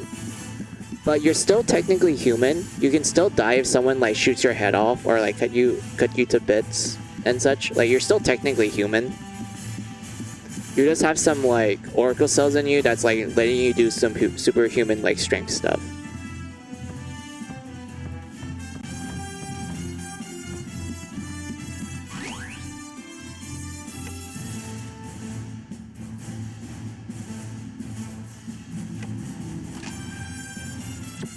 I don't want to do bullet crafting yet. Oh yeah, if you're curious about the organization that, like, you know, the God Eaters work for and such, they're called Fenrir. You know, like the Fenrir wolf. And you're like, oh, I get it, because Fenrir was known for, like, eating the arm of a god. So it makes sense that they name the organization to fight these Aragami, which, you know, it means violent god. And they're all named after, like, you know, gods from many cultures and mythologies. It makes sense that the organization that hosts the God Eaters, they're called Fenrir.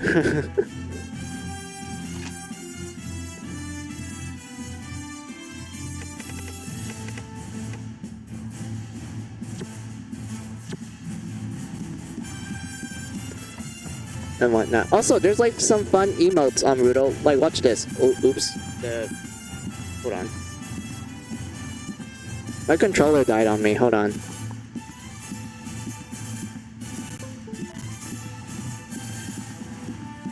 Oh no.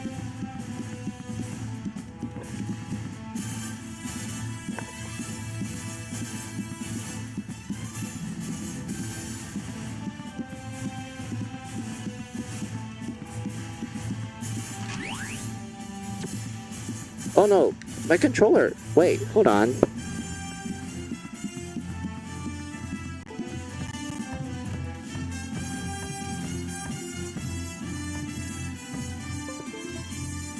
Okay, there you go. This works now. Okay, so there's some like emotes you can do on Naruto. Like, watch this.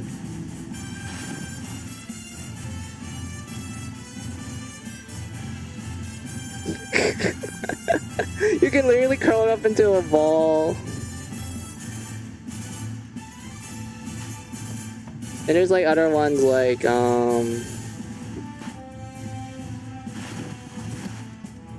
slacking off. And then you can do this weird thing. It reminds me of like the I think his name was like Lowen from Grand Blue Fantasy, and his friends Tomei and was it Tomo and Elliot? Yeah, Elliot and Tomo. Like, this reminds me of them. Like, they will definitely do this together. And then this is essentially depression. And then we have clapping. We have bowing. Fist pump. Just something. Nodding. Waving. Hello. Denial. RNG based transformation into essentially unisex blood maidens. Let's go. Wait, it's painful, isn't it? Essential. Yeah, it's like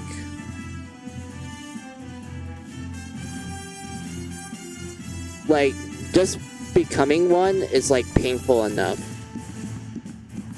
and you kind of need these like these bracelets. Like, you see this red bracelet that's on my character?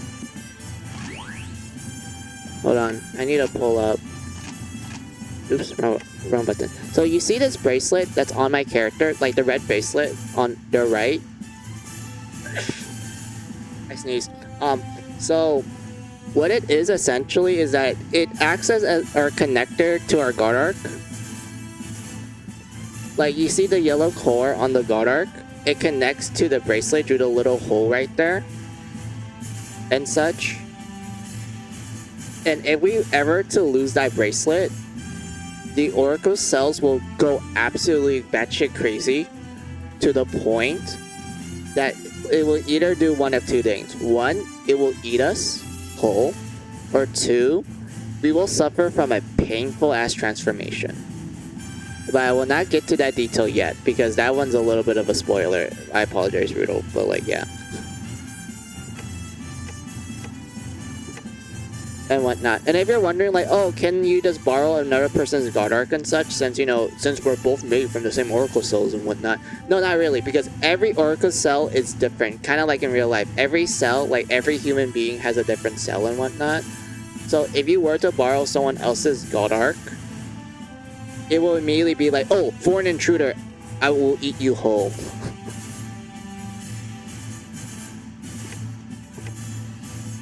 And such. So like, yeah, it's not good to borrow someone's guard arc.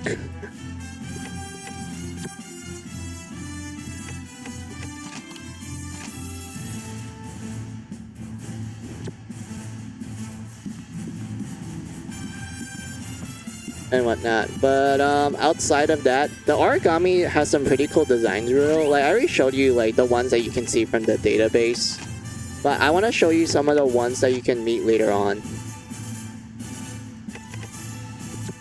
and such. So I had to, like, you know, turn the screen off a little so I can show you what it looks like.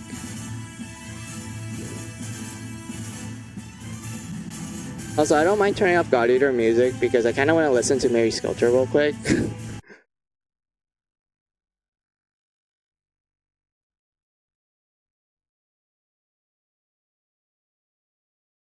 So the song that we're going to listen to Mary Skelter while I'm talking to you, Rudo, about God Eater and such, is going to be Purple Flight, which is the first battle theme of Mary Skelter 2. I know you heard of it, but I'm just like telling people in chat who never heard it before.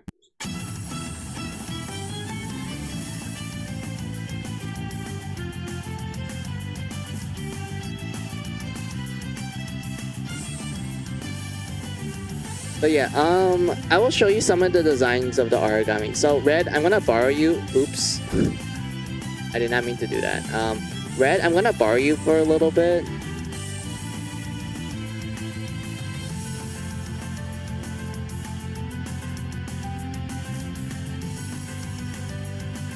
So I want to show you some Aragami, Rudo. So here's this crocodile one. Yes, there's a crocodile Aragami.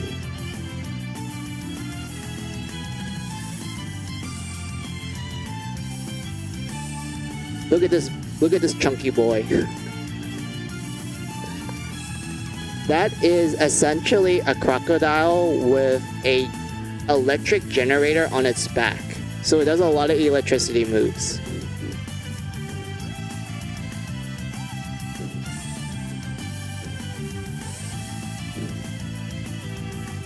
It's an electric crocodile.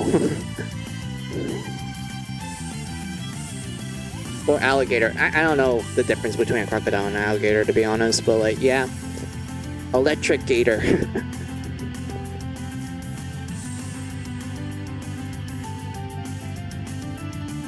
And then you meet a stronger variation of it later on.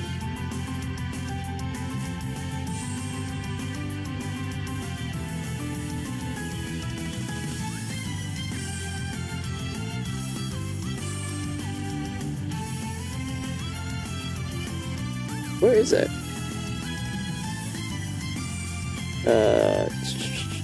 I have the picture.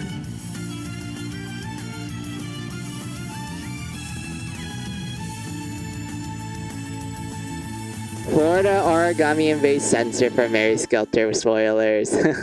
Oh, don't worry, Rudo. I already talked about the meaning of this background, so you don't have to like hide it and whatnot.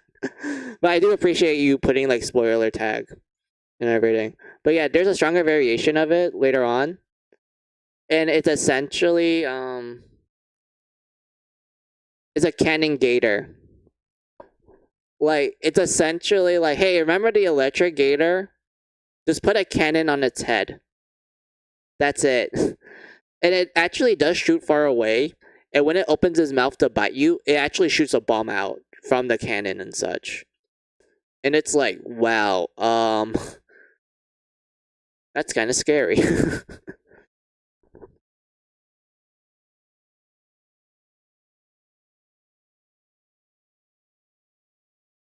And whatnot. But I want to show you some of my favorite Aragamis, Rudo.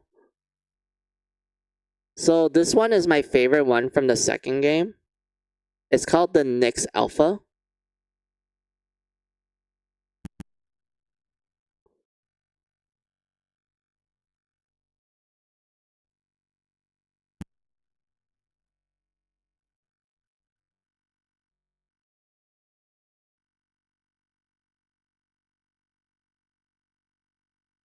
Hold on. I'm trying to adjust the picture. I apologize. Here you go. So this is like my favorite origami you fight in God Eater 2. It's called the Nyx Alpha. And it's like, wow. Like this is well drawn. I like it. I like it a lot. Also, I just realized something. I think the audio's bugging. Hold on.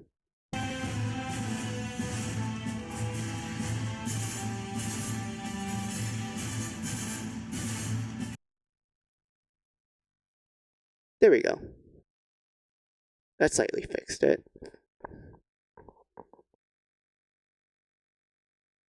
But like, yeah, I love this design. Like, Rudo, look at this. Like the inside of it is like space. It's like the galaxy and whatnot. Like you have like this elegant looking monster and such. And of course it has Booba, because why the hell not? And it has a halo in it, and behind the halo it's the planet Jupiter. And such, like overall, like this is really well drawn. I like honestly think this is a really well drawn origami.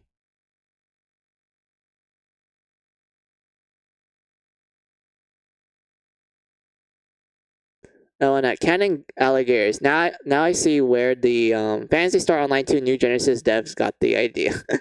Yeah, makes sense considering who Nyx is. It is. Like, it's absolutely wonderful, Rudo. Like, I honestly think this is really well drawn.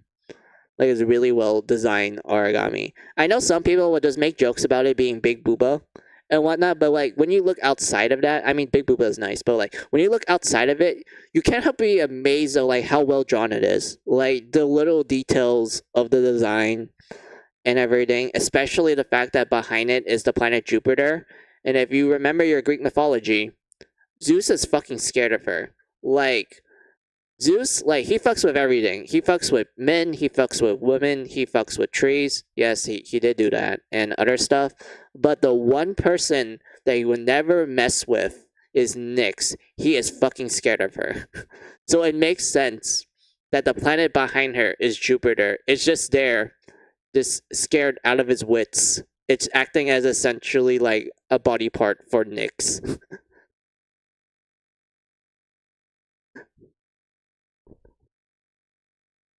And whatnot. But like, yeah, I love this origami. This is from the second game, mind you. And then we get to my absolute favorite one from the first game. So I do have a little bit of a history with this one. Is that this origami appeared in the DLC for God Eater Burst, and it was only DLC only for a while until God Eater 2, where it became part of the official roster. And ever since then, every God Eater game from that point on always has this origami, and I'm really grateful for it. It's one of my favorites. And it's called Venus.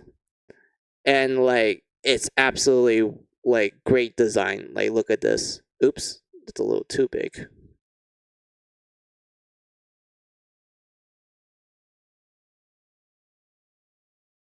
Here you go. This is Venus. Like, look at this. Look at this monstrosity.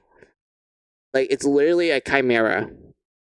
Like, legit. It's made up of different body parts. Like, the big arms on the front, they're based on the Chiyu, which are essentially these kung fu bird people. Like, yes, like these kung fu bird, sorry, I had to like talk about this real quick, Rudo. So the Chiyus are essentially these like tall bird people, like birdmen. But what makes them unique is that they fight like an actual human. They fight like a martial artist, and it's really like jarring to see them. Like prior to you like finding the Chiyu, like prior to like actually seeing them and like fight them and whatnot, all the Aragamis that you've been facing, they're like animalistic. They fight with like animal instincts and such. Like you're like used to fighting a wild animal. But when you meet the Chiyus, they fight like an actual human. So you're like, oh my god, like how am I supposed to fight this thing? Because it like literally fights like a normal person and such. And they're really tall too and whatnot. But like yeah, so yeah, the front legs are Chiyu arms.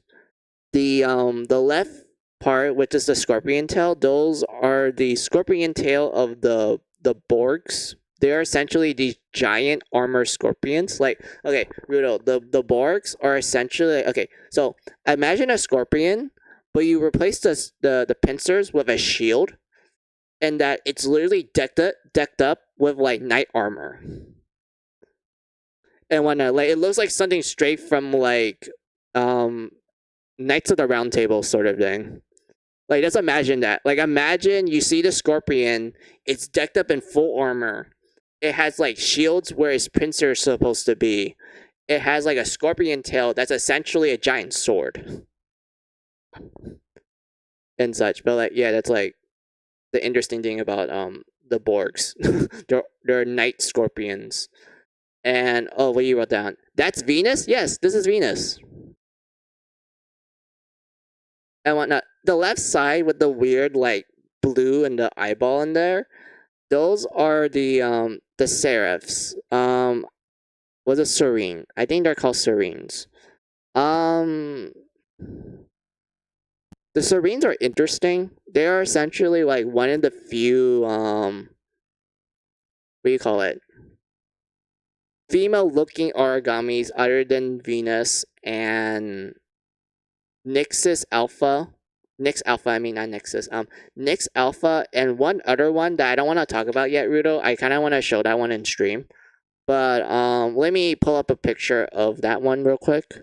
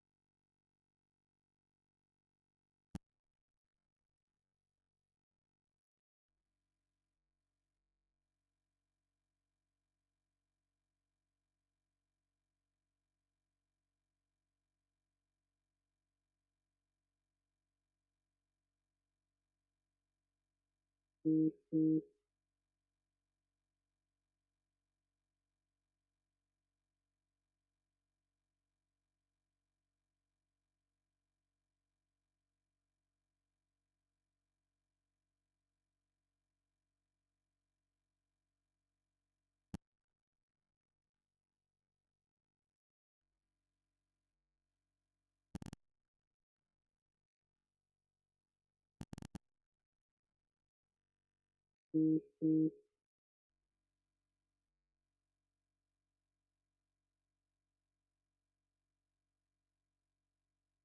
these are the Serenes. They're essentially butterfly like humanoid monsters. They have like a giant eye right here.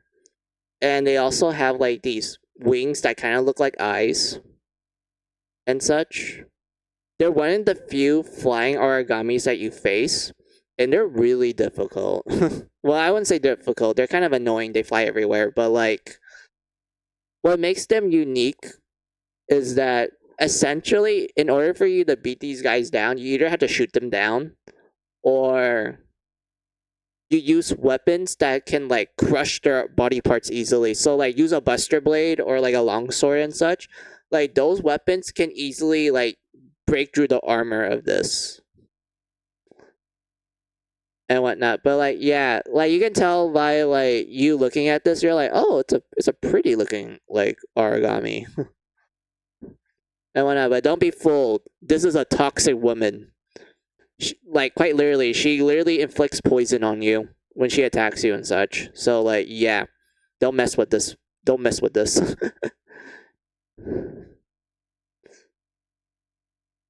So yeah, let's go back to Venus. I'd rather talk about Venus more.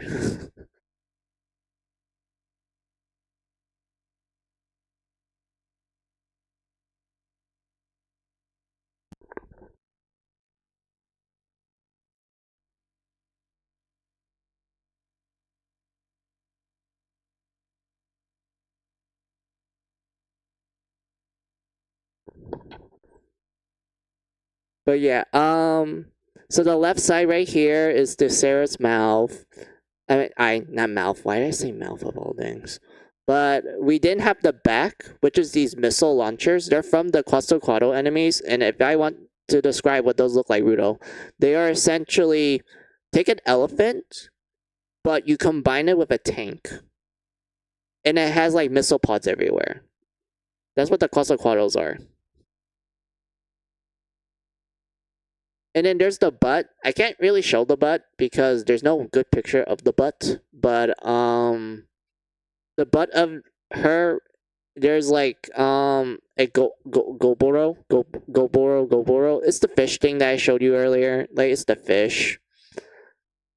The goboros that I showed you drew like the database of the game. It's the fish looking thing. So what that one does is that it acts as her ass cannon, where when she like roams around and she like charges at you, if you manage to get behind her, the Goburo head will like come out of her butt and just like shoots like bullets at you. She literally has an ass cannon, which is like hilarious.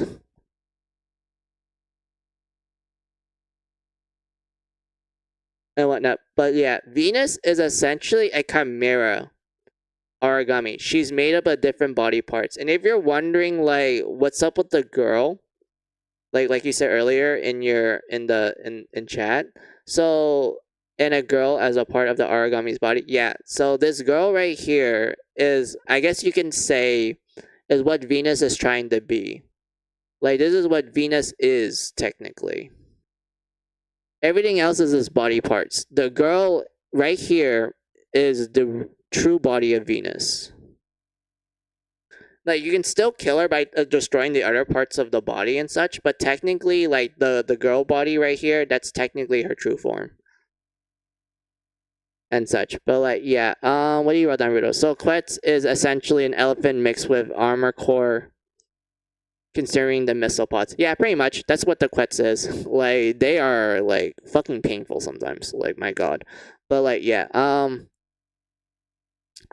if you're wondering like why a girl of all things and she's really well endowed and really pretty looking, this is because when you read her essentially the description of the Venus, they describe the Venus as essentially an origami that wants to be beautiful. And it started to essentially assimilate anything that it can find in order to achieve beauty and whatnot. So, like, technically, the girl is like the actual real body of the Venus. Everything else is just what she thinks is considered beautiful, and she just merges it with her. I mean, merges it with her. Merges it to her. And whatnot. So, like, yeah, this is like my favorite. She was DLC, and I was really sad that she was DLC only. And then I played God Eater 2, and they're like, "Oh, she's part of the official roster now," and I'm like, "Yes, thank you." Like I like fighting the Venus a lot, Rudo. Like what makes them unique is that well, her unique is technically she, but what makes her unique is that her front legs are weak against Buster Swords, and that's how you will actually stun lock her. So Rudo, if you ever play God Eater and you ever want someone to help you fight Venus, ask them like, "Hey, are you good with a Buster Sword?" And if they say yes, like make sure they're with you. Like make sure they're with you because you really want to stunt lock the Venus because if you don't stun lock the Venus, oh boy, like she's gonna wreck your ass. And whatnot. And if you're like, what about if you use a short blade? You know, they primarily use pierce damage for their damage modifier and whatnot. I would say focus on the back legs, which do take good damage from short blades, but it won't stunt locker. So it's better for someone to use a buster sword and just hit the front legs. And if you manage to make her angry, like really angry, her human part, like you know the girl and such, it would actually be super weak to pierce weapons. So you can essentially have like your short range person go up to the human body of the Venus and just start smacking at her just to do a fuck ton of damage. And also, what makes her really unique is that her moveset actually disappears when you destroy certain body parts of her. Like if you destroy like the missile cannons on top of her, she can't use it anymore. If you destroy the scorpion tail, she can't use it anymore. If you destroy the eyeball on the left and such, she can't use it anymore. And if you destroy her ass cannon, she has no ass anymore. And such. Like it's so fun. Like I love fighting the Venus. It's like one of the like fun Aragamis to face. I love it a lot. And whatnot. I know most people when they look at the Venus, they're like, it's just a booba anime girl that's like a fucking chimera. Like, why would you be into this sort of thing? I'm like, bro, have you fought it? Like, fighting it is so amazing. It's great. I love it and whatnot. Like all of these Aragamis that I showed you, you know, the big booba ones. A lot of people are like, oh, there's this fan service and whatnot. Like, why would anyone want to fight them? And I'm like, bruh, they have cool mechanics. Like, they're actually fun to fight and such. Like, it's amazing. And whatnot. But like, yeah, like I love the Venus. It's one of the fun Aragamis that I have that I like fighting and such.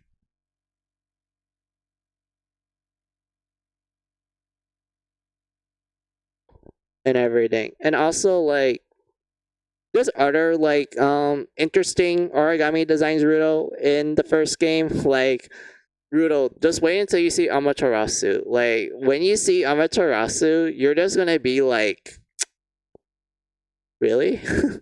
Like, oh my. And such. There's like what was another one that I remember that was like that makes you go like, like just do the emoji. You're like, I would say the world closer, like the one that closes the world. That one definitely made people go like, huh. Just scratch their chin, they're like, huh. And whatnot. But like yeah, I like Venus. Venus is great. And when I really wrote down Rita, low makes sense. It is like very fun. Honestly, Rudo, I would say this. God Eater is fun. It is a Monster Hunter game, so I do recommend playing it with friends. I wouldn't say that the party AI is bad. They're pretty decent. And such, but I will tell you this. If you ask me which God Eater game has the worst party AI, it has to be God Eater Resurgence. That one, if you ask me, has the worst team member AI. And you want to know what's sad about that fact? God Eater Resurgence is a remake of God Eater 1, the game that I'm streaming and playing right in front of you. And if you want some context, God Eater 1 came out in 2010 in Japan and 2011 in the West. And Resurgence came out in 2015 in Japan and 2016 in the West. And such. And not only that, but Resurgence has like terrible English voice acting. Like I did not like the voice acting of Resurgence. Like it's such a downgrade compared to Burst. Like Burst's voice acting is actually good. Granted, they could have fixed like the lip sync and whatnot. Like I'm fine with like, okay, this has a little bit of bad lip sync, but still fun. like like the voice acting is still decent. It's still good, but like Resurgence, it's awful. Like it's terrible. I didn't. I it's just bad. Like they changed a lot of the voice actors for like most of the characters in Resurgent, and their performance is so dull compared to Burst.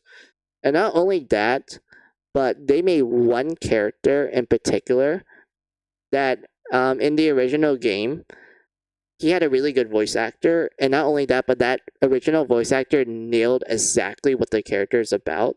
Because this character in particular, he's the professor essentially. He's not evil, Rudo. He's not evil.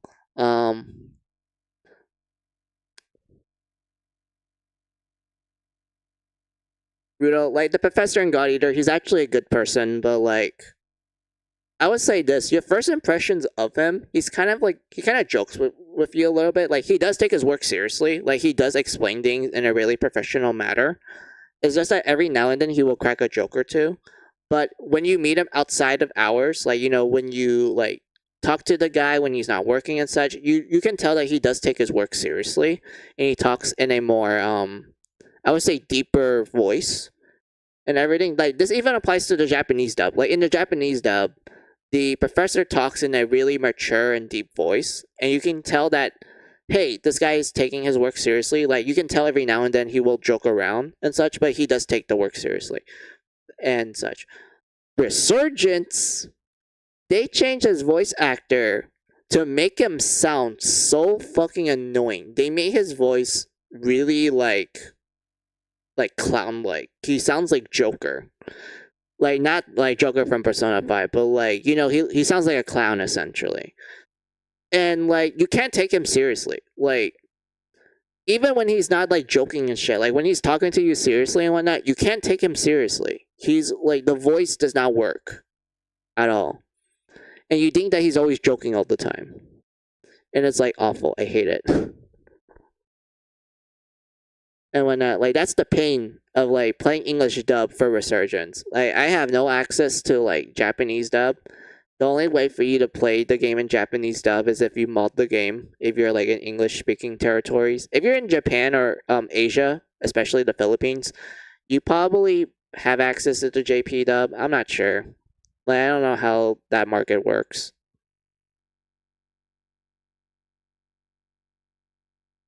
And whatnot. But like, yeah, at least you guys get a better dub.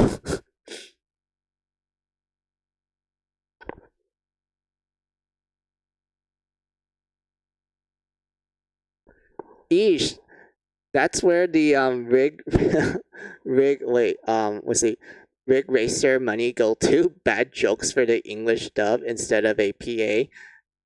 Inferiorly bad dub. It is like it's so. I didn't like Resurgence dub. It was terrible, Rudo. Also, like the other bad thing about Resurgent is the party AI. My lord, I hate the party AI of Resurgence. I will tell you why.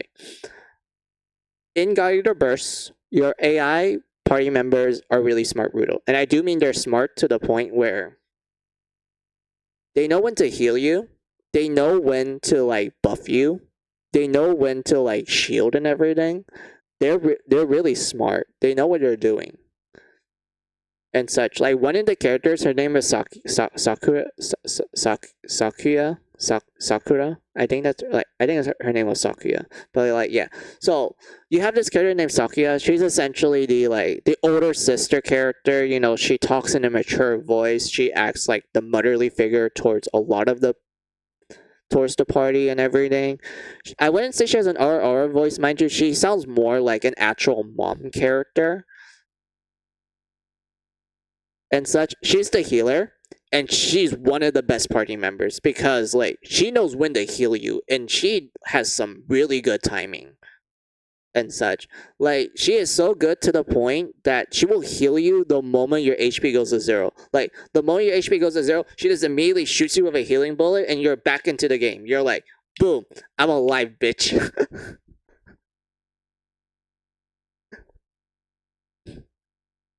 And whatnot, like she has your back. She comes in with a clutch. She's amazing. And then you play Resurgence, where she barely heals you. She just barely heals you.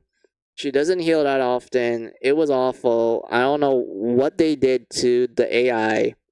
And like everyone are just like sitting ducks. They rarely shield. They rarely buff and everything. Like it was awful brutal. Like I don't know what they did to my party members. Resurgence just made it worse and whatnot. And despite the fact that I'm Billy aching Rudo, is Resurgence still a good game? It is still a good game. Other than like the gripes I have with it, it did introduce some new like game mechanics that I think are like very pog Rudo. Like when we get to Resurgence, like when I start streaming Resurgence Rudo, you will be amazed how cool some of the gameplay parts are in Resurgence. But outside of that, yeah, it's not great. It's like my least favorite, other than God Eater 3. But that's like getting a little ahead of myself. But yeah. What do you wrote down? Just give us a proper rig Racer 8 instead of pissing on offing God Eater at this point. Yeah, it is. Like I'm actually sad about it right now. But what else was there for me to talk about for God Eater? Also, I just realized that the time is like 5 hours and 34 minutes. That's like the destined time that I want to like end stream. So I will pull up the ending stream screen and such. Like I don't mind the fact that I've been talking like this entire time and such. Like I do enjoy talking to you guys. It's fun. Like me talking about my favorite games and such. It's fun. I don't mind it. But yeah, we can still continue talking, Rudo, until I like finally feel like you know what, I'll just end stream. I feel tired. I want to say goodbye to you all and have a good night and whatnot. I don't mind. We got sidetracked. Nah, it's fine, Rudo. I like it. And whatnot. But like, what is there for me to talk about, Rudo? Oh yeah, I remember. I think the opening for Resurgence isn't great. Not because the song sucks, even though I do think the song sucks. Like the song's still good, but like what I don't like about the opening of Resurgence, Rudo, is that it spoils way too much. Like it gives away way too many spoilers, Rudo. Like it spoils the ending of the first story arc of God Eater 1. It spoils the ending to the second story arc of God Eater 1. If you're wondering, God Eater has different story arcs in it. So in Burst, there's two story arcs. There's the first one, and then there's the Burst story arc. When Resurgence came out, like when it was made and such, they introduced a third one. So when you play Resurgence, you are essentially playing three story arcs. You have the first one, and then the Burst story arc, and then you have the Resurgence story arc, and such. But the problem I have with Resurgence is that it spoils essentially the major plot points of the previous two story arcs. And it's like, why would you do this? Like, this is a remake of the first game, and it didn't help the fact that they marketed this remake to be essentially how newcomers should get into God Eater and such.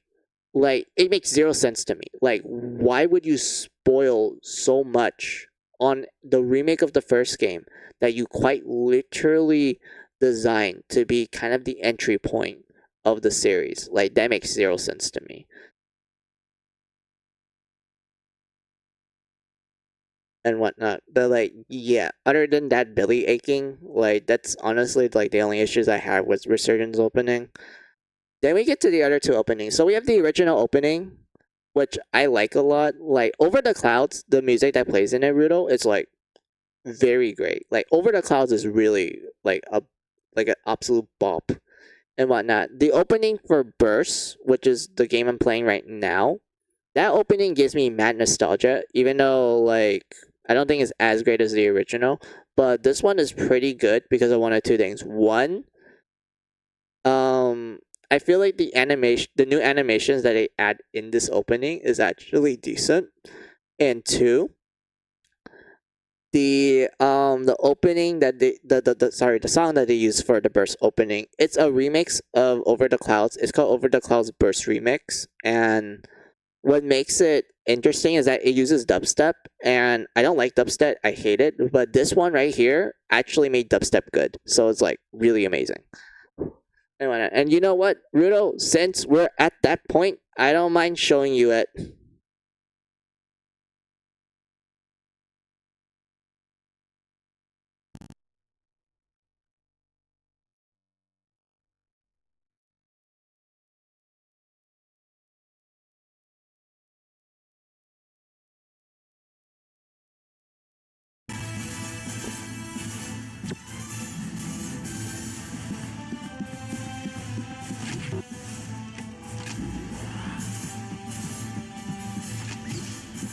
Oh yeah, this is my room, Rudo. Like, look how nice and clean it is.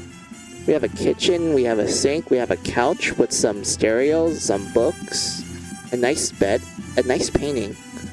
And look at this window. It looks wonderful. But yeah, I want to show you the opening. And I want to see what you wrote down real quick. Music hates dubstep. I hate dubstep. Like, I absolutely hate dubstep. I think it's like the worst type of music other than country. And whatnot. But God Eater Burst opening, they added dubstep in that one. I actually thought that one was really good. So like there's one like exception to that rule. But like in general I hate dubstep. But yeah, so this is the opening to the first God Eater. And such. I'm not gonna show the burst one yet, Rudo, because that one does contain some spoilers. So I'd rather just show you guys this one. This one's really simplistic, but I think it's part of the charm. Also, the music is great as always. So I'm gonna like change one setting real quick. Where is it? Found it. So I hope you guys are ready. Also, I think this VOD's gonna get like, copyright strike because I think this music is still it still has I think the developers I mean the music company that owns the song Over the Clouds, they do like try to tackle nuke people who play the song and whatnot. So I'm really praying, Rudo, that I won't get any trouble with it. Like I'm really hoping. So when I like publish the VOD and such. So yeah, I'm really hoping that that's not the case.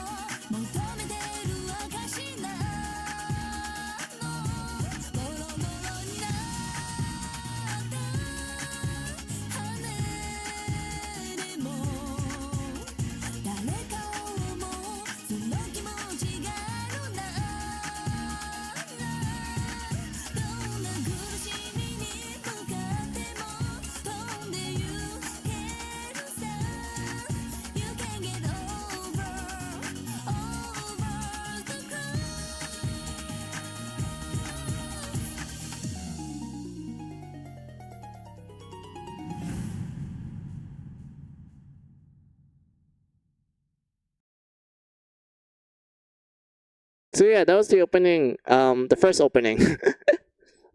I really like it a lot. I'm not gonna show the burst one yet, like, at all. And whatnot. This opening is 2000 to early 2010 as hell. It is. Like, I love it a lot. and whatnot. Also, there's like like you see the little background right there with like like the character like trying to attack this Aragami. That Aragami right there is Susano. And you know what makes that one unique is that it's part of this category of Aragami called the Deus Magus. I think that's what it's how it's pronounced. And if you're wondering like what the hell does that mean? So this category of Aragami are considered so powerful to the point that God Eaters actually are scared of it.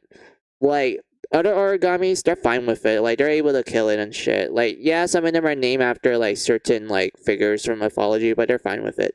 But the Deus Magus Aragami, you they do not want to mess with it. And they're all like any time when someone mentions one of them, the characters just like have this sense of dread. Like they don't want to meet this thing. They don't want to fight these type of Aragamis. And what makes them unique is that there's two versions of them. There's type 1 and type 2. Type 1 are based more on Eastern mythology. So we have Susanoo right here, who's named after, the god of storms in Japanese Shinto mythology and such. And then there's type 2. Those are named after the what do you call it? Roman gods and Greek gods. So Venus, my favorite character, my favorite Aragami, she is considered part of that category. She is considered a Deus Magus Aragami, type 2. And like she's really tough. Like no one wants to mess with a Venus and whatnot. Where is my mouse? Where is my mouse? Found it.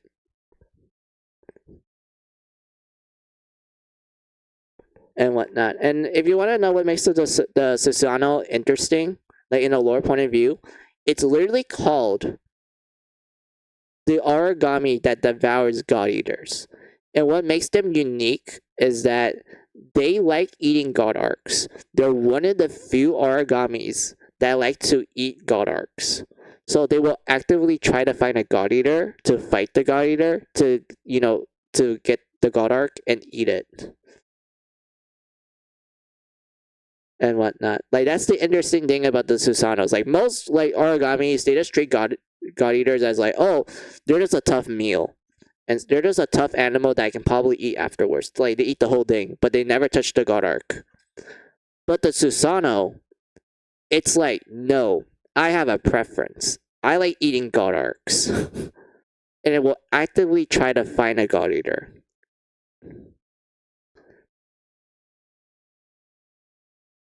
And whatnot. And this even applies to its design. Like the tail looks like it's like a god arc. The two arms that it looks like the devour form of the god arc and such. And like it's just wow, like it's really well designed. Also, I want to tell you this, Rudo. Despite the fact that the Susanoo is known for eating god arcs, it's one of the most easiest enemies you can kill. You wanna know why? It's because it has zero defense. Like this boy right here, this Susanoo has crappy defense. It's all about the attack. So because of that, if you do careful dodges and you just inflict as much damage as you can, this guy is gonna crumble like a piece of paper. Like that's the funny thing. Like Rudo, I'm literally telling you like the backstory and like the lore details of the Susanoo Aragami, and then I proceed to tell you like, oh yeah, this fucker is easy to kill in the game. Like in the game, he's easy to kill.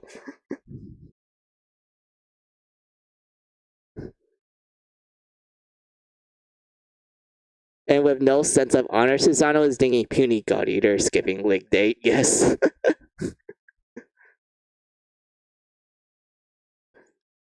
And whatnot. Like it's great, Rudo. Like it's funny how easy the Susanoo is to kill. Like there is like Amaterasu that is considered part of that category. I don't want to show you that one yet, Rudo, because I want to show that one in Steam. I'm a stream. There's also the Tsukiyomi. Wait, Rudo, what was the name of the moon god that's like the husband of Amaterasu, but they get a divorce later on? Like what was the name of that god again? Like he was the god of the moon. Like what was his name? Was it like Tsukiyomi or something? I don't remember. But yeah, there was Tsukiyomi. What was the other ones that I'm trying to remember from the tip of my head? There was Zeus, there was Poseidon, there was Hera, there was, well, I already said Venus, so we're gonna ignore that one. Um we have Nyx. Well, actually Nyx is not considered part of that category. She's like something else. What other days Magus Aragami were there? Did Caligula count? No, Caligula did not count. I don't remember. I don't remember them. Sorry, Rudol. But like, yeah. Oh man, I love Over the Clouds. That's the name of the song that plays in the opening, Rudol. Like, Over the Clouds, pretty pog song. I love it a lot. What is there for me to talk about?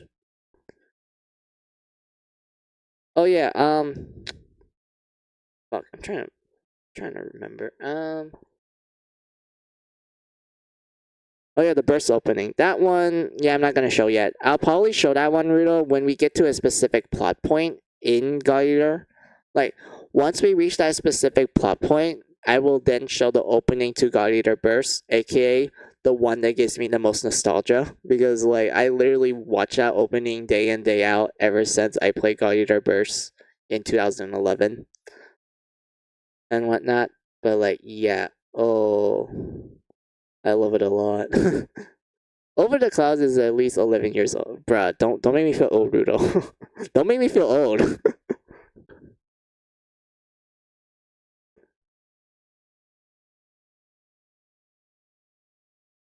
And such, but like, yeah. Man, I've been like excited to stream God Eater now. Because like, look, I love Mary Skelter, Rudo. I love it a lot. But I am reaching the end of Mary Skelter, you know, at the finished finale, and then do the side games, Lock Up in Love and Lock Up in Love True End, and then read the prequel novel for Mary Skelter, and that is where I will officially say Happy Ever After to the Mary Skelter franchise. And then after that, I'd be doing like, you know, I stream different games on different days, Rudolph. Like, that's my grand plan after Mary Skelter, where essentially some days I will say like, oh, Fridays I will be streaming Final Fantasy, you know, Final Fantasy Day. Saturdays will probably be like, oh, I want to play the Tales game, and then Sunday will be like God Eater Day. And when I like, that's my grand plan, Rudo. Like certain days will be like when I will stream like a certain game and such and whatnot. I wouldn't be like focusing primarily on like one game like before. Like Rudo, like you met me when I was just playing strictly just Mary Skelter and whatnot. But now I am like reaching the end of Mary Skelter, so because of that, I'm like, from that point on, I will like mix it up a bit. Like I'll play games in like certain days and such, like different games on like certain days and everything. Branching out is a good idea. Yeah, it is.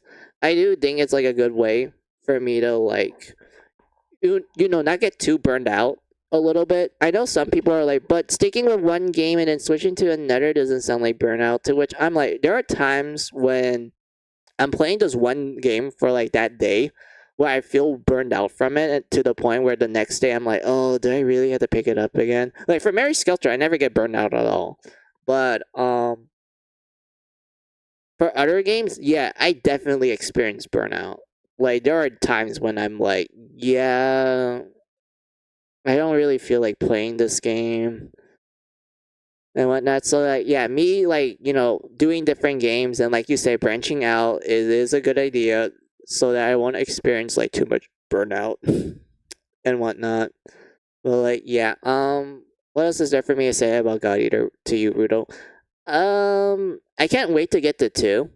Like, I love the first game a lot. Like, the first game is, like, near and dear to my heart, Rudel. Like, this game will never be, like, bad to me, even though there are some issues with it. But, God Eater 2, really big step up. You wanna know why, Rudel? So, in God Eater 2, and also its expansion, God Eater Rage Burst, so what makes that game unique is that they did add new weapon types, because in God Eater 1, there were only 3 weapon types. We have the short blades. They are essentially like, you know, hey, we're really fast. Like we can do dash canceling. Basically, if you want to know what that means, like during the middle of a combo, if you press the dash button, the game will cancel your combo and let you dash immediately. This is good if you want to like dodge certain attacks and such. You can even do this in the air. Yes, you can actually do air dashes as well. It's really great.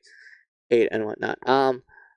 Then we have the wait. What else is there about short blades? Okay, short range, high speed. That's all you need to know. High speed, short range. Then we have long swords. So long swords are essentially the medium. The medium are long sword. They're essentially medium. They have medium range, they have medium attack, they have medium speed.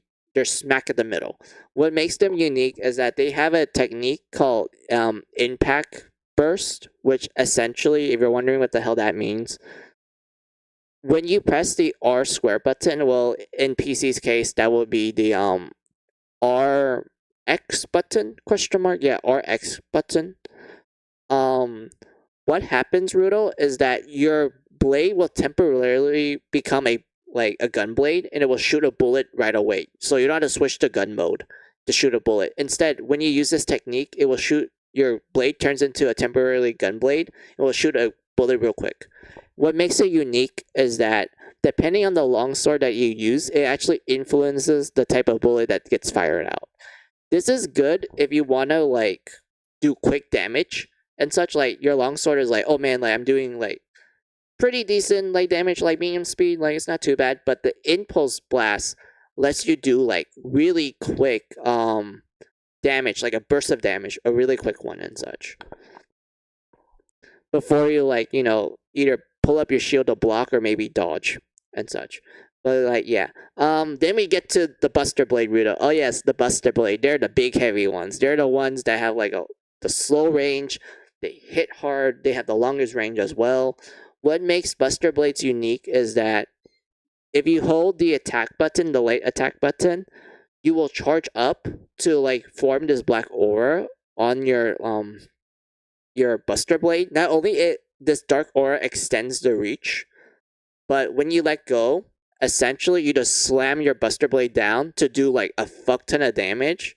And like it's really good if you're like targeting like specific body parts where like after like a few uses of the charge up portion, like you charging up your like, you know, your Buster Blade and such, it can easily break like a certain body part in like maybe 1 or 2 charges and whatnot. Not only that, but Buster Blades have this ability called guard canceling.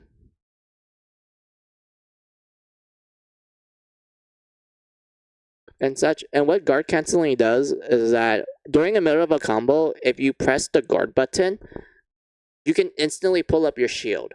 This is really good if you're like in the middle of a swing and you notice that, oh my god, the Aragami is going to attack me, but I don't have enough time to like, you know, dash out of there and such, and you want to use your shield instead. So does use the guard cancel, and then you just pull out your shield immediately, and you're able to like, you know, take less damage from it because you use the shield and such. But like yeah, what do you wrote down? The PC version of 2 Rage Burst includes Resurgence. Yeah, it does. Like that's the interesting thing about the PC version of God Eater 2 Rage Burst. It actually comes with the first game for free, so it's a 2-in-1 deal. If you're on PS4 Town and PS Vita Town, Rudo, they're separate games, so you have to buy them separately. But PC, you guys got the better deal. You guys get the first game for free. I mean, the remake of the first game for free if you buy the second game. Which kind of makes me go like, this sounds like Mary Skelter 2. And whatnot. But like, what else do you write down? Well, I didn't know that the cores can cause such an aura to happen. Yeah, that's the cool thing about burst, like entering burst mode. When you devour the Aragami while it's alive, you enter burst mode, which essentially you just get a Super Saiyan glow, and you get like a ton of damage. Like you can inflict a lot of damage. Your dashes are a lot more quicker. You consume less stamina, which you actually need to use in order to dash and such. And I think depending on how you build your character, it also influences the amount of damage you take from enemies as well. So you should always try your best to stay in burst. Burst will help you out in the end and such. But like yeah, what else is there? Oh yeah, for the first game. I'm talking about the original first game, Rudo. I'm not gonna talk about like the other stuff yet until I get to that, which is going to be soon. I am going to like quicken up the information I'm telling you right now. So outside of the blades, we had 3 different shields. We have the Bucker shield, light damage reduction, but is easy to pull out. We have the normal shield. Yes, they're just called shields. Medium speed, medium defense. They're just decent. Then we have the tower shields, Rudo. Those ones have a fuck ton of defense. Like the moment you pull up a tower shield, nothing's gonna kill you, Rudo. You're just gonna soak up all the damage, and it's not gonna like make you instantly die. Like all the damage that you take from it is just like someone like pinching you really lightly. Like it's you just do not get hurt whatsoever. But it takes a while for you to pull it up. So that's like the drawback to tower shields. Then we get to guns. So there's 3 type of guns, Rudo. We have the assault gun. They're designed to literally shoot and run. Like what makes them unique is that you can actually move around while you're shooting with the assault gun. The other guns you can't. You're stationary when you shoot them, so you're stuck in place. Then we have the sniper guns. They are designed to snipe from a distance that have the longest reach, and they prioritizes on like piercing the defenses of the enemy. So they don't care about like breaking the body parts. They just care about going through it and such. And then we have the blast guns, Rudo. The blast guns, pretty great. You want to know why? They are literally designed to break the armor parts of the Aragami. Like the moment you have a blast gun and you have like these bullets that are essentially like you shoot grenades or like rockets or like a flamethrower and shit, the moment you just like target it at like a certain body part of the Aragami and you just let loose, it will just break. Like it just snaps in half. Like my god, like blast guns are like so fucking like hard hitting and whatnot. And this is like the first game, mind you, Rudo. Like this is from the first game. And then we get to 2, where they greatly expand upon it, which I do like a lot.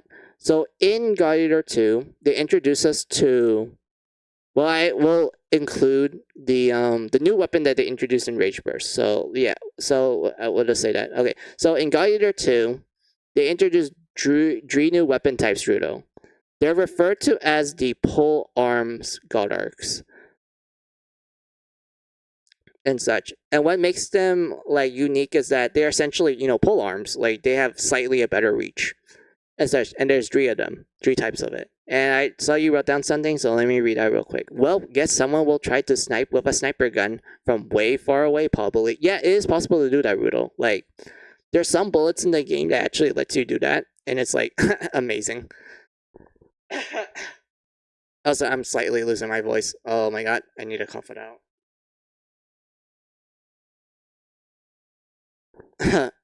Huh. Alright, much better. So, yeah, so they introduced us to 3 new weapon types. These are called the pole arms, Rudo. So, I'll talk about the first one. So, the first one is the charge spear. Like the name implies, it's a spear. Like, there's nothing more to that. What makes them unique is that they primarily focus on piercing the defenses. Like, they primarily focus on piercing. And they have pretty good mobility. You can do backflips, you can like do front flips and such. They have like, good mobility. What makes them unique is their charge ability. So what happens is that when you hold any of your like attacks, the spear will actually charge up. And when it reaches to a certain charging point, if you let go, you essentially just ram straight to the enemy. Like your God Arc literally will just act like a jet booster and just like point straight and just charges straight to the enemy and such. And this is really good if you manage to time it just right and you just aim it precisely where you want it. Not only you're gonna hit the Aragami, but you're gonna go through it so that you technically won't like just stop in the middle of it and then you're right in front of the Aragami and then it's probably gonna counterattack you. But with the charge spear, you just charge through it, hit the body part, and then you just like be behind it or something, which lets you like have enough time for you to like either pull up your shield or maybe like dash away to safety or backflip and whatnot. And then we get to the second pole arm. These are called the booster hammers, Rudo. And Like the name implies, it's just a hammer. It's like, hammer time and such. But what makes them unique, which is why they're called booster hammers, is that, so, Rudo, imagine a hammer, but you install essentially a jet plane engine in it. So when you press the R and, what's the button layout? RX for PC. When you do this, not only a jetpack engine will come out of your hammer, but essentially at that point you are stuck in you're kind of forced to be stationary. But when you press the attack button from that point on, your character doesn't go full ham on them, like full ham on the Aragami. Like they're just gonna keep swinging their hammer at such a fast rate to the point where you're just like, damn, like this hammer is usually slow, but when you just activate its boost mode, it's just going crazy. And then if you press the strong attack during this mode, it lets you jump around the battlefield. Like it lets you essentially kind of like a dash, but there's some limitations to it, because when you use this mode, it takes away a lot of your stamina, so you have to be really careful with it. But it just does a good job in what do you call it? It does a good job in making you feel like you're crushing the body parts of the Aragami. Like this hammer really does feel like you're breaking the body parts and such. Someone gotta have guts to do that. Well, are you sure that the cells working are and not NLS? I don't know what that is, Rudo. What's NLS?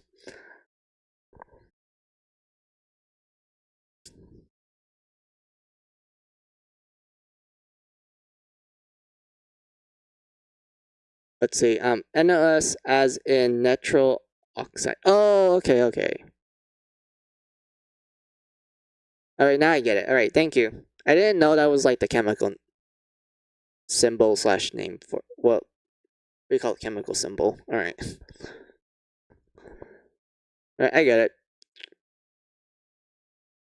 And whatnot. But yeah, that's the cool thing about booster hammers, Rudo. So then we get to the third pole arm. So this one was introduced in 2 Rage Bursts, and it's essentially the front cover weapon and whatnot.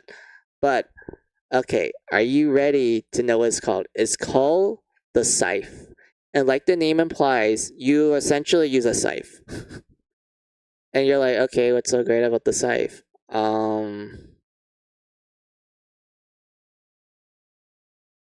Wait, the chemical name is N2O, by the way. Oh, okay. Thank you.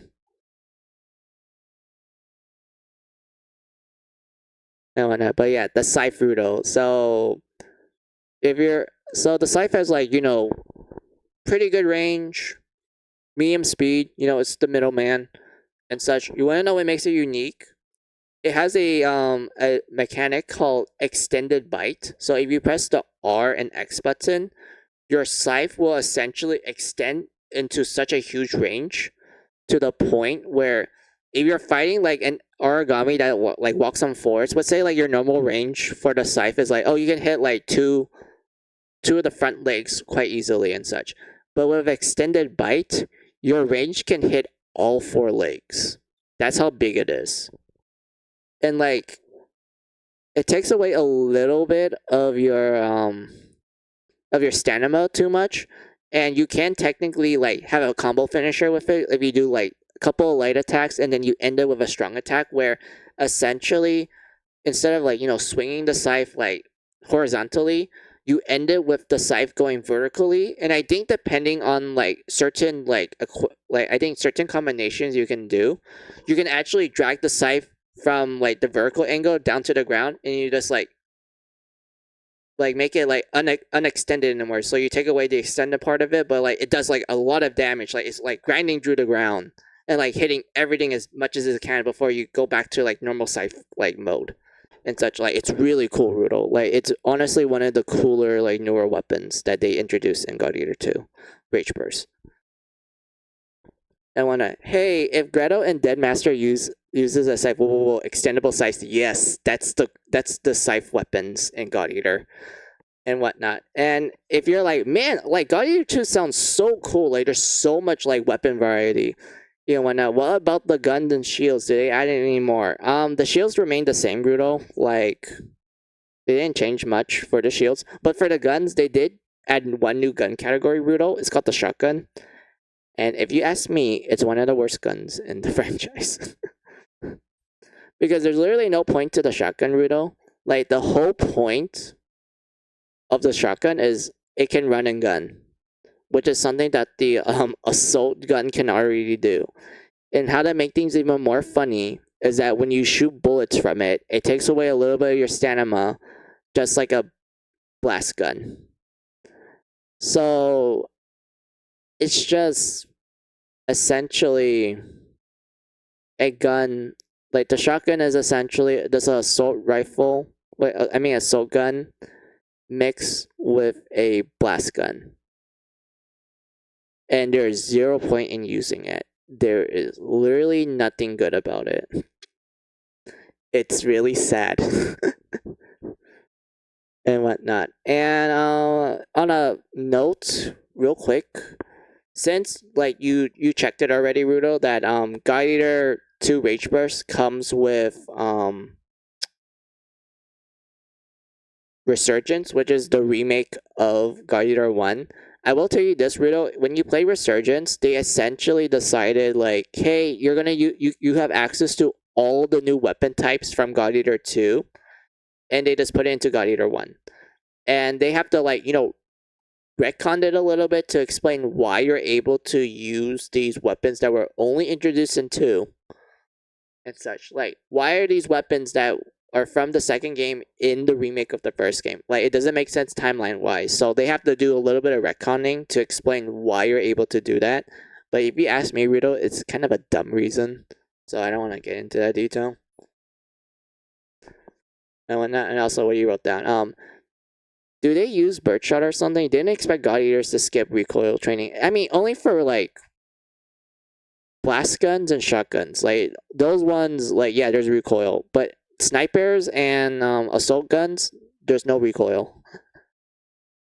And when only shotguns and blast guns. But like yeah, so with Resurgence, the best way I would describe that game, other than like my gripes and whatnot, is essentially God Eater 2 with a God Eater 1 skin. And such. I'm not saying that's a bad thing, Rudo. It's just that there's a lot of cool things about the second game that I think is like really great compared to like Resurgence. Like Resurgence does have some new cool stuff in it, which I do want to talk about more in detail, Rudo, when I stream that game. But I don't want to talk about that one yet. And whatnot. But like yeah, for the shotgun, I mean, oh yeah, definitely they just skipped on the recoil training for the shotgun. But like yeah, okay, so we're gonna reach essentially the end part of me talking about God Eater Rudo with the weapon types. So let's talk about God Eater 3. So God Eater 3, if you ask me, is a decent game, but I don't like it though. If you're wondering, like, why you don't like God Eater 3, okay, I'm gonna tell you this, Rudo. God Eater 3 feels so disconnected from the previous games to the point that it's just might as well be another game. Like, drew a lore point of view, Rudo. Like, drew a story and lore point of view, it's so disconnected to the point where I'm just sitting there going, like, are you sure this is a God Eater game? And, like, the only thing that connects to God Eater is that okay, we had the Fenrir organization, there's still God Eaters, there's still God Arcs and such. But like everything else, like the lore, the setting of Dree and everything, it's so disconnected. Like it really feels like it's not really a God Eater game. And it's kind of sad. But it's still fun though. Like Rudo, like God Eater Dree has like fun mobility in it. Like they actually included like some new mobility options for some of the weapons, and you can like travel through the map real quick, Rudo. Like you'll be essentially a hummingbird on caffeine. Like you can move across the map really quickly and such. What other like things that I like about God Eater Dree? Okay, so in God Eater Dree, they give us a new gun type. It's called a ray gun, and like the name implies, it's a ray gun. Like it shoots lasers. It shoots a ray. Nothing more than that. and whatnot. But like, yeah, there's also, I'm trying to remember, two new weapon types, Rudo. So God Eater 3 introduced us to two new weapon types. We have the Killer Bites, which are essentially dual blades. Yes, they gave you twin daggers.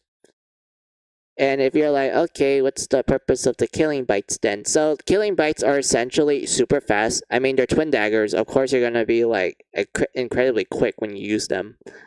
And what makes them like unique, other than like their really fast weapon speed and such, is that you can actually combine them to form essentially like a glaive. And the glaive actually like increases your mobility a lot, and also your like range and attacks and whatnot. And what makes the glaive form like unique is that the more you hit the enemy with the glaive form, the more damage you do over time. Because what makes it unique is that as you're hitting the enemy, the glaive will slowly glow red. That's indicating that you're essentially entering like a combo mode. And the more you hit the enemy in that state, the more damage you do. So essentially, the killer bites are designed for those people that really like doing combos and such. And it's amazing. Like, it's honestly cool. Then we get to the half moon. Oh boy, the half moon, Rudo. Like, oh boy. The half moon. This new weapon is pretty good. And let me read what you wrote down real quick. Okay, God Eater really veered into the sci-fi side of things with that ray gun. I mean, like we literally have bullets called laser and like pierce and shit. Like kind of. I mean, God Eater is a bit of a sci-fi game, but not like super sci-fi. But like with the ray gun, yeah, it definitely did felt like it hit straight to the typical sci-fi things. But like, yeah. So, the half moon. Oh boy, the half moon. All right. So what makes it unique is that it's essentially like it has really bad weapon range. Like the range of the half moon is like really short, but the speed is pretty decent. But what makes the half moon unique is that it can transform into like a giant sword. And what makes that sword cool is that it's a chainsaw. And you can like do like all sorts of crazy combos. Like like imagine using essentially these like hula hoop blades. Like that's essentially what the half moon is a hula hoop blade. So imagine using that, and you have like pretty good mobility. Your attack speed is decent, but your range is not that bad. I mean your range is bad and such. And then you manage to like get the origami into like a combo lock, and then you immediately transform the half moon into like a giant sword, and it starts revving up. And then when you let go, you're essentially just sawing straight through the origami, and it's doing like a fuck ton of damage. Like it does a lot of like crush damage. Yeah, it's considered a crush type attack, so that means you're breaking the origami's body parts like it's nothing. So like imagine using this giant charge up chainsaw blade, and you're just slamming it straight to the origami, just breaking the body parts so that you can get like extra loot and such. Like the half moon is like amazing. Like it's so cool. And whatnot. But like, yeah, Rudo, that's all the weapon types throughout the series.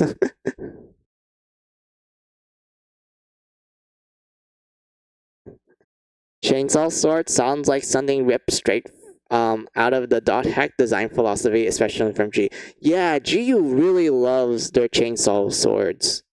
Like they do. Like their twin swords, chainsaws. Their buster blades, chainsaws. Their scythe, chainsaw. And whatnot. Their staffs, chainsaw. Is this Chainsaw Town in GU? Also, they really like their belly windows. Like remember the amount of like belly windows in GU? Like almost every character in GU has like a belly window.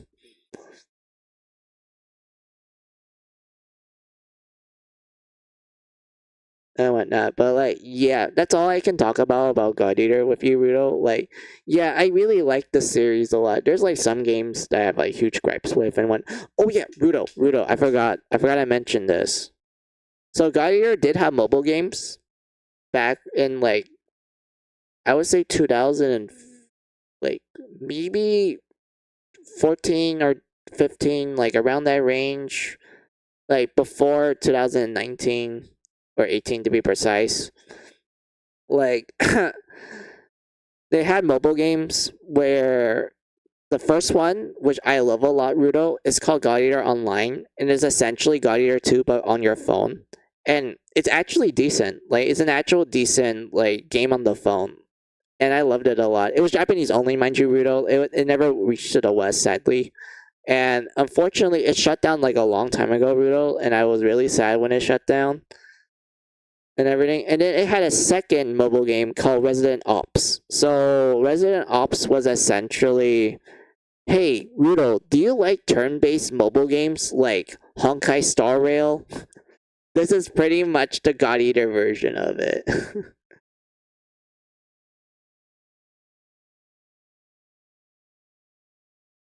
And Fake Go, yes, it's pretty much that, Rudo. That's what Resident Ops is.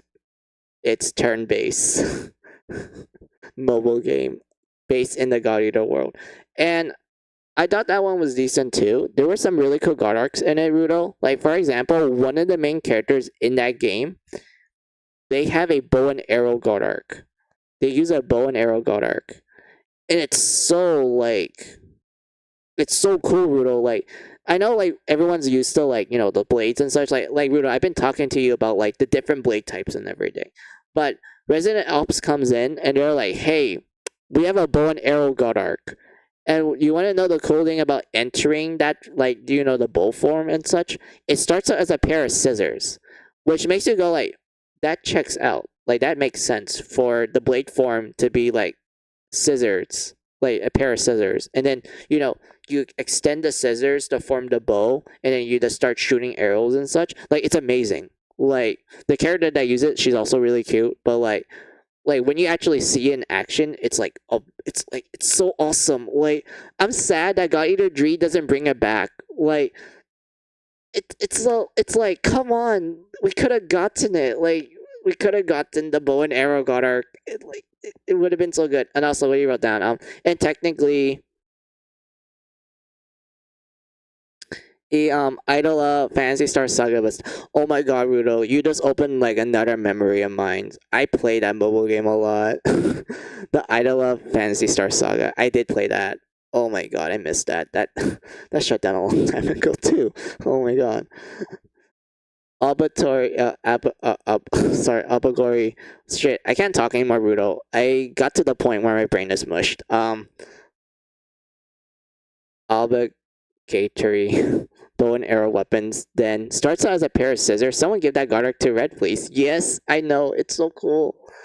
And whatnot. You know what, Rudo? I'm feeling like we should watch some openings. Oh yeah, Rudo, I have a question. Well, not question. I have something to ask you. So that opening of God Eater 1 that I showed you, can you guess who animated it? Can you guess the animated studio that made that one? I'll give you like 2 hints. They're really popular, and they work on anime such as Demon Slayer and the Type Moon anime adaptations. Yes, it's them. They made the opening of God Eater. And if you want to know what year that opening came out, it was 2009. So it's like, I guess you can say it's kind of like early them. Like, it's one of their earlier works, other than like, the first anime adaptation of Fate Stay Night. Wait, that was Studio Dean actually. That was a different one. Wait, which one did they worked on other than Unlimited Blade Works before? Didn't they work on the movie? Like the first adaptation of Unlimited Blade Works. It was like a movie and such. I think they worked on that, and then they worked on the actual like anime series and such. But like, yeah, it's them, Rudo. Like, that was like one of the early works, and you're like, they really went a long way, didn't they? Yeah, it went from like, that's pretty 2000 and such. It still has pretty good animation, and then you get to Fate Zero, and like the other ones. 2009? That's as old as the Guardian of Sinners. It is. And such. Okay, Rudo, I'm gonna show you I will not show you the opening to God Eater 2, but I will show you the opening of God Eater Online, and you will immediately recognize the animators for that opening. Are you ready?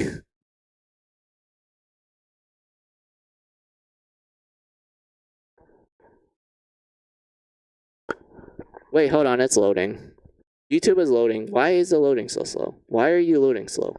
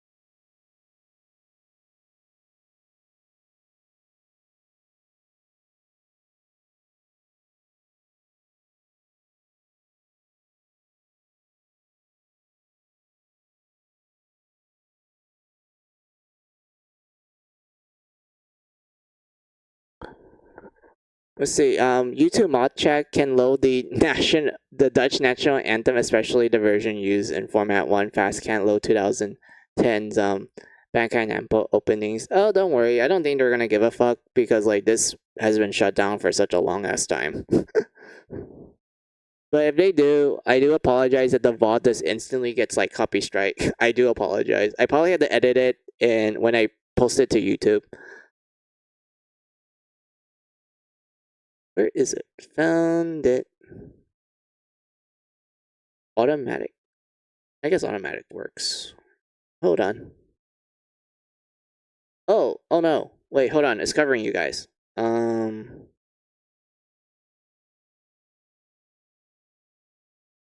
Wait, hold on. Hold on. Wait a minute. There, much better.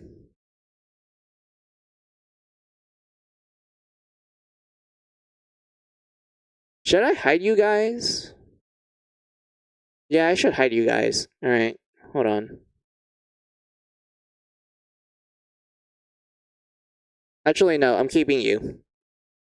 I want to see you guys' reaction. I'll probably... You know what, this is fine. I don't mind you guys taking it. Actually, no, never mind. I want you guys to see the full opening. Alright, let's do this. Are you guys ready?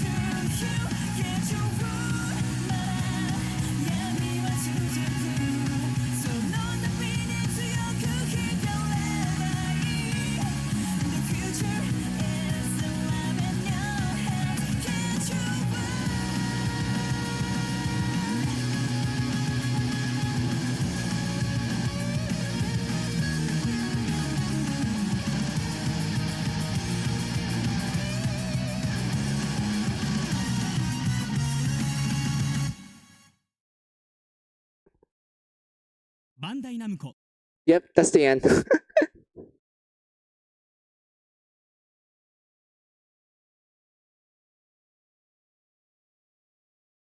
Oops. Wrong button. Found it. Alright. So do you recognize it? Of course it's why am I not surprised? I mean, they're great. I love their animation.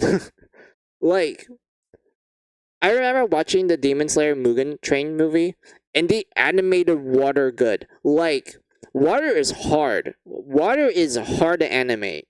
Like, this is coming from someone that actually took animation class back in like both high school and college. And water is like one of the hardest things you can animate. And they made it look pretty and it's realistic as hell.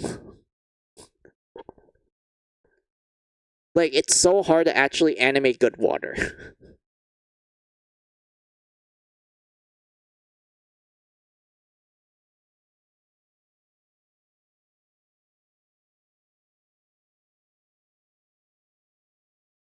And whatnot. But like, yeah, that's like the opening to God Eater Online. I love it a lot. If you're kind of confused about like certain aspects of the opening, like someone getting eaten by a God Arc and like the girl in the white and such, so I will kind of explain the premise of Online. So Online takes place roughly, I think, a year after the events of God Eater 2. And what happened was that your character, the guy, the red hair guy, he's the MC. Of course, you can make him into a girl because it's an online game, and it's a God Eater game, so anyone can be guy or girl depending on how you customize them and whatnot. So our MC is becoming a new God Eater, and they are joining the Himalayan branch. So the setting of online takes place in Himalaya, the Himalayan mountains to be precise, and we meet up with our older sister. Well, technically, she is a childhood friend, but we consider her as our older sister since she practically like is an older sister to us.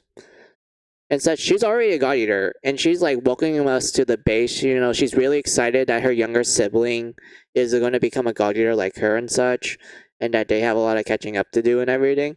And while they're like catching up, and you like essentially become a God Eater, and you get your God Arc for the first time, the base gets attacked by the llama ding. Like, the ding that our MC was fighting near the end of the opening. The llama and such. That llama is an Aragami, and I have no idea how to pronounce this name, so I guess I'll just show a picture of it then. That's like way better way to visualize it. Hold on.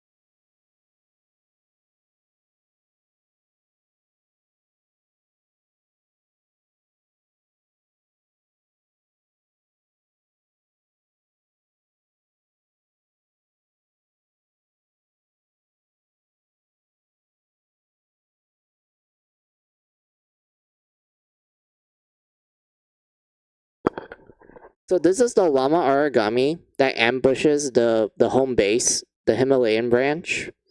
If you want to know what the name is, it's fucking long as hell. and I don't even know how to pronounce this. I want to try my best. Okay, Nebuchadnezzar. Yes, the its name has the word Chad in it. It's a Chad. And if you're like, oh, it's just a llama, like, what's so creepy about this? Like, what's scary about this? This Aragami is stealthy.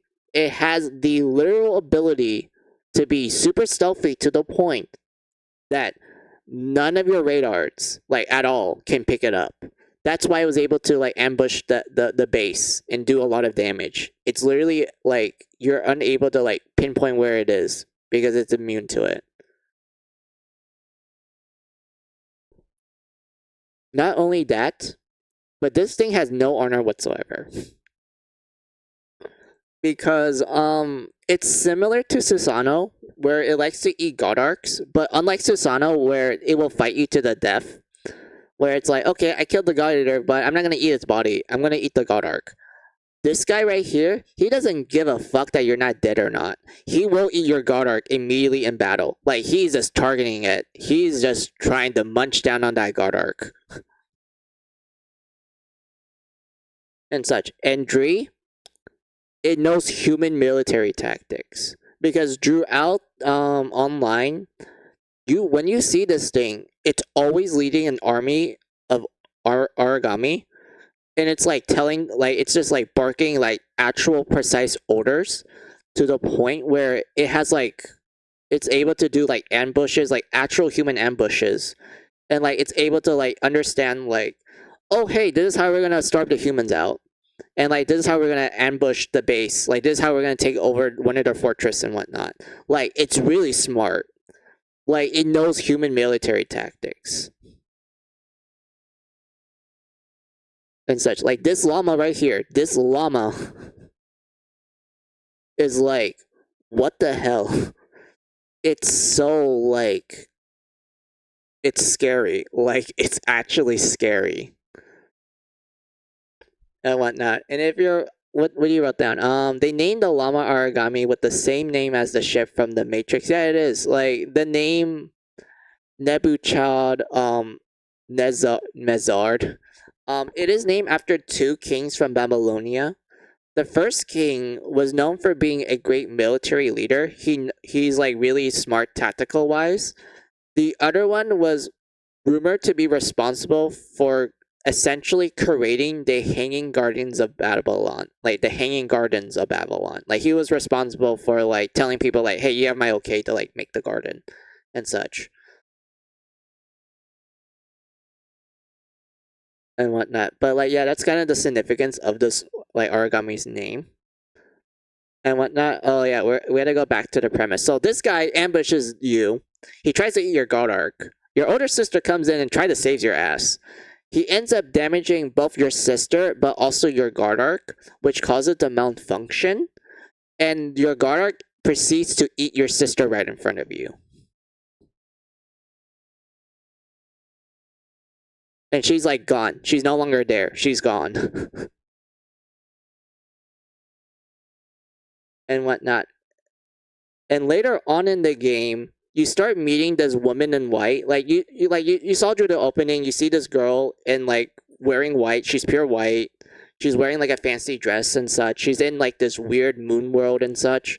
So it's revealed later on that that is your sister, technically, because this is something that God Eater does explain to you in the first game, where remember that God Arcs, they are bioweapons. They are artificial origami.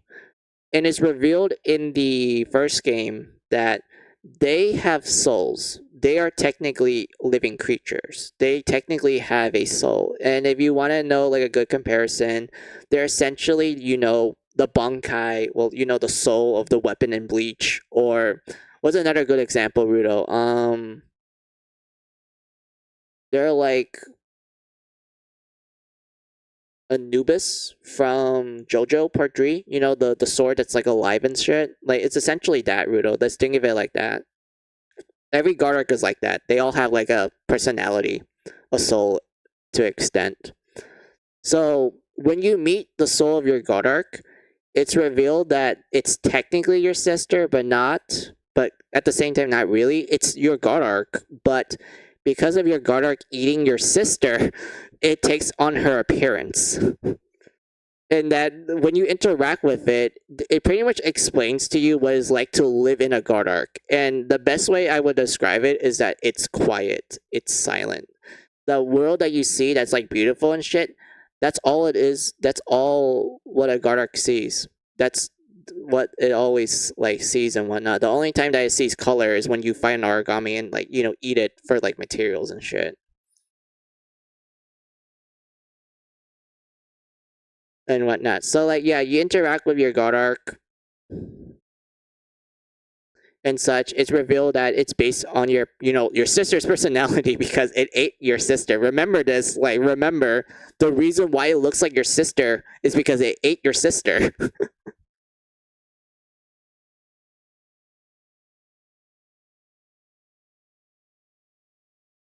Weapons with a soul and personalities. Yeah, like that's like the crazy thing about online is that some people thought it was like supernatural, but it was always there from the beginning and whatnot. It's just online kind of goes into a lot more. Wait, so we can't even consult the Garrick telling it that it's not your fault? I mean, you can, like, depending on, like, the dialogue choices you make through the game, you can indeed tell it that it's not their fault and such. But, like, yeah, what else is there about online? I mean, the girls were cute. Like, you saw some of the girls in online, right? They're really cute. And whatnot. But like, yeah, this llama thing, you have a personal reason why you want to fight this thing. This thing is the reason why. Not only the home base gets like huge damage in the beginning, but this thing is the reason why your sister is dead. Well, yeah, she's technically dead. So yeah, you have a personal beef with this thing.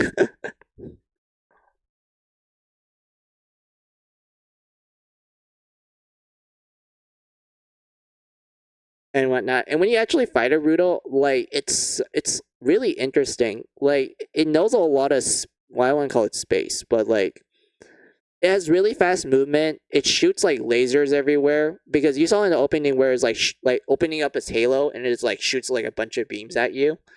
And not only that, but it can do like backflips. It can do like front flips. Like its head, which is essentially a sword, it can just do like crescent like moon slash and whatnot. Like it's weird. It's like it's really interesting. Like the way how this origami fights is interesting and whatnot. But yeah, you have a personal reason why you want to fight this thing.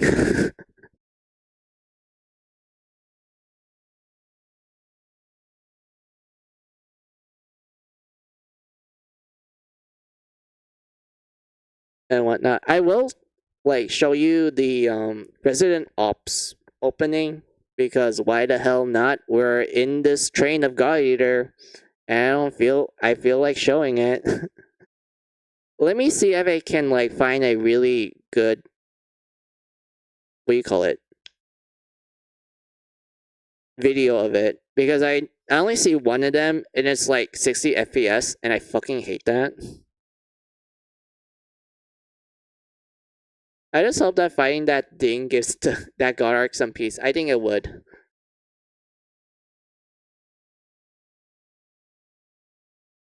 Wait, no, that's the wrong ass opening. What the fuck did I press on? Resident Ops. Resident Ops. Yeah, found it. Resident Ops.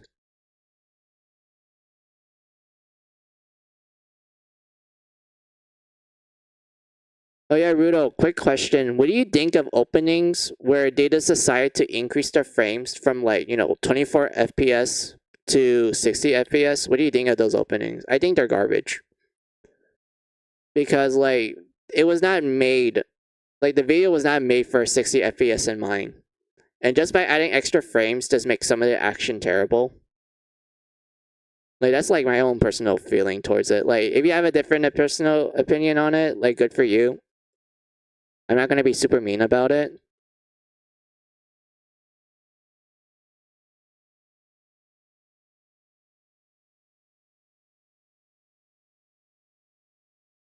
Yeah, I probably speed up things too much. Exactly. You understand what I mean, Rudo.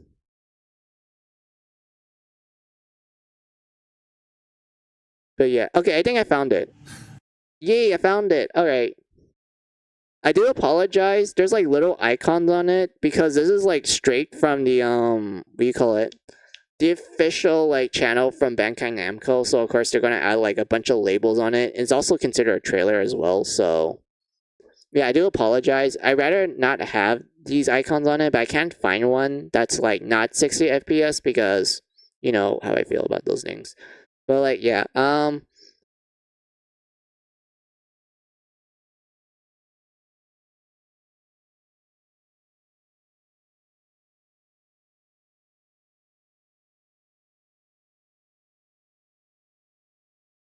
let's hide chat for a little bit. Okay, Rudo, can you guess who animate this again?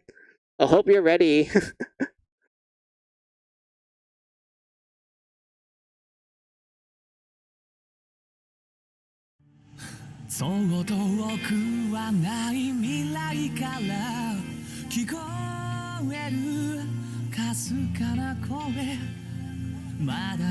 Wait.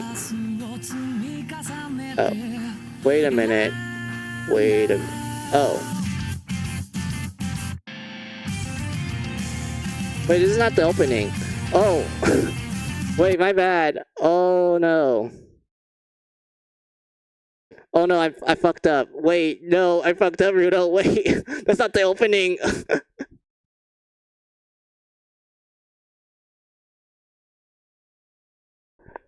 Capybara, yes, it's the capybara. Oh yeah, I forgot to mention this, Rudo. In God Eater 2, you actually raise a capybara. It is like really fat. Like it's really big, Rudo. Like how big would I describe it? It's like almost 3 feet tall. Like that's how big it is. It's like almost 3 feet tall. Wait, that's me using American units. Hold on. Let me convert that to like whatever measurement Indonesia uses. Hold on.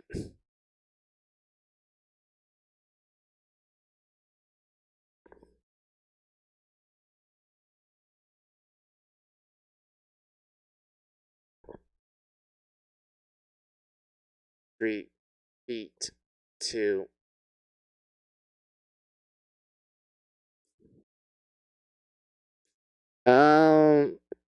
91 centimeters. Centimeters? Yeah, 91 centimeters. Like Rudo, like imagine a capybara that big. Like it's literally like 3 foot. And like you raise it and shit. It's adorable.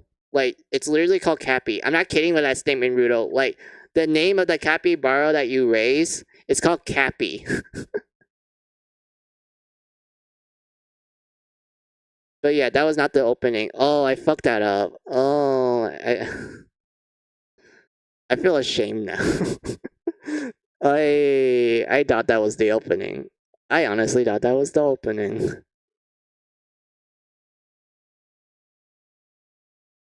Okay. A capybara close to 1 meter. Yep. It's pretty big.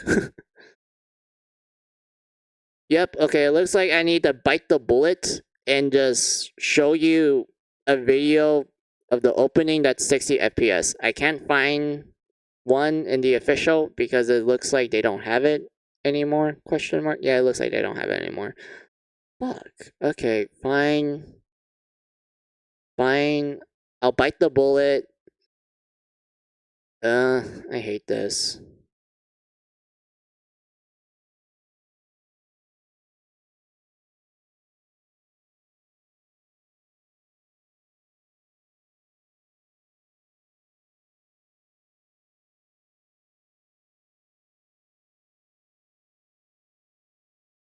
Alright, Rudo. Take 2. Can you guess who animate this?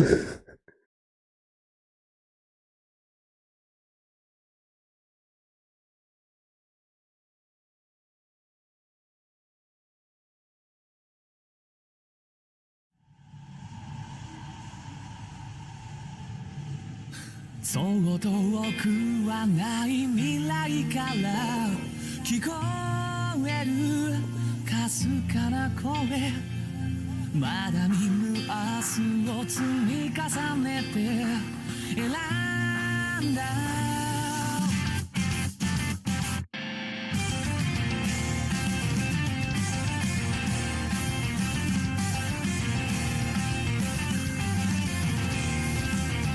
押された刻印は消えないあなたも同じだろうエデンのリンゴをかじったらいつでも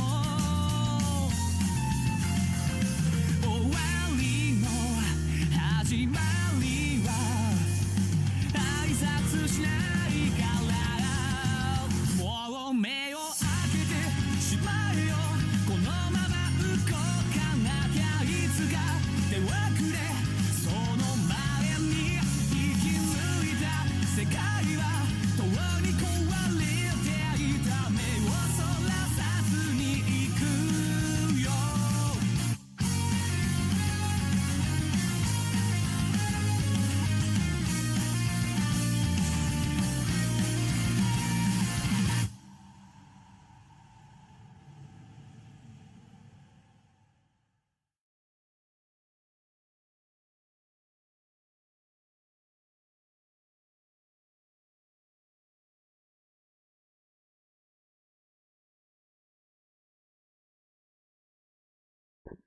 I'm going to guess unit for a bowl again. Holy smokes, that's a bowl. Yeah, it is. It's a scissor bowl. I love it. It's them again. Remember, this is for a mobile game. This is literally for a mobile game. They literally decided, like, hey, let's make banger animation for openings for 2 mobile games. Like, it's. I love it. It's so good. But, like, yeah, finally a weapon that Red and Sleepy can share. I know, right? It's amazing. But, like, yeah, Rudo, oh my god. That was Resident Ops. I don't remember much of the story of that one, to be honest, Rudo. All I remember was that the girl that's, like, in the pod and shit, she is considered a god eater, but she can't. She's, like, I would say terminally ill. Well, I wouldn't say terminally ill. She's kind of physically weak, even with the Oracle cells helping her and whatnot, to the point where she can't really wield a guard arc properly. So what happened is that at this point in the timeline, this Resident Ops takes place in 2078. At that point in time, humanity is slowly rebuilding themselves to the point that they're able to create essentially sci-fi weapons and sci-fi stuff. And they eventually discover that, hey, we can like resonate like 2 god eaters like far away and such. And I want to tell you this riddle: resonate is not something that's like only introduced in the mobile games. This was always a thing in the first game, because in the first game we learned that new type god eaters, which is essentially our main character and anyone else that are part of our generation, we have this ability called resonance. And what it does is that when we touch each other, we share essentially we just connect each other, like we just mind talk to each other, like we just talk to each other like telepathically by just touching each other and such. And what it does is that it lets us see the memories of the person that we're touching, and also understanding their emotions and shit and whatnot. That's like something that new generation god eaters do. Like that's something that's really normal. That's like a normal thing, Rudo. But in Resident Ops, they managed to extend that to the point where you can just put a god eater in a pod, and it will just give them like a huge resident range, and they can just connect to like a god eater that they're really close to, and they're essentially just like a little voice in your head. They're just like watching you like fight and whatnot. They probably like give you tips. Maybe they take control of your body for a little bit and such.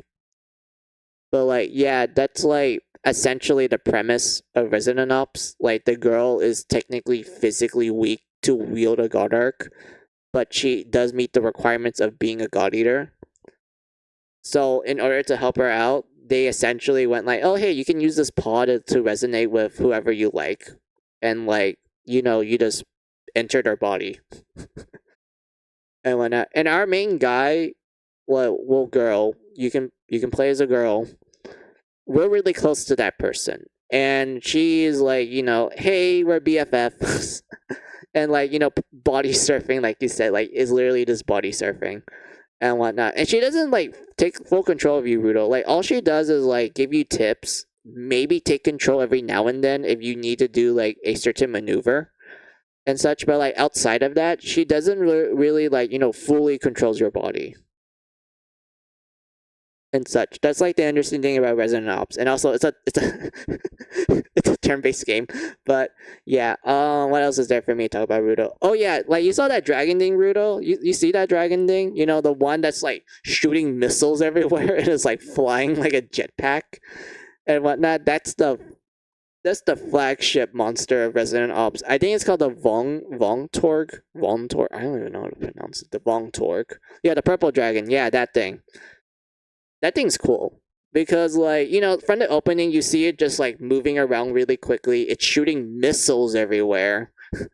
It's like really cool looking and whatnot. Like it's just wow. But when you actually do fight it, yes, it's turn based. I'm aware that fighting a monster like that in turn based is like underwhelming and shit. But like the moves that it does is like pretty awesome. Like when like the movement of it like performing its animations and such, it's pretty cool. And like the way how you fight it and everything, it's like, oh, the characters actually like respond properly to the type of enemies they're fighting. Like if it's a dragon, they have to do like certain maneuvers in order to hit it and such. And it looks pretty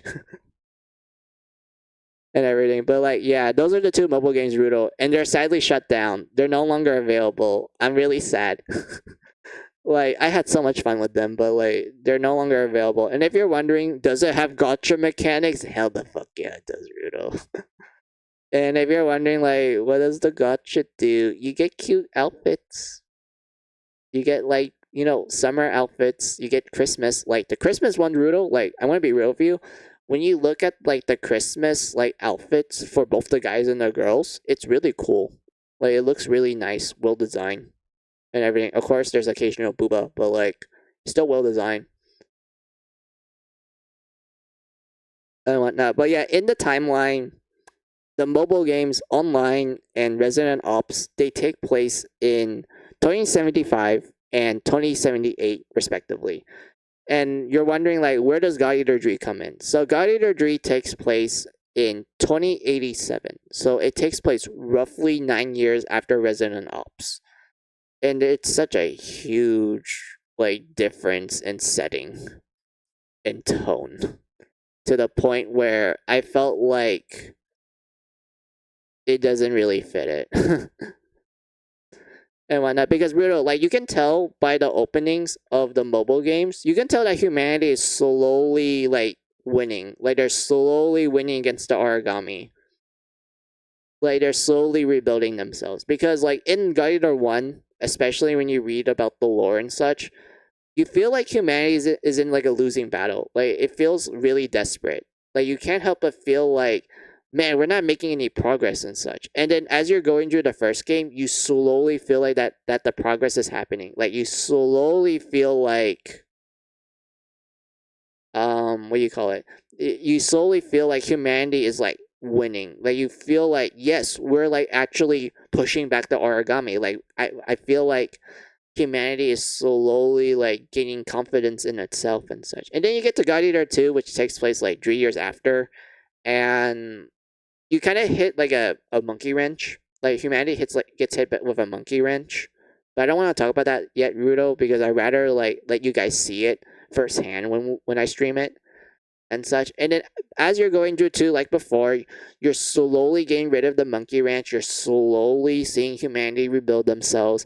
And then you get to the mobile games where you can really tell that humanity is like slowly they're turning the tides essentially. Like you saw the opening for online, right? You saw like how our main guy, he's just fighting an army of Aragami. Everyone's like getting ready to fight and such. And then when when things get desperate, you see like this hell of bullets, and then you notice that all those bullets are coming from every single God Eater in the world.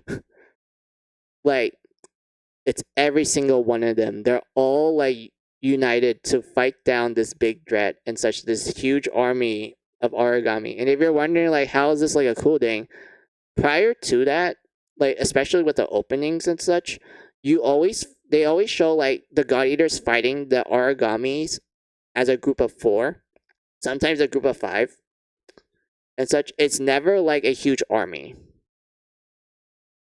and such. But you get to online where you have our main guy. He's struggling. He's having a hard time fighting an ogre tail, like the weakest enemy in the franchise. Like, bruh, why are you struggling against an ogre tail, man? Like, they're the weakest. Like, how are you struggling from that? But and whatnot. But like you then like see the dark, and then you get to the part where the hell bullets happen, and then you see like a literal army of God Eaters. Like there's a ton of them. They're all ready to like fight the Aragami and such, and like you get to see the big Aragami. The big one, like the size of the mountain, and like everyone's just getting ready to like stab, pierce, like crush it and such. Like it's amazing to see. Like at that point, you can really tell that humanity is like winning. Like they really feel like sorry, it really feels like they're like what do you call it, like the Aragami is slowly like not becoming too much of a big threat anymore. And then you get to Resident Ops where that one is like it's still problematic, but like hey, we have like sci-fi girl shit, so it's cute, right? we have gotcha mechanic, guys. Like who doesn't like good old gotcha? Do you like gotcha, Rudo?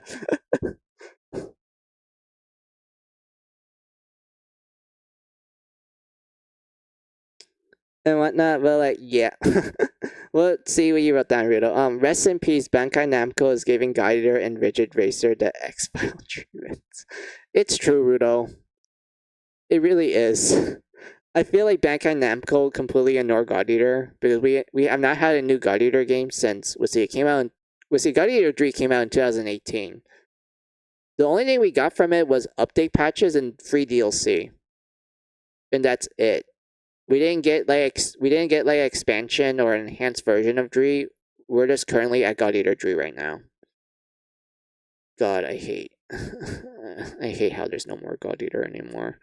But yeah, what else do you wrote down? Just imagine the headlines. Bankai Namco denies knowledge of Orca sells the soda. Criminal race car and other awesome things.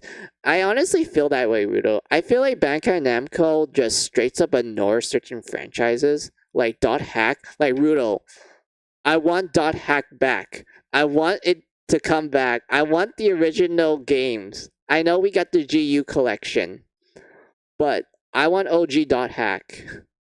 I want my kite. I want my Black Rose. I want my Hilda. I want to constantly see the animation of data drain. I want to constantly hear Kite screaming data drain. and such. I want that back. There's also Xenosaga as well trilogy. I love the Xenosaga trilogy. It's great. Kite is much more bearable than I say. Okay, I take offense to that, Rudo. Like, look, I understand that Kite is like mostly. I wouldn't call. Wait, would Kite be considered a silent protagonist? No, he talks a lot, but he's kind of like he doesn't react too much. I feel like most of the time he's just reacting to what his party members say and such. But I do understand that in Volume 1 of Dot Hack Infection, he does have like a lot more personality because, it's the first time he's entering the world. He has his best friend Orca, teaching him the ropes, and then Orca goes into a coma. And then he's like, oh my god, my best friend's in a coma. I need to find out why. And like, he gets the Twilight bracelet and he can do data drain and such. And he has like the best the best surprise faces. Like, Rudo, do you remember like some of the faces that Kite makes when he's surprised and such? I love those faces. It's so funny. and whatnot. Well, like, other than that, I feel like Kite doesn't do much. I mean, there's like some cool decisions that he makes throughout the games, like Quarantine. Like I honestly thought Quarantine Kite was like pretty cool. Like him making the ultimate sacrifice of the Twilight bracelet, and then him doing the finishing blow on Korbernik. Korbernik. I think it was Korbernik, right? It's the peanut. Like you remember the peanut, right, Rudo? The peanut Korbernik. The epitaph of Rebirth. Yeah, that thing. Yeah, I thought he was pretty cool in that one.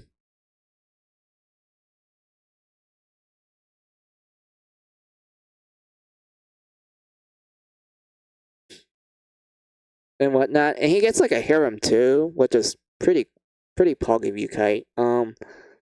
But like yeah, other than that, I don't remember much of Kite, like personality wise. But like yeah, like IMO Kite, at least in Infection, is someone I think people would hang out with. Yeah, I do feel like Kite is like that one chill friend. Like you can chill with the guy and whatnot. I only started with Infection. I haven't cleared the rest of IMOQ. Oh my bad. My bad, Rudo. I didn't know. My bad. I thought you like. I thought you played the original all the way, so I was like, oh, I can like talk about it and shit. But oh, my bad, Rudo. And when can you please like ignore what I just said earlier? Can you like get the Men in Black like memory eraser and just do it on yourself? Can you do that for me? And also, can you save it for me as well? I want to forget that I accidentally spoiled that. And whatnot. Also, about Dot Hack. I like Sign. You know Dot Hack Sign, the anime, the prequel anime. I love that one too. That one had like had a great opening and such. Like Obsession is such a good opening. I love that one. Like, how come I must know? Like that lyric, that opening lyric, it's like stuck in my head. Like, how come I must know?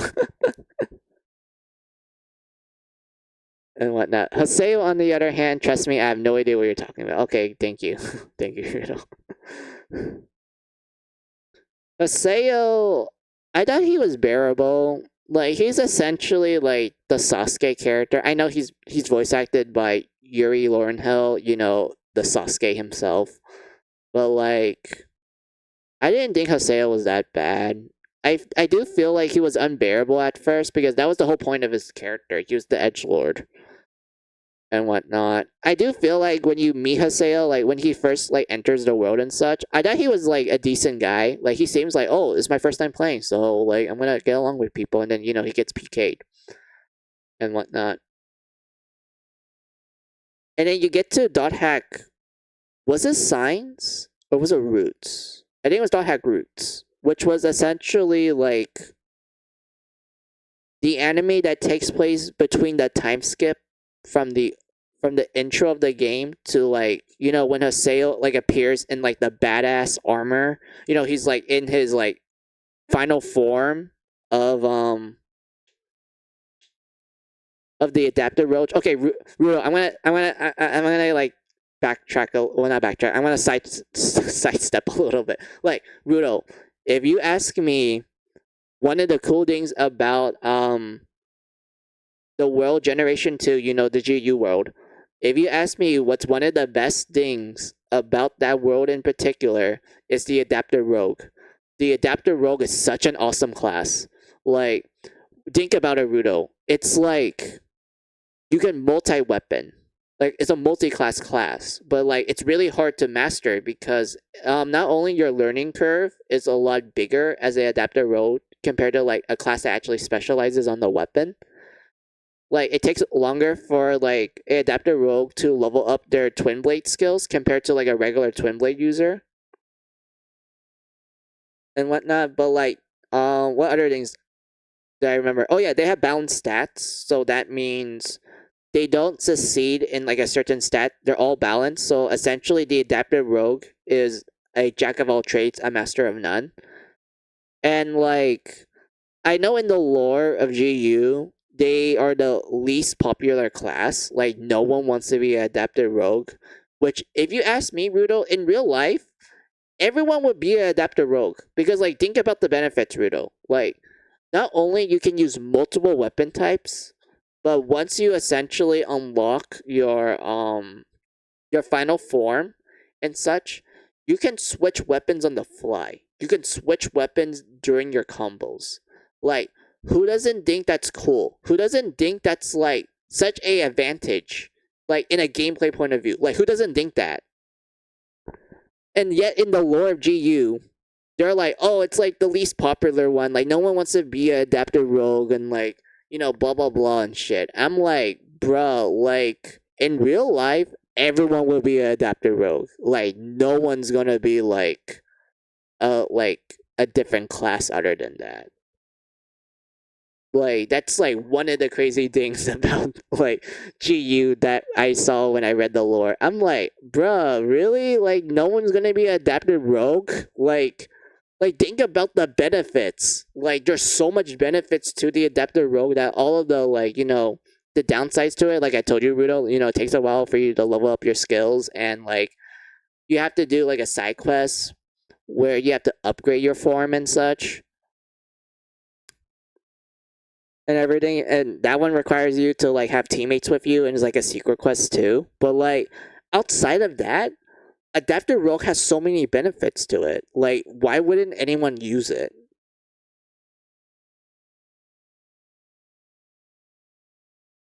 And such. Bruh, I know, right? Like that's the crazy thing about it, Rudo. Like there's so many cool things about the adaptive rogue, but in the lore, no one likes them. No one wants to be one, which is like crazy to think about. And whatnot. Like there are some like notable like exceptions, Rudo. Like we have Haseo, of course. Like he's a adaptive rogue. There's like Matsu. I don't remember his name. It's the guy with like the flame sword. He uses like a gun. He uses a gun and then he reveals that, oh, I'm actually adaptive rogue and that I used to be a PKer, and then he pulls out his big buster blade.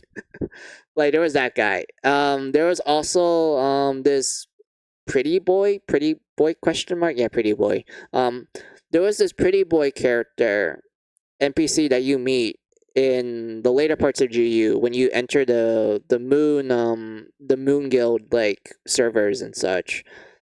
Like it's revealed that this person is a adapted rogue, and they use twin blades and they switch into a staff that makes them essentially a healer and such. And I think, like lore wise, this person used to have another avatar, but you don't know much about this avatar until you read the spin off manga. And I don't remember the name of that one, so like I do apologize, Rudo. I don't remember that one, so I can't really talk about that one. But like, yeah, man, there's so many like things about Dot Hack World that's very interesting. I also feel like in Dot Hack, they made the writing between the players realistic. Like they feel like actual like human players and such. Also, I just noticed a chatter. Hey Mizu, I guess I'm way too late. Hey Gwen, how are you? Yeah, technically this is the end of the stream, but I've been talking to Rudo a lot to the point where it's like 7 hours. And if you want to know when I like pull up the screen, screen, I pull the screen up around the 5 hour mark. So for the last 2 hours, I've been talking to Rudo about like God Eater, Dot Hack, and we were like watching the openings of God Eater as well. And like I was asking Rudo to guess who animated it, and Rudo was spot on. Like Rudo immediately knew who animated those openings. And also, what do you write down? Just woke up. Hurry, I'm doing fine, Gwen. Like I didn't mean. Well, yeah, I'm doing fine. So I am gonna do a stream Tuesday, not tomorrow. I have to change that in my about page. I do apologize of me changing my schedule a lot. It's because of the painting of the house and such. Like I just finished doing the closets like my family wanted me to paint the closets of every room, so we managed to finish that. The next thing we're gonna do is some touch ups on like some like parts of the house that we feel like we need to add a little bit more paint. I don't feel like there was enough paint when we first did it, so because of that, the walls look really off, and we have to paint the doors as well and such. Well, not my room door. Like we're gonna paint the doors for the front door and the what do you call it? The garage door. So yeah, we're just gonna do that and also touch ups, and then I'm hoping at that point I'd be done with painting the house, and I will pretty much go back to my usual schedule and whatnot. You know, weekends, and like I'd be back to like streaming as usual and such. But like yeah, that's how I've been going and such. And what the Rudo wrote down, free talk moment. Yep, it is. And whatnot. So since you came in late, Gwen, I was playing God Eater Burst and such, which was a game that came out on the PSP in 2011, and I love that game a lot. It's like one of my favorite PSP games. And if you're wondering, like, what is God Eater, you ask? Well, it's essentially a Monster Hunter like game if you're familiar with those games. And the best way I would describe it is that, okay, picture a Monster Hunter, but it's post-apocalyptic. It's more of a modern setting. And that the monsters you fight are called Aragami, which are named after the many gods. Well, they're named after gods of many cultures and mythologies. Yeah, it's like we Monster Hunter with Edge World and stuff. Yeah, exactly. So you do kind of know what I'm talking about, Gwen. I love the God Eater games. Like, I know people would describe it as like Weeb and Edge and shit, but like, I would agree to some extent. But when you actually like sit down and like read about the lore and whatnot, you realize that the lore itself, like the world of God Eater, is actually well built. Like it doesn't feel like they just built it to make it edgy and shit. Like they actually put a lot of thought to it.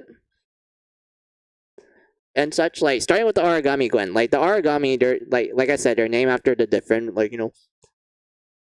beings on many cultures and mythologies. And they are essentially like what you're fighting and whatnot. And you play as a God Eater. Yes, you are literally called a God Eater. And you use these weapons called God Arcs. And they're the only thing that can damage the Aragami. Because you wanna know why? It's because the Aragami is made from these cells called oracle cells. And they are these single cell organisms that can eat anything. And I mean they can eat anything. To the point that they can eat radiation and nuclear waste. The oracle cells are tanky as hell. And not only that, but we learned that in the lore, in 2050, there was an Aragami outbreak because at this point in the timeline, when the oracle cells were first discovered, they were the single cell organisms, mind you. Like they just ate everything and that's it. But the one thing that they forgot to like mention, or like they find out too late, is that oracle cells, when they eat stuff, they inherit the traits of what they eat. So eventually these oracle cells end up eating a multi-cell organism, and they learn essentially what makes a multi-cell organism, what it is. And as a result, these single-cell organisms start piling up together to form a giant monster. And those are the Aragami. And in the year 2050, essentially you have these huge outbreaks of these giant monsters that start attacking humanity and shit and like eating everything on sight. And if you're wondering like, can we just use nukes or like bullets at them?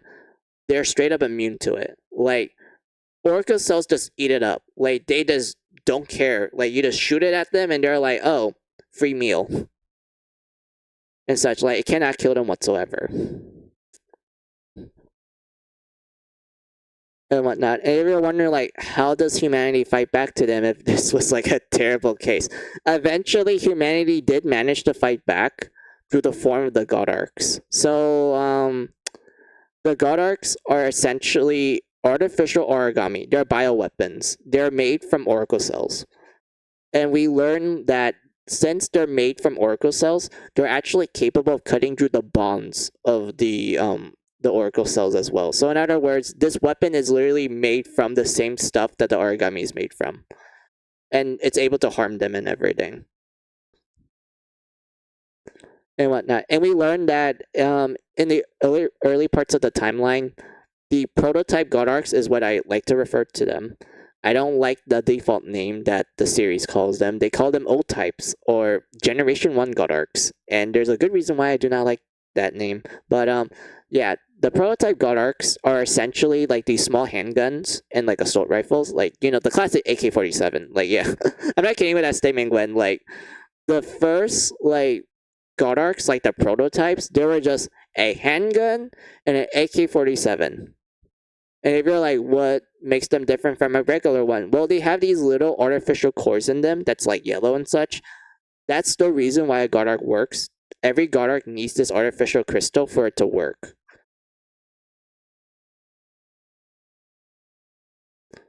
And such. But like, yeah, these like these guns, these like small handguns, this AK-47, they're the prototype God Arcs. They're able to like kill some Aragami, like an Ogre Tail, which is not a huge feat to be honest, because Ogre Tails are like the weakest enemy in the franchise. But like, yeah. But yeah, they did manage to kill some of them. But for the bigger guys, like the Kongos, which are essentially these giant ape Aragami, or the Goboros, which are essentially giant fish, or better yet, like something like this. Hold on, I need to turn off my Firefox real quick.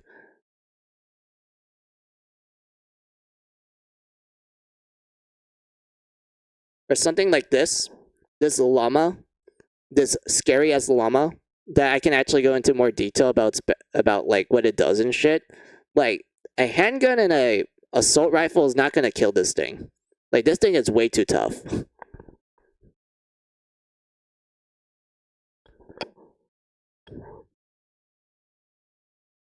And such. So this eventually leads to the creation of what I like to call the Generation 1 God Arcs. Like the actual God Arcs that people are familiar with in the games.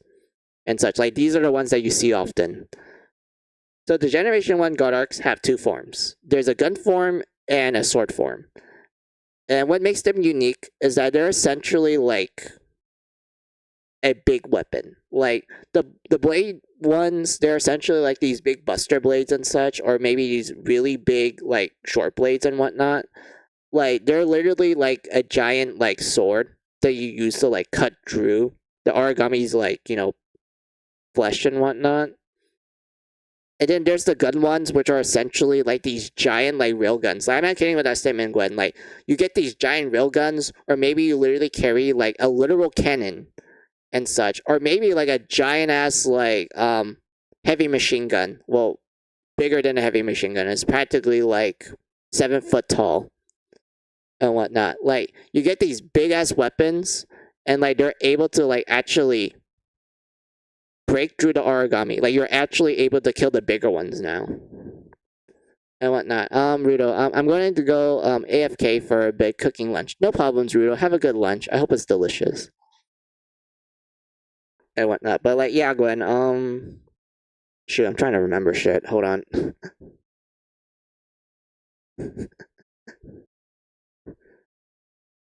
And whatnot. But like, the only problems for the Generation 1 God Arcs is that they're only stuck in two flavors. It's either a blade or gun. You can't like, they can't switch between the two. But that's when Generation 2 comes in, Gwen. So this is the generation that our main character is based on. For God Eater 1, we are Generation 2 God Arcs. Sorry, God Eaters. We use Generation 2 God Arcs, which can switch between the sword and gun form freely, which is like amazing. Like, that's the cool thing about it. But if you're wondering, like, oh, does that make our main character special and whatnot? No, that's not really what makes us special. We're considered normal and whatnot, because every Generation 2 God Eater, they always have this type of God Arc. So we're not considered like, you know, rare or unique. We're just considered like the next generation and such. And I like it. Like I like how they don't treat you as like, you know, you're the special one, you're the chosen one. They're like, nah, fam, you're the new generation, you get the new tech and whatnot, but you're still a god eater and whatnot. You can still die like everyone and everything. And then you get to God Eater 2, where that's the dirt generation. I can kind of talk. I don't think I can talk about those ones, Gwen, because that one requires a little bit of story context. But like, yeah, and then we get to God Eater. Wait, I get the general idea. I played God Eater 3, but didn't finish it. I should finish it eventually. It was kind of fun. Yeah, God Eater 3. I do like that game, even though it's like my least favorite. But like, yeah, God Eater 3 is pretty good. Like, I'll say this, Gwen. I do feel like God Eater 3 was meant for beginners. Like, it was literally designed for beginners. Because, like, when you compare the HP amount of the Aragami of 3 compared to the previous games, it's like comparing a straw to a tank. And I'm not even kidding with that statement, Gwen.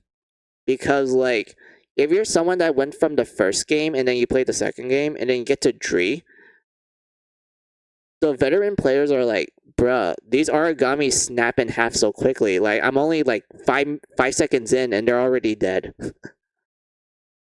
And such. Like, granted, that's like a veteran player. But to a new type person, like someone who just joined in the franchise and shit, they're like, oh, this is pretty challenging. Like, I it took me like a good 3 minutes to kill it. That's like the average length, mind you, Gwen. Like, it takes roughly like 2 or 3 minutes to kill an Aragami, to be honest. But like, yeah, you're like, this is decent. Like, I don't think it was that bad. Like, and then you get to the veteran, and they're like, bro, we're just one shotting these, and like we're using beginner gear.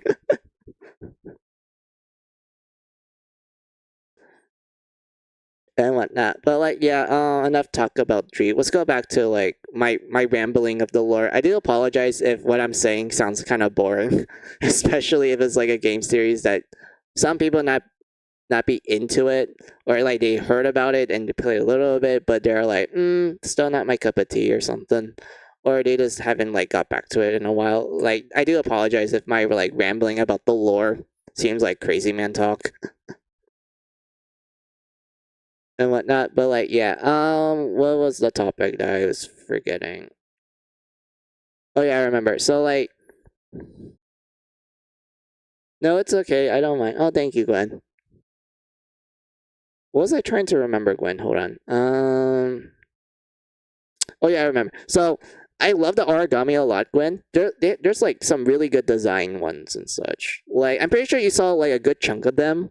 Like, you saw the Varja, you saw the Ogre Tails. I love the Ogre Tails, even though they're piss easy and whatnot. You probably saw some of the new ones that reintroduced, like Anubis or Raw or Donine. I think that's his name, Donine.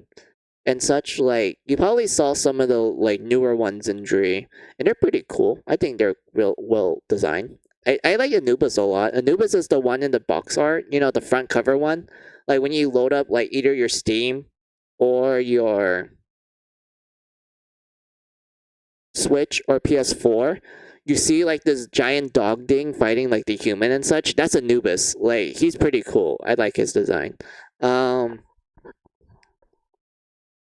whatnot. Like, I love the Aragami a lot. I like a good chunk of them. Like, here's some of my like the ones that I like, Gwen. Hold on.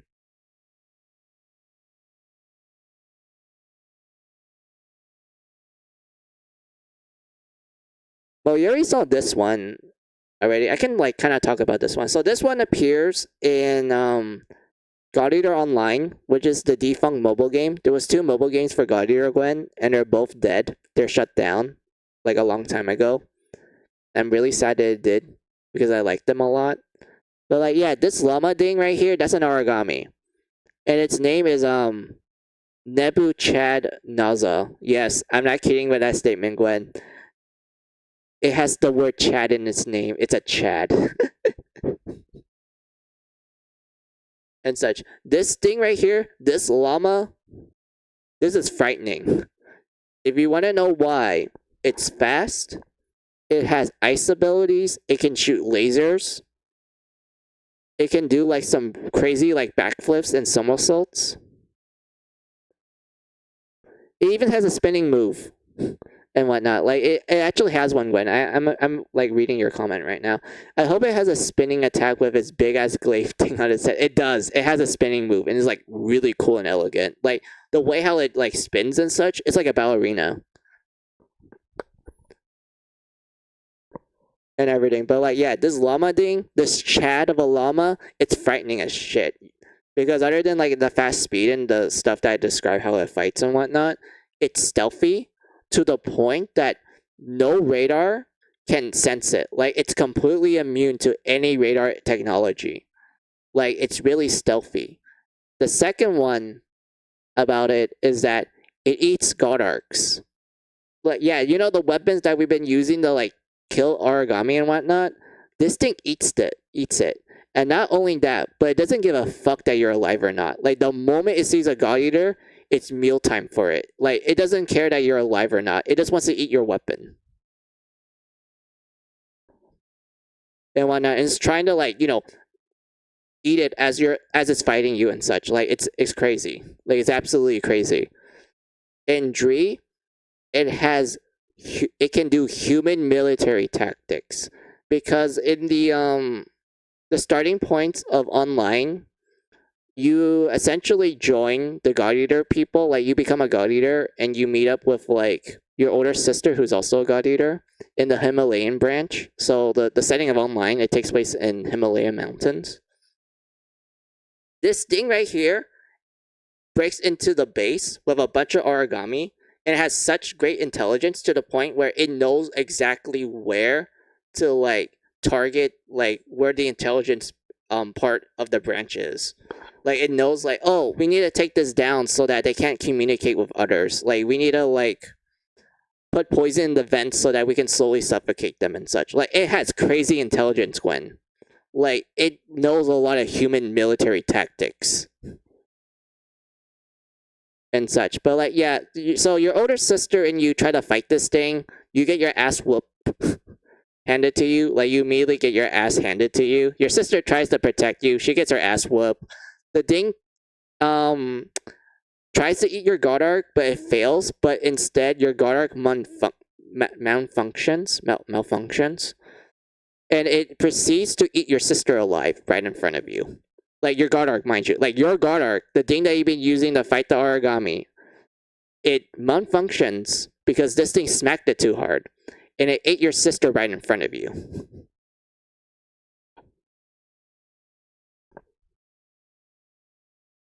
And whatnot. And then after that, it just leaves you alone. Like it just disappears. Like it doesn't care anymore. It just goes away.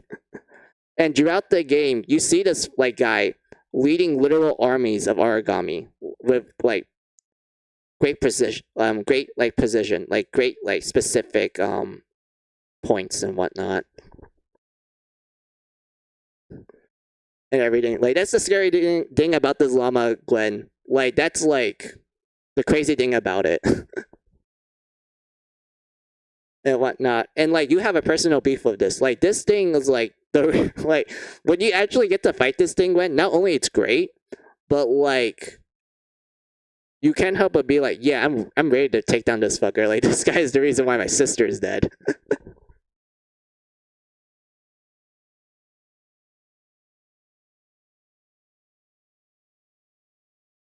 And whatnot. But I'll show you the other ones that I like, Gwen.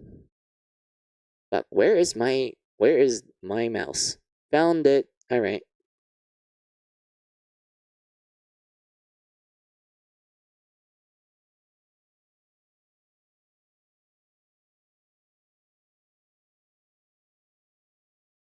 It's a crocodile. So this guy appears in God Eater 2. And it's just a crocodile, but it has an electric generator on its back. So it's essentially shooting electricity everywhere. Like all of its attacks are electricity based and whatnot. And like, look at it. It's an alligator. Who doesn't like a good old gator? It's an electric gator.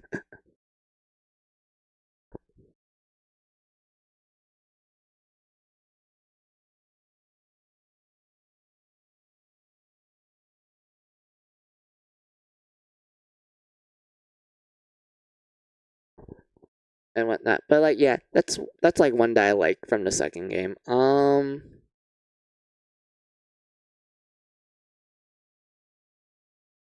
Going to make myself going to make breakfast for myself. I won't type, but I'll still listen. No problems, Gwen. It's important to eat. You just woke up too, so please eat. And breakfast is important.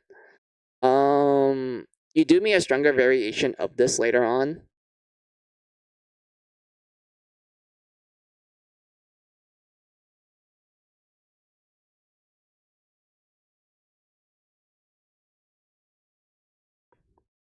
Look at this big boy. It's just an electric gator, but they literally put a cannon on its head, so it's able to like shoot bullets at you. And not only that, but when it opens its mouth, it just shoots bombs and such before like lunge to like bite you, because that's how alligators bite and whatnot. Like they grab on the prey and they like twist around and such to try to tear off the flesh and whatnot. That's literally how alligators eat and whatnot. Like they literally just turn themselves into a Beyblade. Like they use their mouth to grab into their prey, and then they spin like a Beyblade to like try to tear off the flesh and such. That's literally how alligators eat, and also crocodiles to an extent.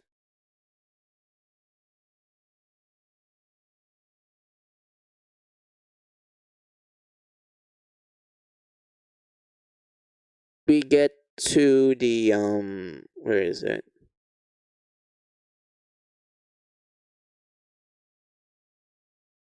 We get to the Sarens. Sarens. I think it's called Sarens. Hold on. It's a little big. Let me shrink it a little. So yeah, we have the Sarens. I thought they were cool. They appear in the first game. They're essentially they're essentially like butterfly ladies. Like they're literally called butterflies. Like they're considered like they're called the witch butterfly, I believe, in the game. Like that's their like title and such. But like yeah, the Sarens are essentially these butterfly girls with a giant eyeball on top of their head. They have eyeballs where their wings are. Well, it looks like eyeballs, but it's not actual eyeballs. It's their butterfly wings. They are big booba lady and such. And like they have a sense of elegance to them. Like they kind of dance around the battlefield. They're also fucking annoying as well because they fly everywhere. And like don't be fooled by her appearance. She's a toxic lady because all of her attacks has like poison effects on it. So like if she hits you, you get poison and such. So yeah, toxic butterfly lady.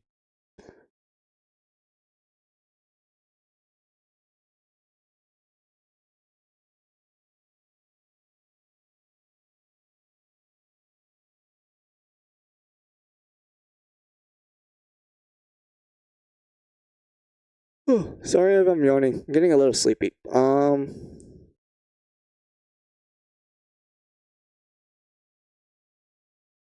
Then we get to my favorite, like Aragami into like this is like my absolute favorite one in the second game. Absolute favorite. Hold on, let me make it a little bigger. There we go. So yeah, this Aragami is like my straight up favorite. If you want to know what it's called Nyx. Yeah, Nyx Alpha. So this is called the Nyx Alpha, and it's pretty much a variation of the Sarens, but it's a really good variation because like look at this. The inside of it is space. It's the galaxy.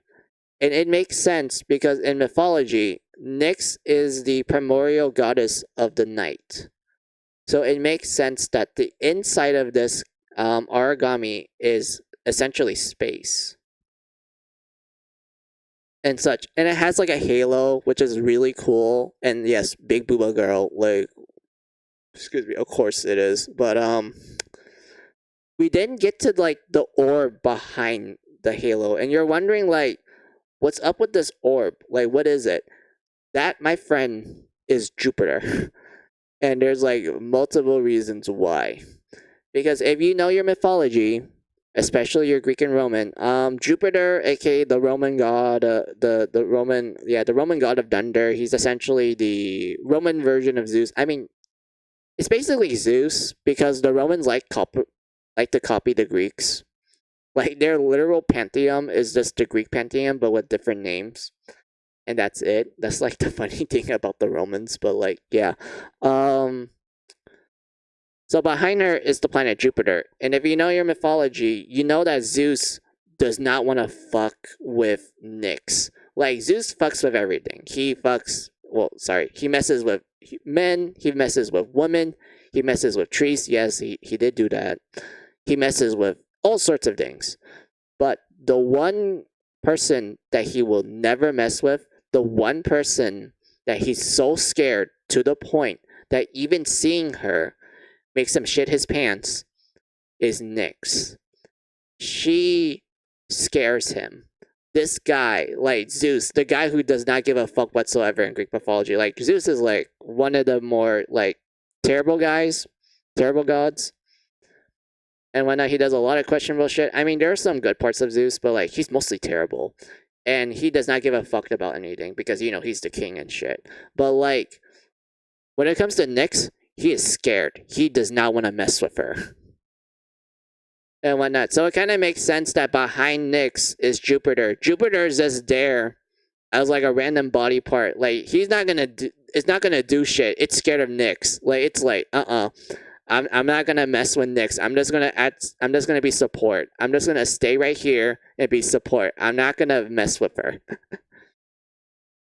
And I like it. It's such a good design. Like, it's really good. Like, when you ignore the big booba part, or you're just fine with the big booba part, like, when you see other parts of the design, you can't help but be like, yeah, that's pretty accurate to the Greek mythology and such. Like, I love it a lot. I understand that people always see God Eater as, like, weeb Monster Hunter and edgy world and shit. Like, I do agree to some extent it is, but, like, there's so much more to it than that. Like, it's always like, oh yeah, the first impression of it is that, and like, that's how people base their like opinions on it and such. Like, I don't mind if they do it as like a joke and shit, but like, there's so much more to it. Like, there's so much more to it, Gwen. And whatnot. But like, yeah. Also, I noticed that Rudo is back. Hey, Rudo. I was just showing Gwen some of the Aragamis in the series. They're also making breakfast. They're also making food as well. Well, for them, it's breakfast. For you, is lunch. And when I was just talking about Nyx. Nyx? Yeah, Nyx. And now I'm gonna show Gwen, like, my absolute favorite one. You know what I'm talking about, Rudo. And such. Since you already heard me talk about it, Rudo, you don't really need to listen to me. Like, I can kind of understand, like, some people that already are in my chat that's with me since the start. They're like, oh, I don't really want to listen to this again music. So I'll just kind of like drone you out a little bit. I completely understand that. Like, that's completely fine.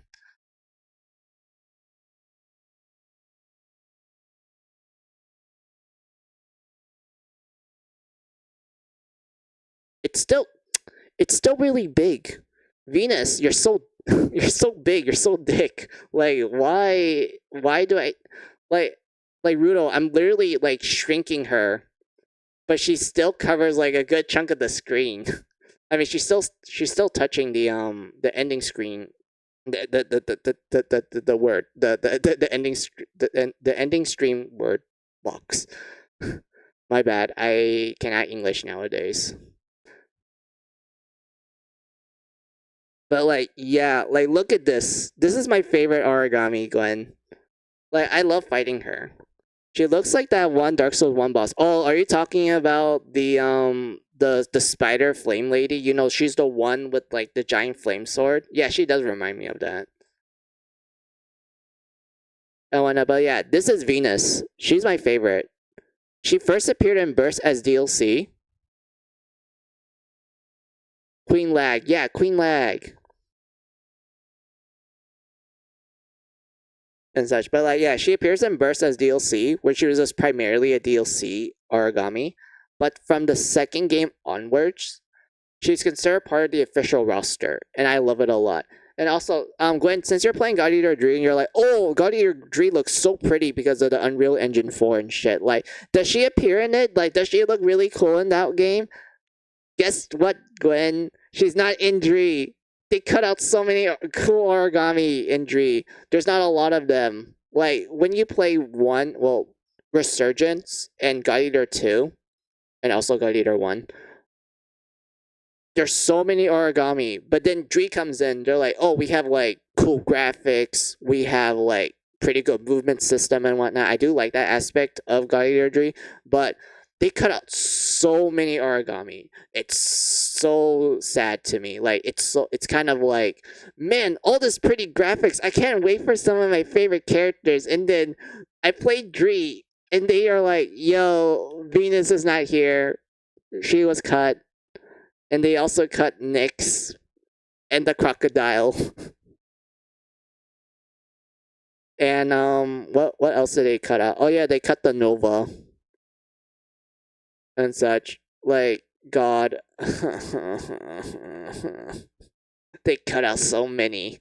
Like, I was really sanguine. Like, I was actually really sad to find that fact out. They're like, yeah, this is Venus. I love her. I love fighting her too. She's so fun when, like, she has like really cool mechanics and whatnot. So I will go into detail about the Venus. You can tell by how she looks. She's like Chimera. She's a Chimera Aragami. Like, her front legs are based on the Chiyu. If you remember this, Gwen, I'm pretty sure they're in God Eater 3. They're essentially the martial art bird people. Like, you see like this giant bird guy with like, you know, two big arms and also hands, and also like another pair of arms that's like in a folding position and such. And he's like, when he spots you, he's like, come and get me. Like, you know, he does that martial art pose and whatnot. Yeah, that's the Chiyu and whatnot. Her front legs are the Chiyu arms. On her on this side with the giant scorpion tail, that's the Borgs, which are essentially okay, so imagine a scorpion, Gwen, but you replace the pincers with shields, and that the scorpion is essentially wearing knight armor, and it stands up like a knight. Like, imagine that. Like, imagine a scorpion knight, and its tail is like a giant sword. And such. That's what the Borgs are. And that's its tail right there, coming out of her, like, left side. On her right side is the eye of the Sarens, which is the butterfly lady that I showed earlier. Like, it's just there to, like, shoot lasers at you. And then there's the top part of her with the missile launchers. Those are from the Quetzalcoatls, which are essentially like, I think they're also in Dree 2, Gwen. So those are, if you remember, they're the elephant Aragami. They have like missile pods on the side. They like shoot missiles everywhere. Like, they open up their chest to shoot like a giant like nuke missile and such. Like, yeah, those are the Quetzalcoatls. So its missile launchers are like her back, and then you get to her butt, which is like a Goboros face. Like, I'm not kidding about that statement. Like, her butt is the Goboros, which is the fish guys. Like, I hope you remembered this, Gwen, because they also appear in Dree. I'm not like pressuring you to remember. I'm just hoping that, like, oh, do you kind of vaguely remember it and such? But like, yeah. Yeah, so when she's like moving around and she trips and shit, the the Goboros like head comes out of her ass and then shoots bullets at you. She literally has an ass cannon. She literally has an ass gun and whatnot. And then we get to, like, you know, the Venus itself, the human body part of it. This is Venus, the red hair girl. That is Venus. That is technically her true body. Everything else is just like, you know, stuff that she absorbed and everything. And if you want to know the backstory to this, according to the data logs, the Venus used to be an Aragami that was like, I would say beautiful, but it became so obsessed with beauty that it essentially starts like taking pieces from other Aragami and just meshing it into her to essentially achieve ultimate beauty. And this is the result. This is Venus. This is why she looks like this. She wants to be beautiful. She does essentially takes the body parts of other Aragami and just mush it into herself.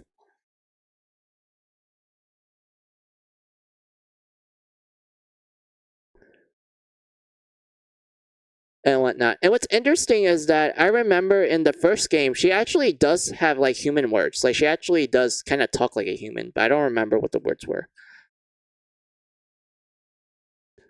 And such. But anyway, let's talk about fighting her, Gwen. So what makes her so unique is that when you break her armor parts, they actually reduce her moveset. So let's say you break the part that has like the scorpion tail and such. When you do that, she can no longer use it. And then if you break the ones with the missile pads and such, when you break that, she can't use those anymore. If you break the one with like the Saren's like eye and whatnot, you break it, can't use it anymore. You break her ass cannon, no ass anymore. And such. And that's like the fun thing about Venus is that you could technically reduce her moveset by just breaking her armor parts. And it's like amazing. I love it a lot.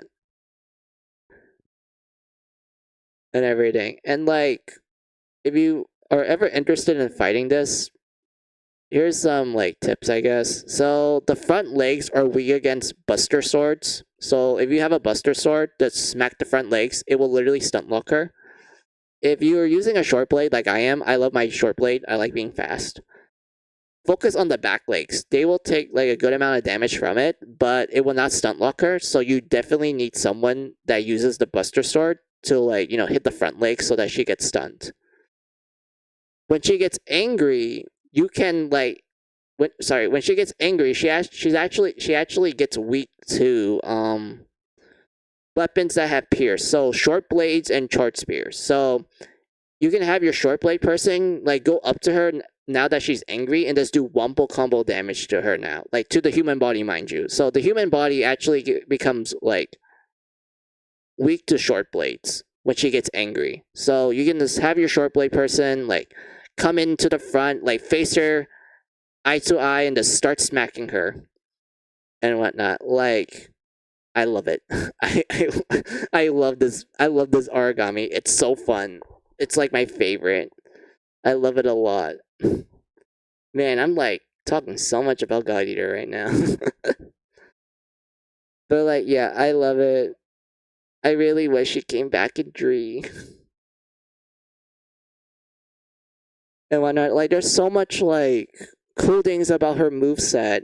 And yet, like, whenever I talk to someone about God Eater, they're just like, it's just a big booba girl. Like, what's so great about it? And then, like, you have me like talking about like how you fight it and such, and like the cool parts about it and everything. And then I talk about like the backstory to why this Aragami like is the way it looks and everything. And it makes you go like, oh, that's like really cool like design. That's like well put together and such. But like everyone's first impression is that it's big booba girl. Like I don't mind that. It's like that's the first thing I noticed too. But still, it's like there's more to it.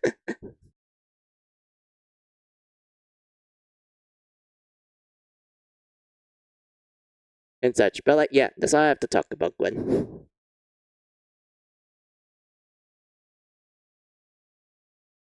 Man, I did a lot of talking today. What time is it right now? Let's see. It's 7 hours and 50 minutes. All right. So, what time is it right now for me? Oh my god, it's almost okay.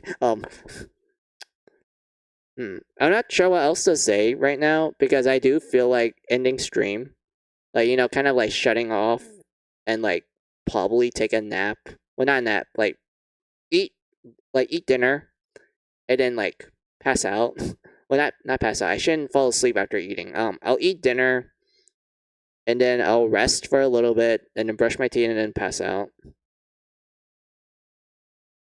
and such. But like, yeah, I do feel like ending soon. So like, I'm not even sure if I can talk anymore now. Now that I'm thinking about it, I feel like I already exhausted like a lot of the things I can talk about. To be honest, with you, Rudo and Gwen, and also anyone else in chat. I feel like I already talked a lot for this stream. And I didn't even mean for the stream to be long, like at all. Like I meant for it to be like, are you guys ready to laugh how long I wanted the stream to be? I wanted the stream to be roughly like 4 hours. I wanted it to be 4 hours because I was like, oh, I want to make a short surprise stream. And like, that's maybe play this game that I like a lot, and who knows, maybe someone might come in and chat with me and such. It's just gonna be like a short stream and everything. But now it's almost 8 hours. Yeah, 8 hour stream is no joke. It's it's not. I didn't mean for it to be 8 hours.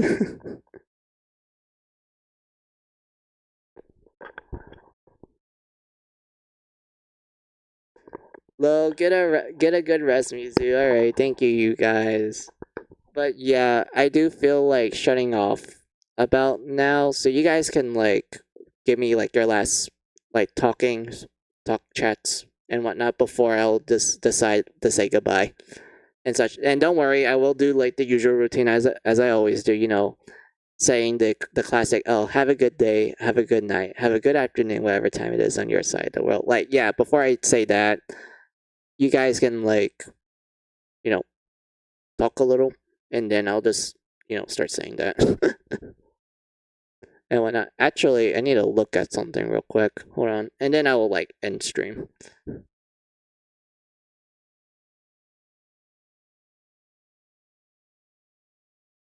Hold on, I need to check something real quick. Where's that file?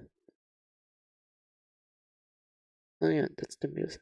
Honestly, Gwen and Rudo, I've been thinking about stuff.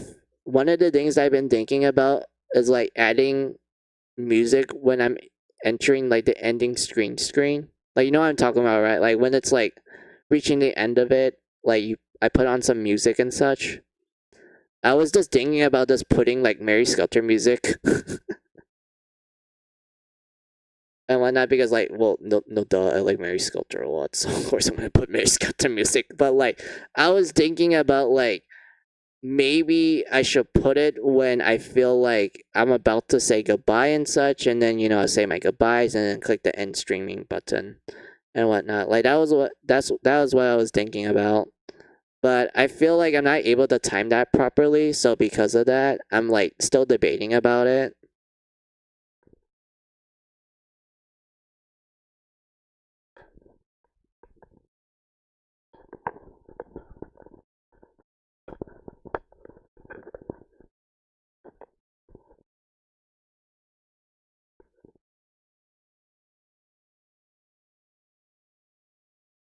But I think Greta really should get a job as a scientist in some sci-fi world. How she speaks definitely feel like she will work at Black Mesa. Yeah, Greta is definitely someone like that. Let's be real, Greta is definitely someone like that.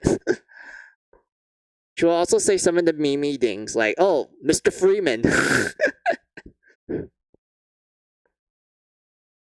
and whatnot. But like, yeah, it seems like a good idea. Yeah, I have a playlist for starting/ending streams too. Oh, you stream, Gwen? Oh, that's nice. Let me give you a shout out. Also, Rudo as well, since you're both here.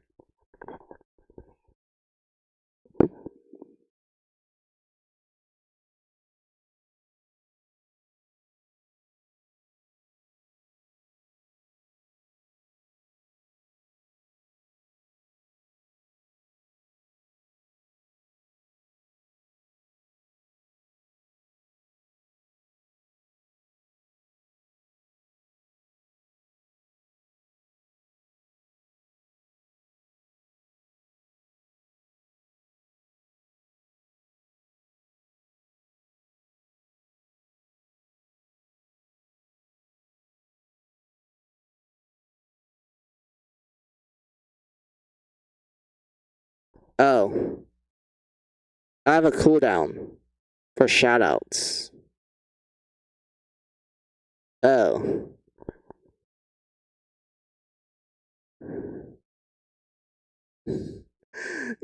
Gwen and Rudo, they literally said that, oh, you have to wait 1 minute and 45 seconds before giving another shout out. Are you kidding me? Fine.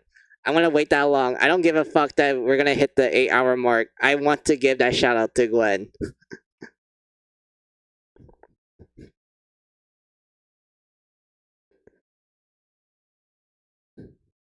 And whatnot. But yeah, what do you wrote down real quick? No need to, haha. I haven't streamed this year at all. Nah, I'll still do it, Gwen. And whatnot. What else do you wrote down? Let's see. Oh yeah, Rudo. Residence, resident, resonance. Cascade. Yeah, I can see Gretel being getting a Half-Life HEV suit. Well, Yeah, HEV, not HIP. Yeah, oh, I get the joke, Riddle. Yeah, honestly, I can picture Gretel wearing that. Yeah, she'd be wearing that half-light suit and whatnot. Who would be the G-Man for Gretel? Will it be Hanzo? I think Hanzo would make a good G-Man. Okay, thanks. No problem, Gwen. I'm just waiting for this cooldown to, like, go away so I can give you the shout out and whatnot. But, like, yeah. Um, fuck, what I'm trying to remember now. Oh, yeah. Would Jack work in Half Life? I mean, Jack is too gentle of a guy, to be honest. I don't think he's gonna wield a gun or a What does fuck? What was the melee weapon of Half Life again? Oh, yeah, crowbar. My bad, a crowbar. I don't think Jack can. Yeah, a crowbar. Yeah, I don't think Jack will use that. He's too much of a gentle guy.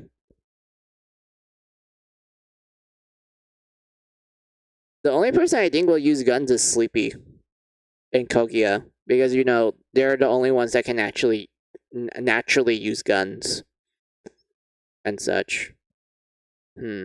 Maybe Alice or Red. I feel like Red could also use gun. Yeah, Red can use guns too. She can fit well being a Gordon Freeman. Actually, yeah, either Gretel as the G-Man or Hansel as Gordon Freeman, or Gretel as Gordon Freeman or Hansel as the G-Man. I honestly, Hansel as G-Man sounds pretty pog. Not gonna lie. Like, imagine Hansel just going up to her face and is like, "Oh, I'm a little shy, Mr. Freeman," and whatnot. Like, it's hilarious.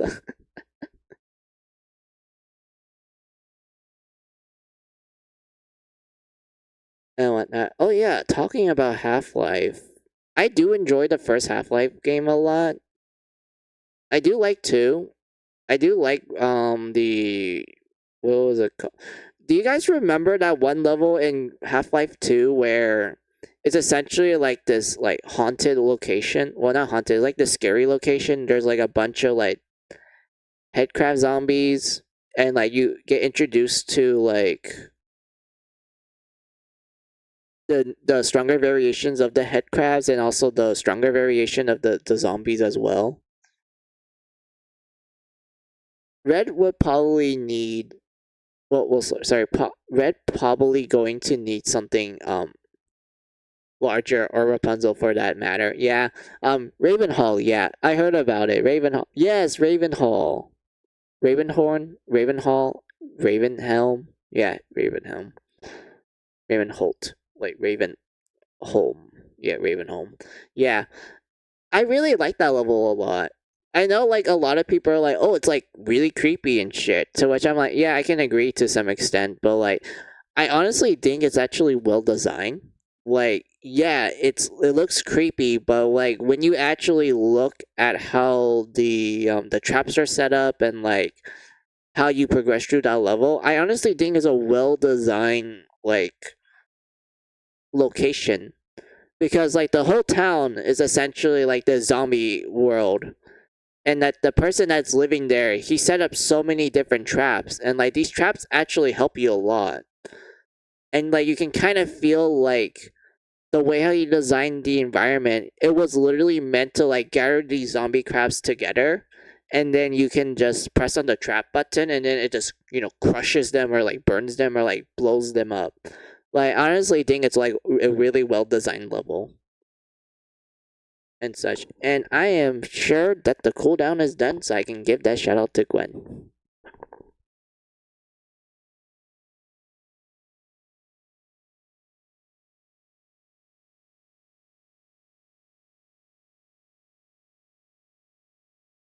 Yay! I shot Gwen out. Hooray!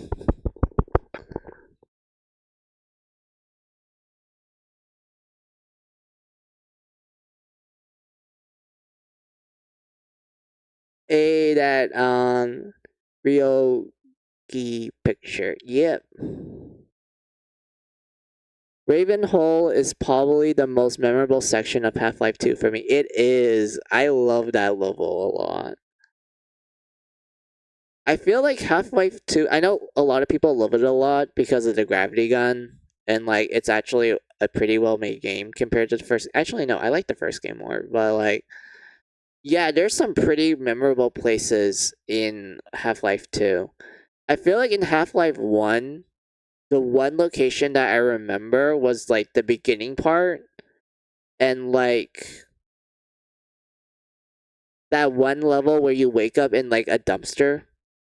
Like I remember that one, and there was also like the final parts of the game. You know what I'm talking about, right? Like the when you enter the alien world and then you have to do some really bad platforming and shit. Like I actually remember that level, and unlike most people that complain about how bad like the gravity is and shit, I actually liked it. I thought it was not that bad. I honestly thought that the level, like the final level and shit, was actually decent. I didn't mind that I have moon gravity boots. And I didn't mind the platforming either. I thought it was fine. And whatnot. And also heart. No problems, Gwen. Everyone gets a shout out here. Well, I mean like people that are chatting with me and are probably streamers as well. Yeah, you guys get a shout out. I always forget to do shout outs because it's kind of rare for me. But like, yeah. Oh, it is now. Oh, it's 8 hours now. But yeah, okay. So I am gonna call it off right now, like for realsies. Like I'm gonna call it off right now, Rudo and Gwen. So I really want to thank everyone in the chat for like sticking this long. I didn't mean for it to take this long and such. I managed to play a game that I really like a lot growing up, especially on the PSP. Even though I'm not using an actual PSP to play it, I have to use other means too. But I get to talk a lot about the lore of God Eater and how much I like it, and like the Aragami and like the designs of them. Like I really love it a lot and everything. And I get to talk about like the mobile games of God Eater that most people are not really know about because they shut down like a way long time ago, and I miss them a lot and everything. And then I managed to talk to one person that rated me about Mary Skelter. Yes, I ended up going into like a huge like Gwen and Rudo. Like if you watch the VOD, I hope that the VOD doesn't get like copyright strike and shit. Like if you guys watch the VOD, the middle part of the stream was literally just me talking about Mary Skelter to the person who rated me, which I am actually familiar with that person. I did like met them a lot in other people's like chats and such, and I do get along with them to an extent. But yeah, they rated me and they're like, "Oh, you're playing God Eater. I like God Eater too." And then we like talked about God Eater for a little bit, and then I start talking about Mary Skelter, and then I got interested in it. I ended up just going into like a huge like a talk about Mary Skelter from the first game and like the loading screens for it. I even showed them like the music of Mary Skelter, and I was like, "Yeah, the music is like very pog," and like they get to listen to it, and they're like, "Bruh, this shit should have been like game of the year. Like it should have got soundtrack of the year." And whatnot, and they like enjoy the music a lot. They really liked it when I was talking about like the loading screens for like each of the dungeons and such. Like Gwen and Rudo, like you've seen them, right? Like you've seen the loading screens that I use as like the backdrop for my like stream layout and such. Like yeah, I like got into like detail about those and such, and like their connections to the fairy tale and everything. And like yeah, like I literally like that portion of the VOD, like that portion of the stream was literally just me talking about Mary Sculpture, which is like, you know, the usual. That's the usual Mizu way. And whatnot. Also, we wrote down video. Oh, I hope Finale gets Steam soundtrack of the year. Yes, it definitely deserves it. Like Finale has like the best soundtrack of the franchise, if you ask me. But like, yeah. enough jibber jabber for me. I am still trying to thank you guys for like, chatting with me. Like, it's been such a long time since I saw all of you. I do apologize that my schedule is like very non-consistent anymore because of like stuff happening in my life and whatnot. I do apologize for that. But I am hoping that once we finish painting the house, I will go back to my usual schedule.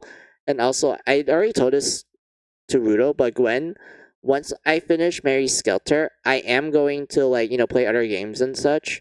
And how I'm gonna handle that is that one day I will play a game, and then the next day I'll play a different game and such. Like, certain days I will play like certain games and such. Like, for example, for Fridays, I want to make that one the days where I play Final Fantasy. And then I make like Saturdays, like, just a random game that I was like thinking about streaming and such. And then I'll make Sunday essentially God Eater streams. Like, that's like my general plan, Gwen. I might change in the future, but that's like my general plan. After I finish Mary Skelter, of course. Like, this is after I finish it, Gwen. Like, this is after I finish everything related to Mary Skelter, and I officially could say happy ever after to the franchise and such. Like, once we get to that point, Gwen, I will, like, start doing what I just told you and such. But I might change it a little bit as, I go on and everything. But yeah, that's the general plan and everything.